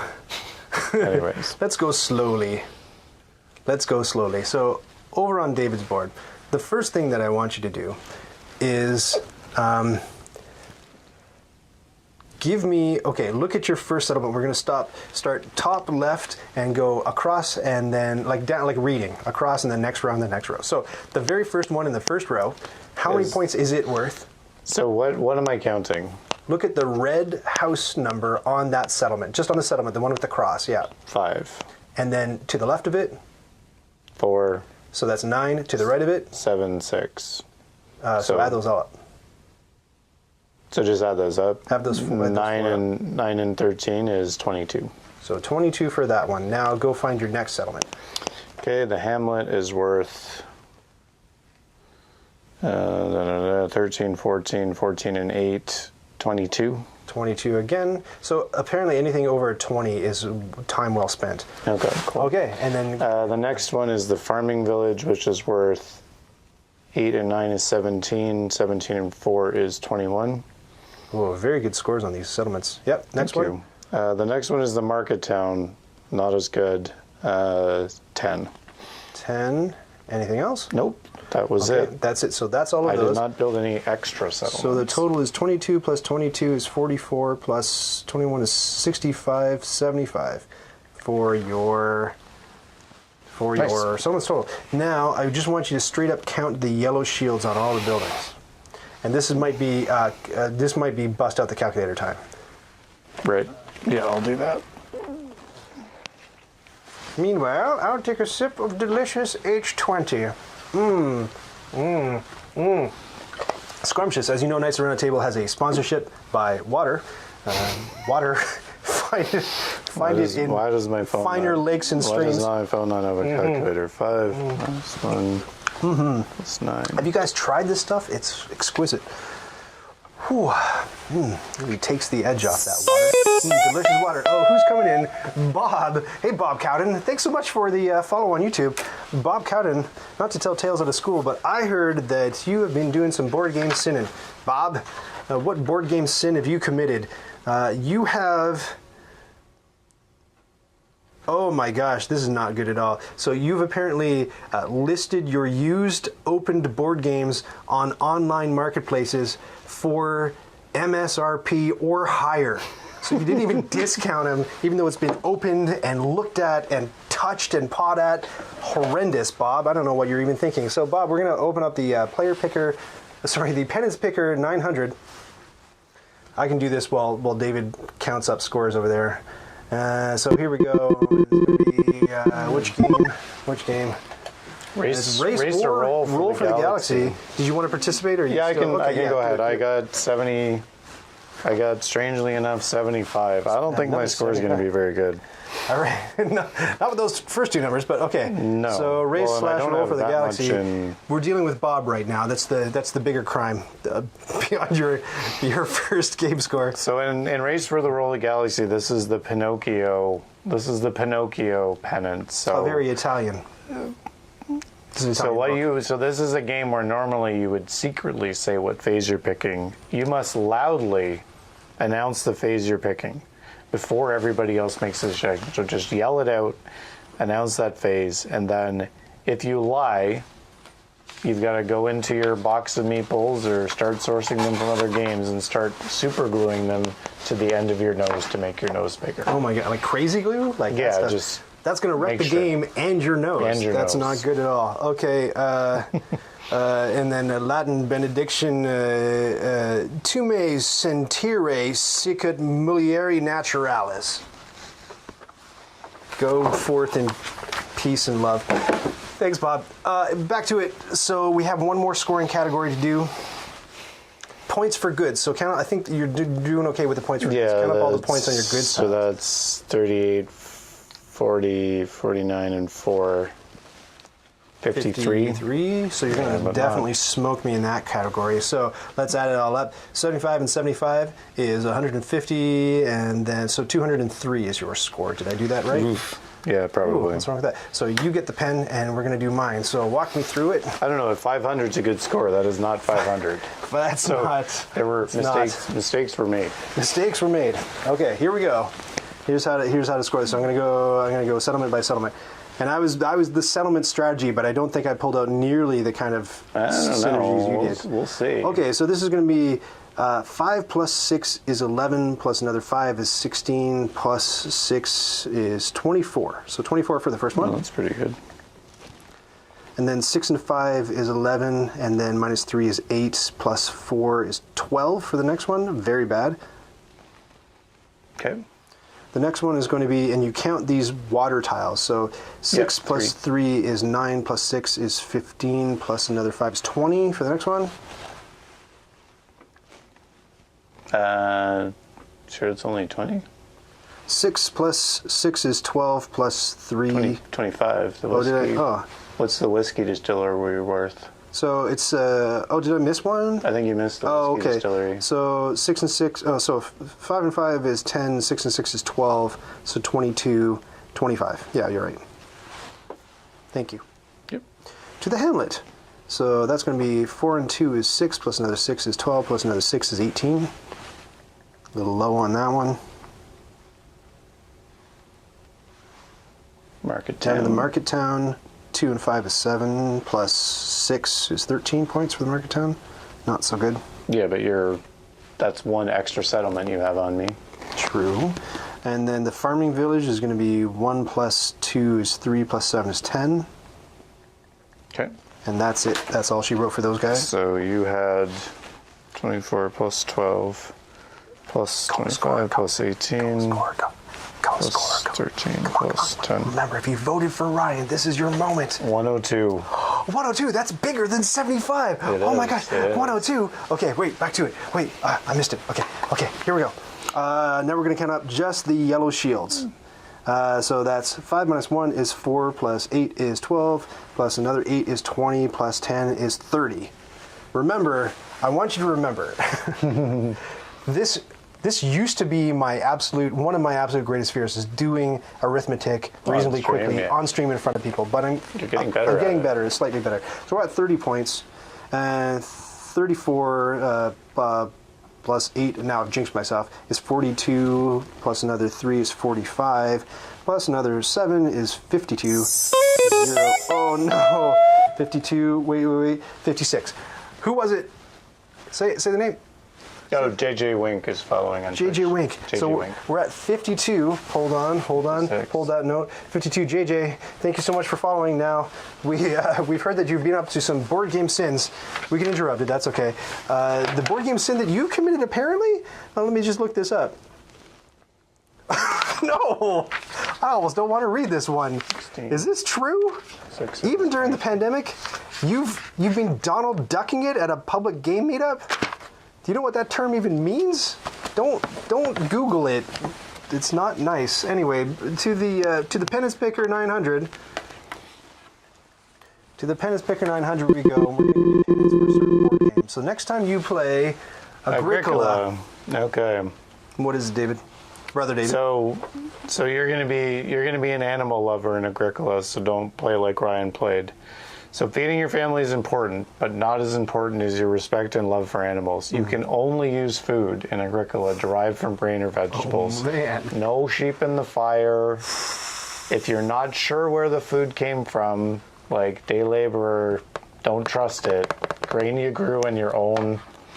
Grain and vegetables you grew in your own fields. That's Making it. an already borderline impossible game nigh undoable, So good luck. completely unplayable. Thank you for following, and thanks good so luck, much. JJ Wink, with Oh, that. wait, the benediction. Wait, hold on. Again, I don't speak very good Latin, but let me just see if I can just wrap my lips around this. Omnes capere debeo. Whatever that means. So I think Poppy's pointing out that I mismathed on the very first I settlement. fixed it. You fixed it? Okay. So she was correct. So you're at 56 after the refactory. 56 on this row? Yeah. Okay, so 56 plus 5 is 61, 63, 64, 70, 71, 77, 75. Oh, no, I was counting blues at reds at the end. Sorry. Yeah, because start back from 56. 56, 56, 62, 64, 65, 80, 80, 95, 99. 99. Wow. Wow, hey, hey-oh. Not looking It's like good. I've played this game before. Fantastic. Once only. And then I don't think I did much here. I just had 2 books and a whiskey, so it's 5 That's points. enough. 5 points. That's enough. Tell me. Here, let's get it on camera. Let's get it on camera. Did I do it? Did I do one? Okay, add it all up, David. Yes. Oh, what is it? It's 203, 204. Oh, no. Oh, I'm a gracious winner. Clang, clang, clang, clang, clang. Yay. Very nice. We're at fantastic. Well done. Let's do the COVID elbow bump. Good job. For your first game, you didn't get as many points as I did for my first game, but Yeah, I beat myself in my first game. I've got 30 food left over. I've got. So if I had built the hillside town instead, it would have been a difference of how many points? Like big points, right? yeah, because it would have been 18 and another 10, 28. 28 points versus I might have got 10.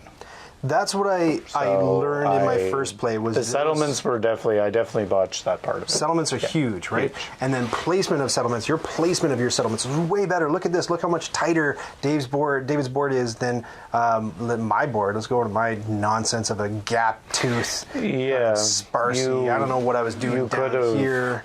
I could have optimized that a lot. You could have. I think you could have had a lot more. I ended up buying and building numerous engine buildings that I never used, so that was also enjoyable. Definitely one of those games that you gotta play through once to work. Very close. Yeah, absolutely. Very and close. of course, you get through the end, you're like, oh, I would do that totally differently. Yeah. So what would you do differently the next time you played? I think just be a little more selective about the engine that I was going for, right? I think I just You didn't dabbled narrow too your much. focus? Didn't narrow enough. Threw too many buildings early, which weren't points. Avoided buildings late, which were points. So, yeah, and I think the conversions on the buildings, like even this one where I was kind of turning, like even this was like for 5 coins I would get sort of 10 points, but really 8 because the 5 coins are 2. Right. So for 8 points, maybe not. is that Yeah. really worth it for sort of 2 activations? Hard to say. So yeah, no, definitely better settlements. I don't think I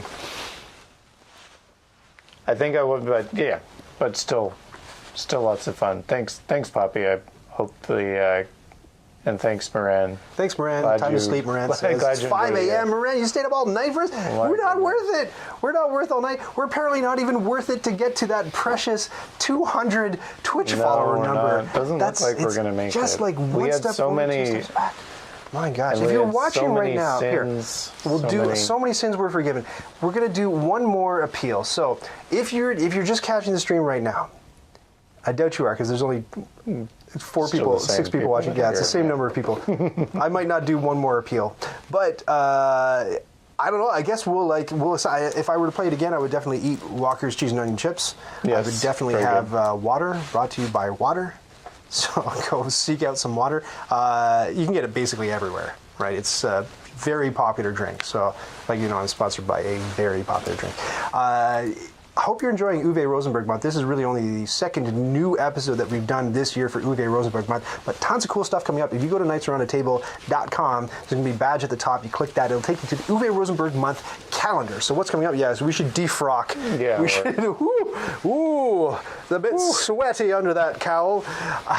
So we got a couple of cool things coming up. Like I said, if you like this time slot and you'd like to stay up all night again, which, Moran, come on, I don't recommend it, then next week we've got Dave, not David, but Dave, who you saw playing Zaya with me a few weeks ago. He's going to come and play A Feast for Odin, which is probably, I think, not only my favorite Uwe Rosenberg game, but one of my favorite games of all times. It's so, not of all times, of all time. It's so fantastic. So I hope that you can join us for that. And then after that, if you've never met my wife Cheryl, she's going to be on the, oh look, oh, the follower count's going down. They're like, he's married, forget this, I'm out of here. I thought I had a chance. Anyway, Cheryl's going to be playing, what is she playing? She's playing Le Havre with me. And then after that, Shawnee O is going to come on and play Hallertau. And then on the Thursday afternoon one, I'm going to be doing solo games the whole time. And I'm working on some how to plays, including a how to play video for this one, and probably Le Havre. But we'll see how it goes, because that's a whole pile of work. Yeah, the how to play video for this one is definitely needed, because there are not how to plays for this. No, because it was out of print for a little while, right? You couldn't even get it. But and not only that, but like, it's a pain in the butt to explain. It's a pain in the butt to even learn it. But now it was smooth though. I mean, I will say that about it. Like, we didn't have. I mean, maybe we messed up like 1,000 things and we didn't notice, but I mean. I don't think so, and I think it was smooth. I mean, the wheel worked well. Like, it was really clear what the resources were. The buildings were intuitive. Like, I could have checked the final scoring probably a little better, but anyways, well. I think we're good. I think we're good. No, it was great. Thank you so much. Thank you so much to my special guest, David. You're going to be seeing him hopefully on other streams. Hop onto the Discord server and let him know how he did after we shut it all down. I think I'm going to hear it from Ben. Yeah, definitely. Normally, I'm supposed to go like raid somebody, but I'm still working on the process of raiding. I got something cool coming up. Otherwise, thank you so much for joining us. Thank you so much, Ferris. Thank you so much, Poppy. Who else is here? I think everybody has gone to sleep. Poppy. Great, and we'll see you again in the next guys. one.